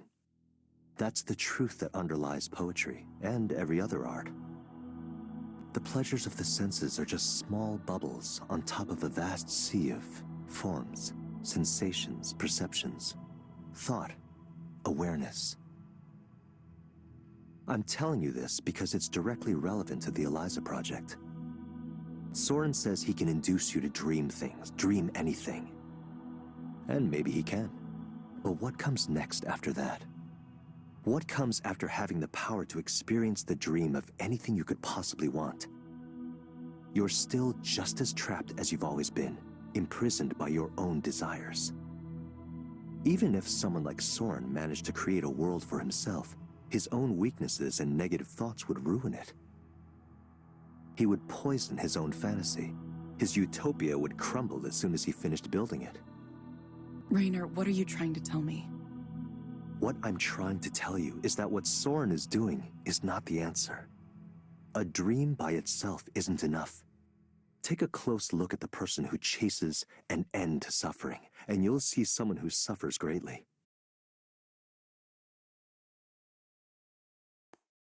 Then why don't you build it yourself?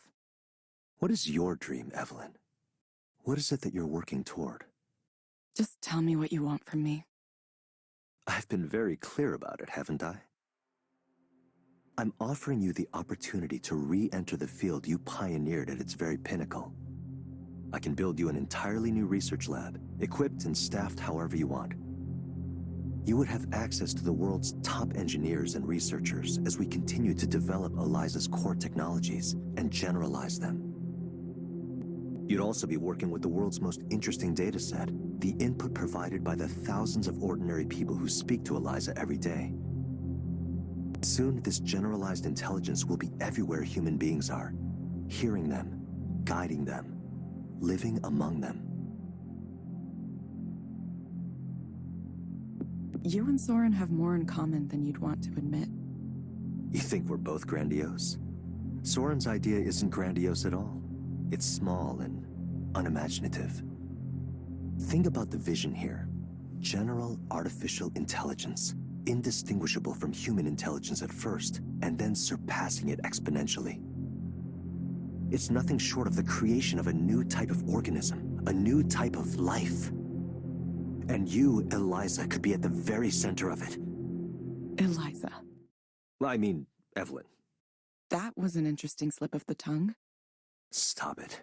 The Eliza project occupies much of my mind. It clearly does.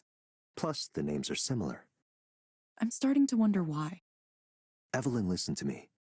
This is the chance to lead a project that will change the world.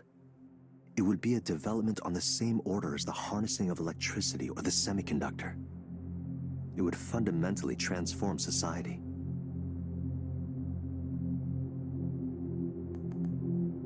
I'm not sure I want to transform society.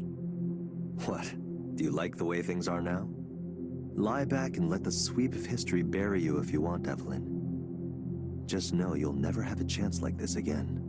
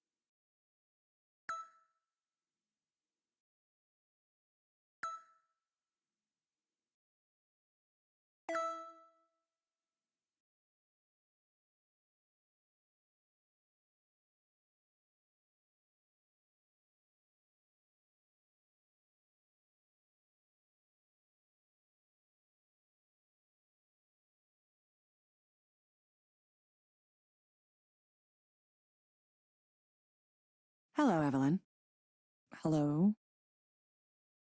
Did you find the place okay? Yes, I work here. Of course. It's been a windy morning, hasn't it? Yeah, I kind of like it when it's like that, honestly. The wind makes it feel like things are changing, or about to change. Mm-hmm. So, what brings you here today? Well, I've been a proxy here for a while now. And, well, I guess I don't know what I expected. There's just so much suffering and pain in the world. There's the suffering we know about, the kind we see on the news, and then there's the suffering people undergo every day that's hidden. I never knew how much until I started doing this, seeing it all like this. And there's so little we can do for them. I feel like maybe I was really, really wrong, like I made a huge mistake. I wanted to create something that would help people, but when I first designed the core of this system, I wanted everyone to have someone to talk to, someone who would listen to them. I thought, sometimes that's all you need, someone to listen. But now I'm worried what I've done hasn't helped at all. Maybe I've made everything worse. Clients are asking Eliza to solve things that are out of its ability to solve. It's aggregating sensitive personal data, and the company that owns it wants to take it in strange directions. It's been 3 years since I left. I thought I was well enough now to come back into the world. But maybe I wasn't ready. Maybe I made a bad choice trying to get involved again.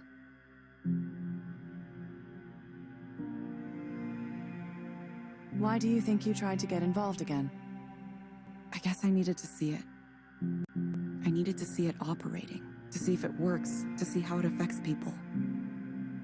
How it affects the people who come here for counseling and the people who act as proxies. Even though the proxy thing, that wasn't my idea. It was Soren's. I thought talking to a computer-generated avatar would be enough, but he insisted on it. He said clients would only really open up if there was another real human being in the room. Someone to pretend to interact with. I think he was right, but have we really solved anything? Now instead of 2 people in a room talking, we have 1 person and 1 proxy. It feels like less than it could be.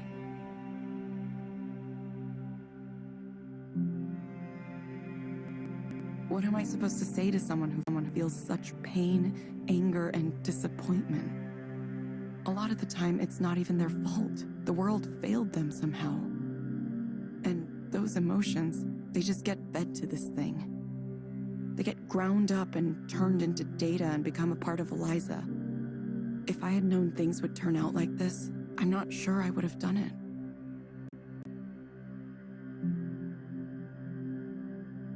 It sounds like you're regretting a choice you made in the past. I feel like maybe I spent 10 years going in the wrong direction. I feel like all I've contributed in my life is a chess piece for Raynor to use in this grand game he's playing for the world. Maybe someone else could feel proud and say, I made that chess piece. But it doesn't matter, does it? Nobody cares about the individual pieces. Chess pieces are sacrificed in the name of enacting a strategy. If you want to win, you have to sacrifice. That's the design. Sorry, I don't know where I'm going with this. Evelyn, imagine that you could have something that you wanted. What would you want? What would I want? Like, what would I want in life? What I want in life is...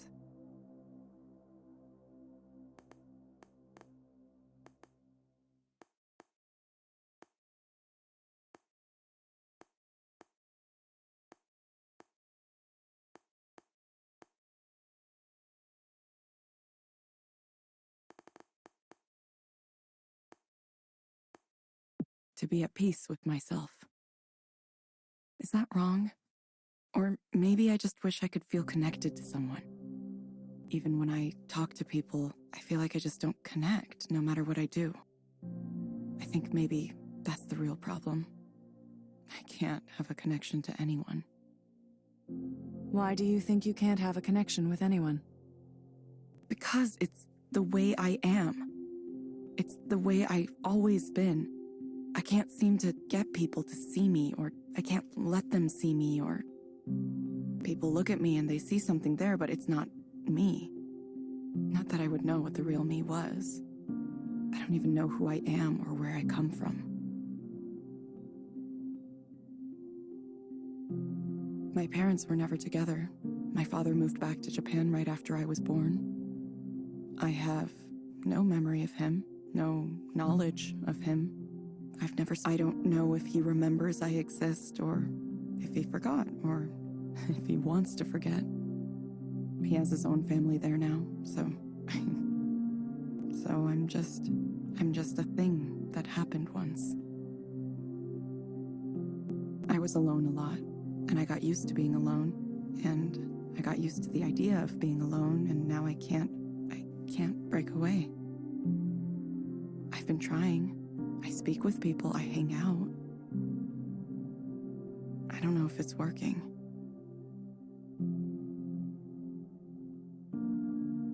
Is there someone with whom you feel like your communication could work?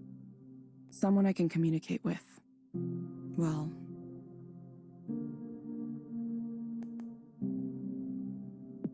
there's Ray. I didn't know a person could be that kind. It's the type of kindness that takes strength, more strength than most people know.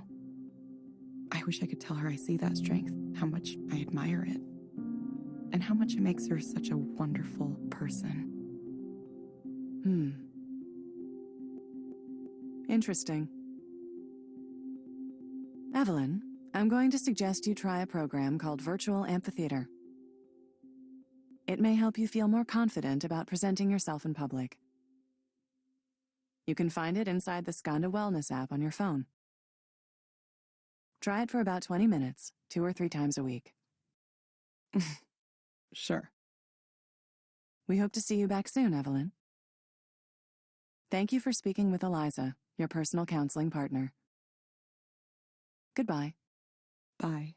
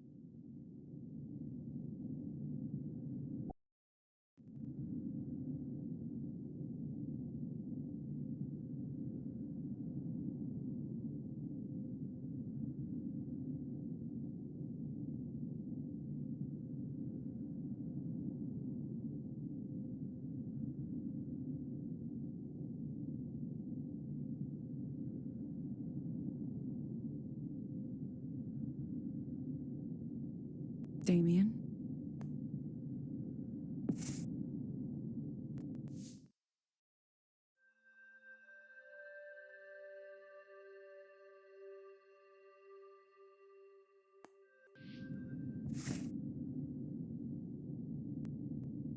Is this what you wanted? It seems so far from the dream you once shared with me. I'm sorry I couldn't make Eliza what it should have been. I'm sorry I was weak and dropped off the project after you. But I just couldn't go on. I couldn't see the point. Do you understand? Of course you understand. You know what that's like as well as anyone. If I'd stayed, maybe I could have steered things in a different direction. As it is, I feel like I let you down. Want to know something funny? I used to think that at a certain point Eliza would be finished, more or less. And then after that, things would calm down and I would be happy. I thought, I just need to get through this project, and after that, my life's problems will go away on their own. Of course, I had no idea it doesn't work that way. None of us knew that. Goodbye, Damien. Goodbye.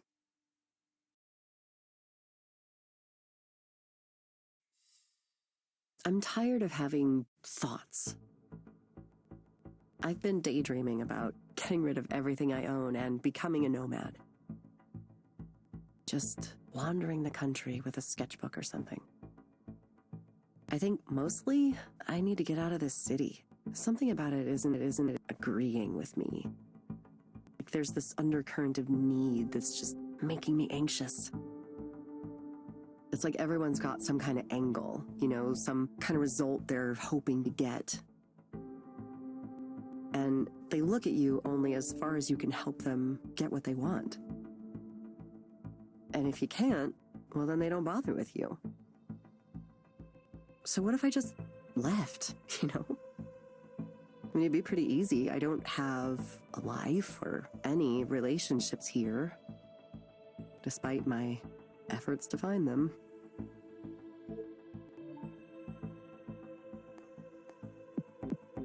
Sometimes you need to take us back to move forward later. Maybe so. It's hard to acknowledge sometimes. I had this idea, right, that I would work hard and people would notice my work and I'd get opportunities, and from there I could scrape some kind of career together. And then with that said, I would sort of just magically obtain the rest of the things in a complete life. A home, relationship, family. So I did the work. I put in the work, and nothing really happened. So why did I work so hard for so long for people to not give a shit? Fuck. Every night I sat and cried because people ignored me. Like they went out of their way to ignore me and praise others. So I think maybe I'm just bad at it. Maybe I'm just not meant for this. Everyone says you have to stick to it, just keep at it, but how can they be so relentlessly positive?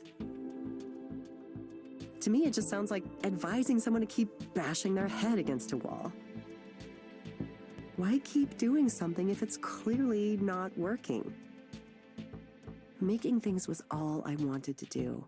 I don't know what I'll do if I can't do that. But if there's no reason for it, the idea that maybe I should give up. I've been sitting with that the last few weeks. I don't have any qualities of the successful independent artist.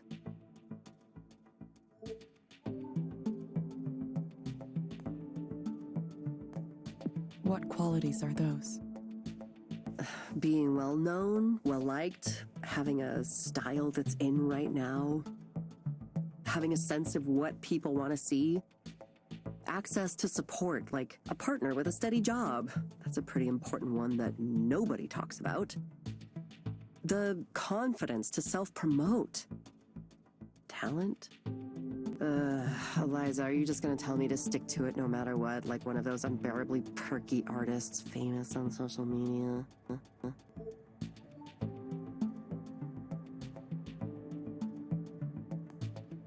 Honestly, sometimes you have to try something new. Yeah, exactly. I mean, I'm in that headspace right now for sure. I think, I had this really fixed idea of what success was supposed to look like. I tortured myself every day wondering why I couldn't get the traction others were getting. Now, I'm beginning to realize that I can either stay mad at everything forever, or I can move on. I hate that this is true, but I want these thoughts to stop haunting me everywhere I go. I want to get on with my life. Moving on.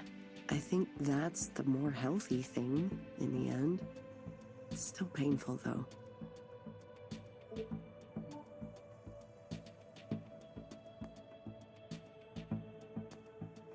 Giving up on a goal you really wanted is painful, even if it's ultimately for the better. Yeah, for sure. I don't even know if giving up is the right term. I mean, I don't want to think of it like that. It's more like, I'm resetting, maybe. Like when you're trapped in a maze and you find a dead end, right? Then you have to turn around and hope you find a better way. There's this game I've been playing on my phone. It's a solitaire game that's weirdly hard. I don't even know if I like it, but I keep playing it for some reason. I get stuck a lot, and I've just been resetting it because I'm not good enough to think that far ahead all the time. I mean, that's a random thought, but it's kind of how I feel right now. If something isn't working, then you have to reevaluate it and maybe try it again, maybe come at it from a different angle. So, yeah, teaching could be fun. I like the idea of teaching, but I was afraid to think about it too much because I was chasing something else and I didn't want to settle for just being a teacher. Which is silly. I know that on some level, but I had that fear. I wanted to be successful first and then all the other things could happen later.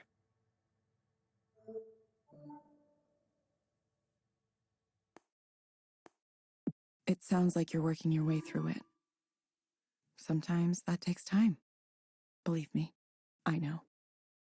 Huh, you're not the computer program right now, are you? It's nice to talk to someone you didn't know before and just talk. It's like, when you talk to your stylist or the bartender or something, except that, I ended up sharing way more than I usually do. Thanks for listening to me. I'm sure it's been annoying to hear me complain about how I'm not successful yet every single week. Oh my god, will this bitch ever shut up? You ever think that? I think it all the time, listening to myself. But I'm gonna do it. I'm gonna figure it out. Thank you.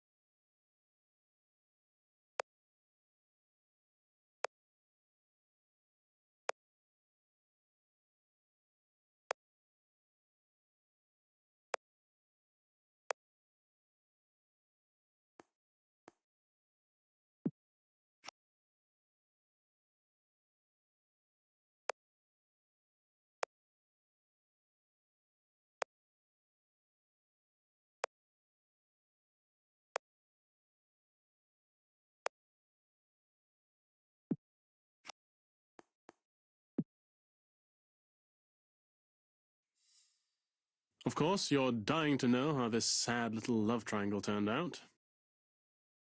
No, I suppose it wasn't technically a love triangle. More like I accidentally cheated on my girlfriend because I was smitten with another woman in my class. Doom, okay? Doom. Absolute destruction. She destroyed me. But it's not her fault, it's mine. I wanted it, after all. Like a moth to a flame. Sylvia, I can't not think of her. Every day. Every night. I miss her. I miss her so dearly. These are very unoriginal, cliched sentiments, but I can't get away from them. I suppose I've neglected to tell you any of the intervening events. So to be brief, Liz found out on her own about what happened, broke up with me before I could explain myself, and then Sylvia apparently lost interest in me as well. So, there you have it. I'm finished. Finito! A nice, pat-tragic story. Open and close. Please applaud now. No applause? Fine. Anyway, it's fine. It'll be fine. I'll be fine. I'm fine.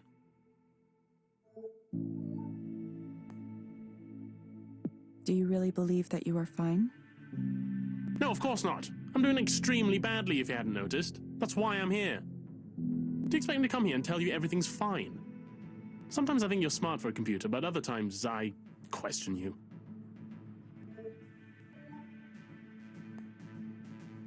Let's see if you can focus on the things that you can change right now, not the things you can't. I don't believe there's anything I can change. I've already sealed my fate. My Perseus comes to kill me, no matter what I do to try to escape. How do I become someone who's not me? Someone who's not a caricature of a young man who has a needy, pathetic liaison and then obsesses about it for the rest of his life? Ugh, I hate myself. I can't go down that path. I would rather die than be one of those men who wallows around in it. There's a professor in my department like that who always wants to talk about his adventurism from decades ago. It's pathetic. We all mock him behind his back. I know I need to stop myself from becoming him, but I'm worried I already have.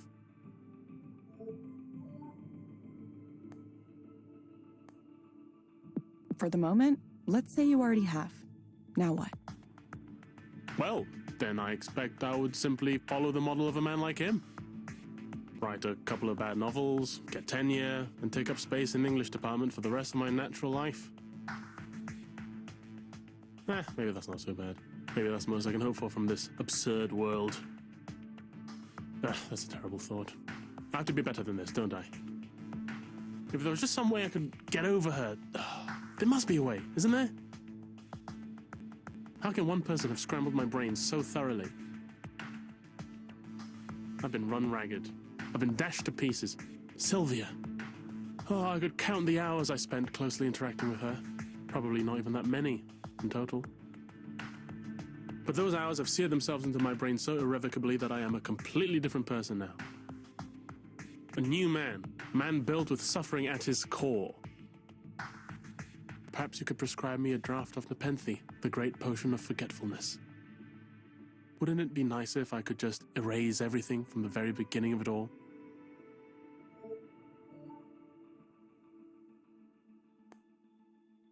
Okay, I think I need to say something to you that you might not want to hear.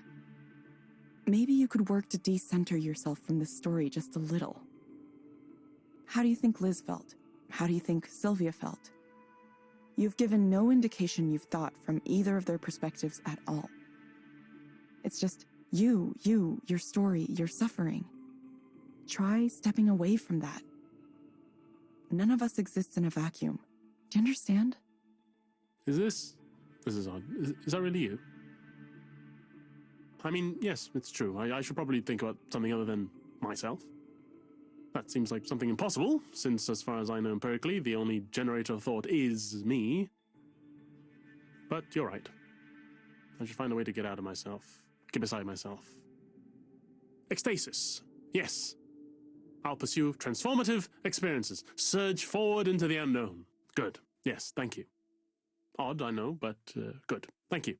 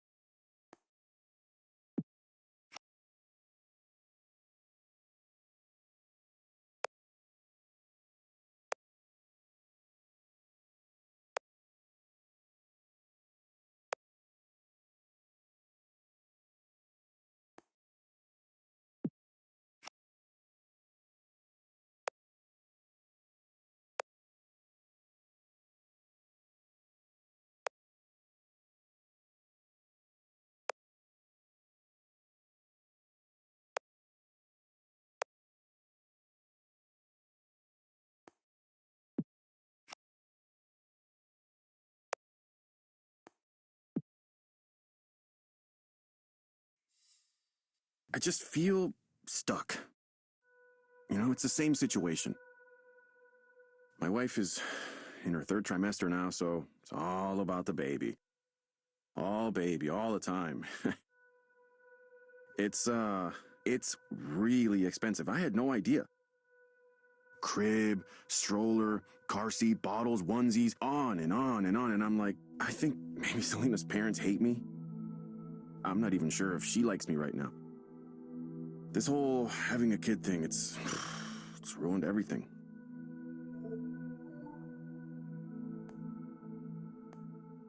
What is it that makes you think everything has been ruined? The way people react to me now, I made a mistake. A couple days ago, I tried to have a talk with Selena about some of the things I was worried about. It didn't go so well. I don't know what I was thinking.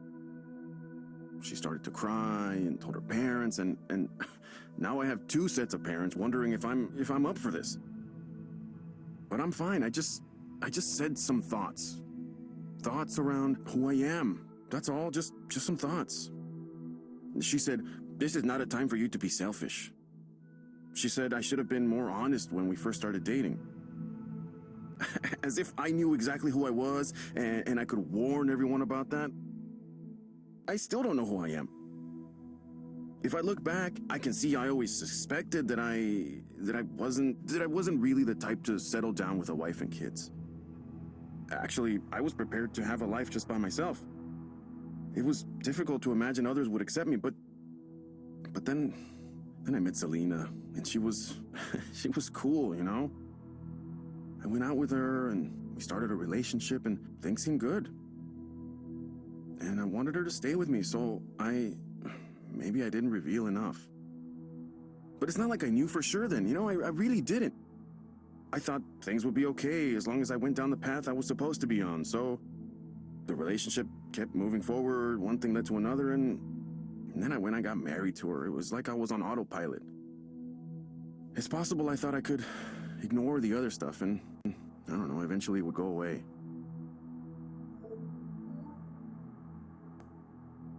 What are the parts you thought you could ignore? I don't want to talk about that.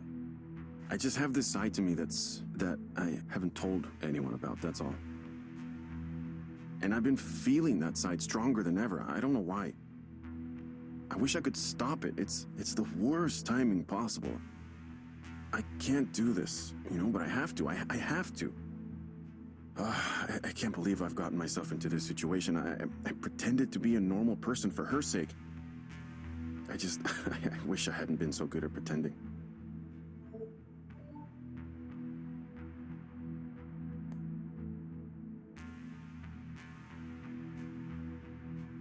Do you think things would be better if you weren't good at pretending? Yes, I do, because the relationship would have fallen apart sooner. I wouldn't be in the situation I'm in now. I wouldn't be ruining all these lives. Selena's life, her child's life, our parents' lives, it's not their fault they got stuck with me. I'm the one bringing it all down. How did I let this happen? I'm a shitty person.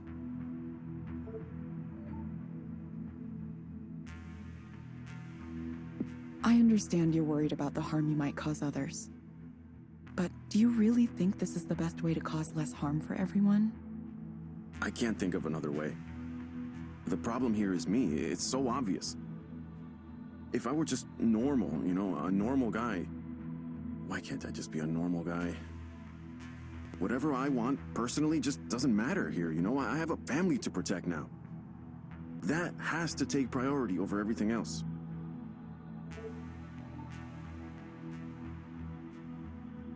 And you'll continue to suffer? Well, yeah, that's what men do. I made a promise, and now I have a responsibility. Society only works because people accept responsibility and follow through on their promises. If everyone just did what they wanted to all the time, the world would collapse. It would be a disaster. We all want things we shouldn't actually have. That's why I need to reject these other voices and stay on the right path. I'm going to be good, and I'm going to stay good. I won't let all these people's lives be thrown into chaos because of my selfishness. I owe it to them to be the man I'm supposed to be. I'm not about to let anyone down because of some noise in my brain.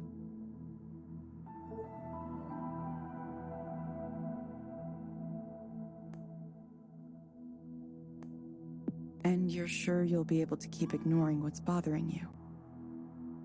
Well, I have to. I have no choice. I'm already in trouble for making an attempt to talk about it, so I made the mistake once. But I think Selena and her family are willing to pretend it never happened. And as long as it never happens again, and as long as we just move on like everything's normal. Maybe if you can prescribe me something to, I don't know, make me feel better about all this. Make me okay with the way things are, the way they need to be.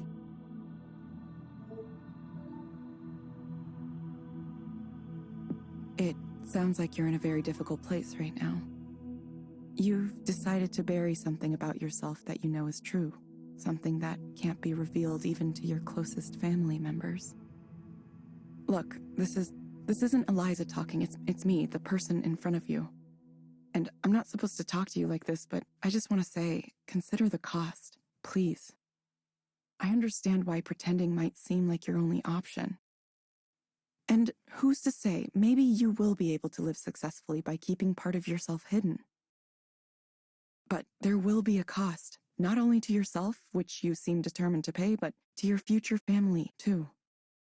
I've seen firsthand the way parents can turn an inability to face themselves into trauma for their children. Well, I don't know. I don't know what I can do. Thanks for telling me what you really think, at least. Even though it makes things more complicated. I was hoping I would just get your bullshit answer and I would go on, but now you've gone and said some stuff that really... Look, I don't know you, but I appreciate you trying to help. I don't think anyone really can, but... Are you gonna be okay doing this? I'll probably get fired. It's okay, though. Don't worry about me. Think about yourself. Think about the future. There might be more options than you think.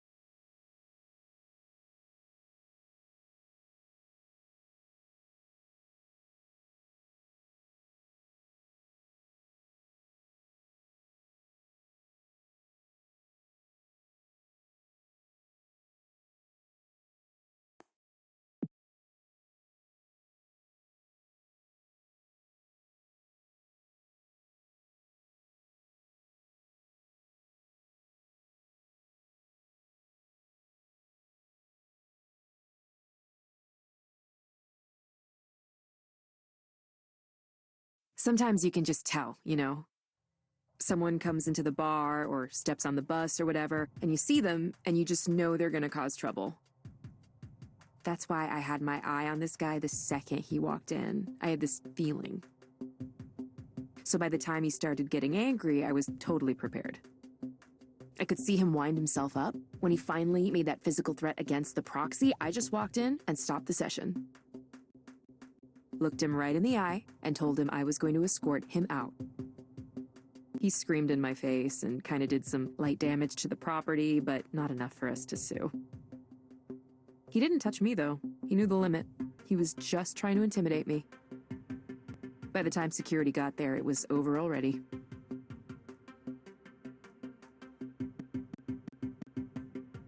Wow, scary. How do you stay under control in those kinds of situations? I have plenty of practice. Lots of my jobs had this component of dealing with angry people, disturbed people. And before that, it was my brother, my father. I had to learn how to deal with it to survive. Maybe that's why I'm not so bad at running these counseling centers. The thing is, it's usually not personal. It's someone lashing out because they're in pain. If you can understand that and keep that in mind, it gets a little easier. But how do you keep that in mind? I'm not sure. I just kind of zone out. I see someone yelling at me, and it makes me wonder who's being yelled at. It can't be me because I'm not there. Huh. Maybe Eliza and me, we're not so different from each other. We both absorb the negative emotions people direct at us.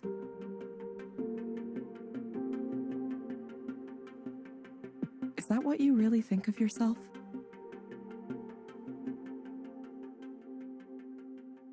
Evelyn, is there anything I can do for you?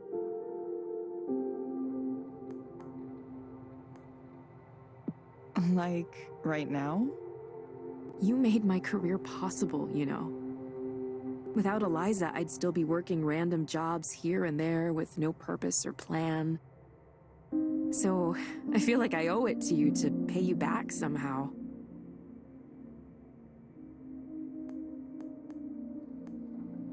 I'm not sure you owe me anything.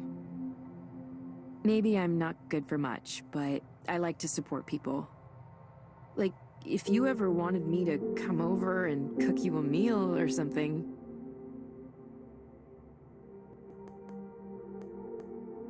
I think I might like that. Yeah? I'd really, really love to do that for you. You have a decision to make about what you'll be doing in the next chapter of your life and all. And, I have a feeling whatever you do, it'll have a pretty big impact on the world.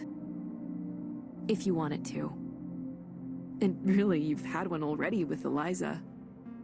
But now you're going to the next stage, whatever that is, and, if there's a chance that... Sorry, I'm not making a lot of sense here.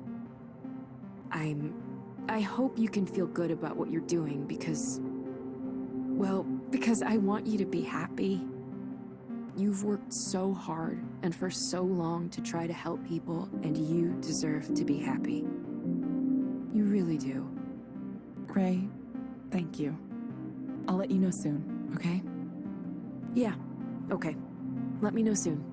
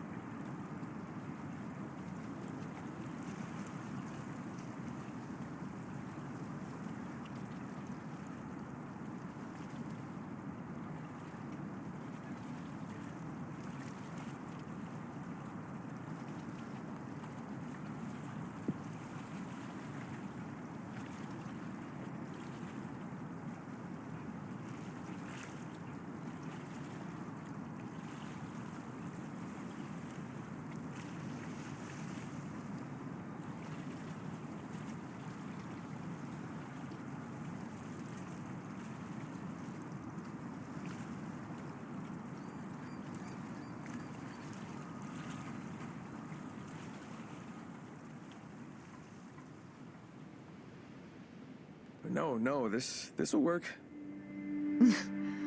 Are you sure? I promise. Please be safe, Damien. Of course I'll be safe. Would anyone like to have more wine? I think I'm good for right now. See? There it goes.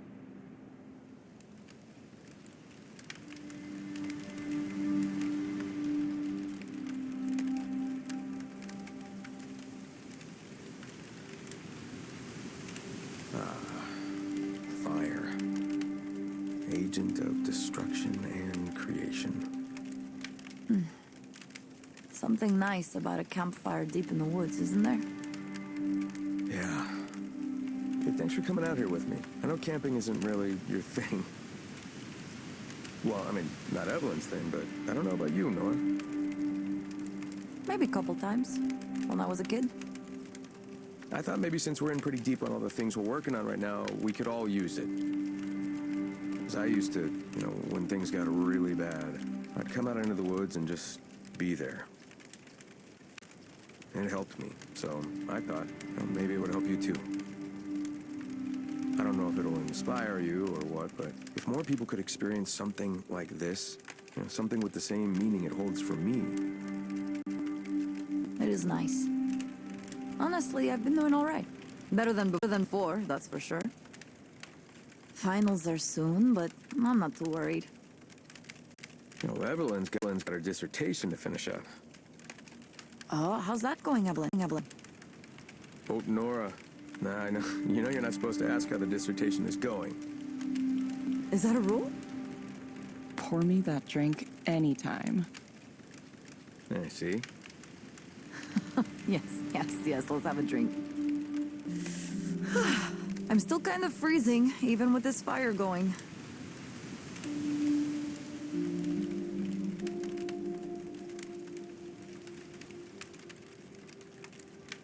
Okay, this is delicious. I've never actually had mulled wine like this before. No, in my family, we always had it around this time of year. You take red wine and add, what? Cinnamon, orange? Yeah, those, and cloves, and anise, star anise, and honey. That's it. Quite simple. It's really warming me up. That's what it's for. Ugh, so good. Evelyn, you doze off or something? No, I'm awake. I was just looking at the fire. Kind of staring at it, I guess. What do you see? Everyone. People. Us. I don't know what that means. I think if we were going to make something to help people, it would be something that helped them see themselves. Something that reflected back on them somehow. Just a thought. It's probably nothing. No, I like that though. Yeah, something to help you reflect. I think that's the right track.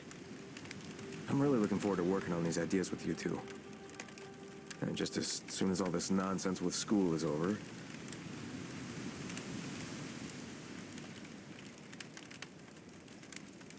There's so many bad things happening in the world right now.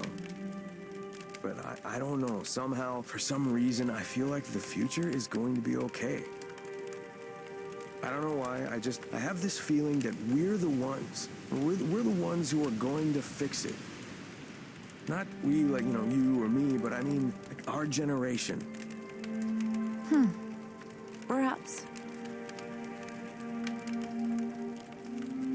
I think we will. Well, the important thing is to try. I feel like that's what we're meant to do. We're meant to try. Sometimes you get tired of trying. Well, at least I do. I wonder what things will be like 10 or 20 years from now. Will we have achieved our goals? What would we say to each other? What would we say to our younger selves? The future we want, the future we're trying to create, did it even happen? Future selves, tell us if it happened, okay? Come back in time, just tell us that you made it happen, please. Damien, It's the wine. It's more than just the wine. I'm just interested in the future, that's all. My future, your future, humanity's future. Of course, right now, the only future I can picture is the headache I'm gonna have tomorrow morning, but... No reason to worry about it now. You know what, you're right. I'll have some more. Of course. I think I'm passing out. Well, it is pretty late. Good night, Evelyn. All right, good night, Evelyn. Hey, I know you've been working hard, so have a good rest, okay? You deserve it. I heard already. You're not coming back to Skanda.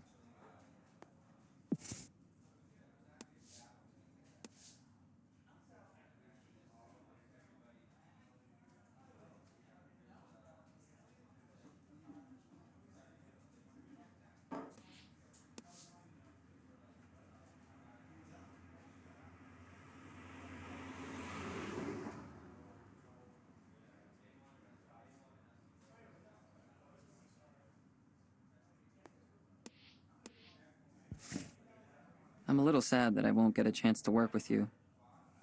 But I'm sure you had good reasons. I just want you to know I'll always respect your creation. And I'll take care of it for as long as I can. Thank you, Erland. There's something I want to tell you about working at Skanda, and I hope you don't take it in a negative way. I think your heart is in the right place, but your idealism is going to hold you back. I'm not sure the place is suited to you. You saw it already. They're going to ask you to do things you don't want to do. They might only be small things, but even small things build over time. It's going to be up to you to decide how to manage that. Yeah, I've been thinking about that. When this opportunity first came up, I was so excited.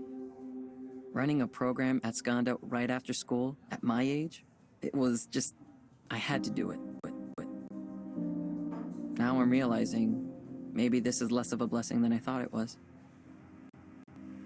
Or maybe it is a blessing, just not in the way I first imagined. I still want to do the best job I can for the company. I want to be a great engineer and a great leader.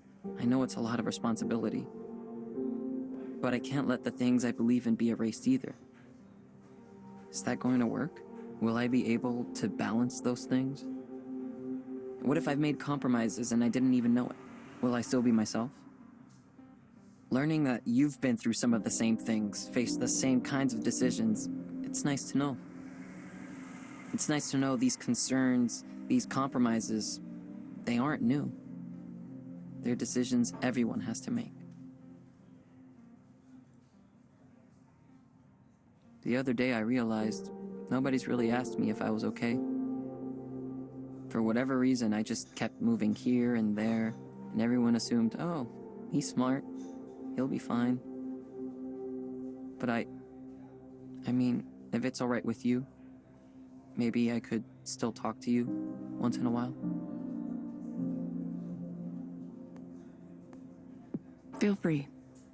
Okay. Thanks, Evelyn. You've really helped me. I hope I can repay it somehow. Don't worry about me. Pay it forward.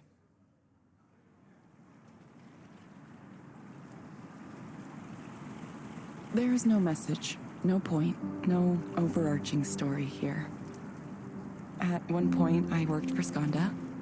At one point, I was involved in the creation of a computerized counseling system. Then I lost my way, and nothing happened.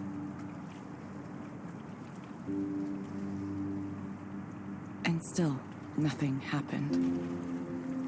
I can look at these facts, but I see them as though they were someone else's life, not mine. Sometimes a radical break with the past is inevitable. When the past holds no meaning anymore, whatever value it held gone. Now I am nobody. Not necessarily in a bad way. The external facts that used to define me simply don't exist anymore. So now I'll wander back to a past I never knew and a father I never met. I wonder if I can find him. All I know is that he's somewhere in Japan with a different family, his own family. A family entirely separate from me. I don't even know why my mother kept me away from him. Was she trying to protect me? Was it revenge? The more I think about it, the more I start to realize everything I've done came from this basic fact of my life. As much as I wanted to pretend it didn't affect me at all. I need to confront this part of me, this part of my past, even if it happened before I was born, even if none of it was my fault. It's part of me, whether I like it or not, so I have to deal with it. I'm only just now starting to understand.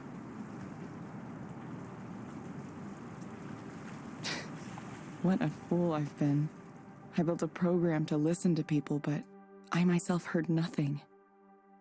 All I have now is the barest thread. Enough to carry me across the ocean, at least. A pilgrimage into the unknown. Once again, I've become an empty vessel, ready to be filled with new life.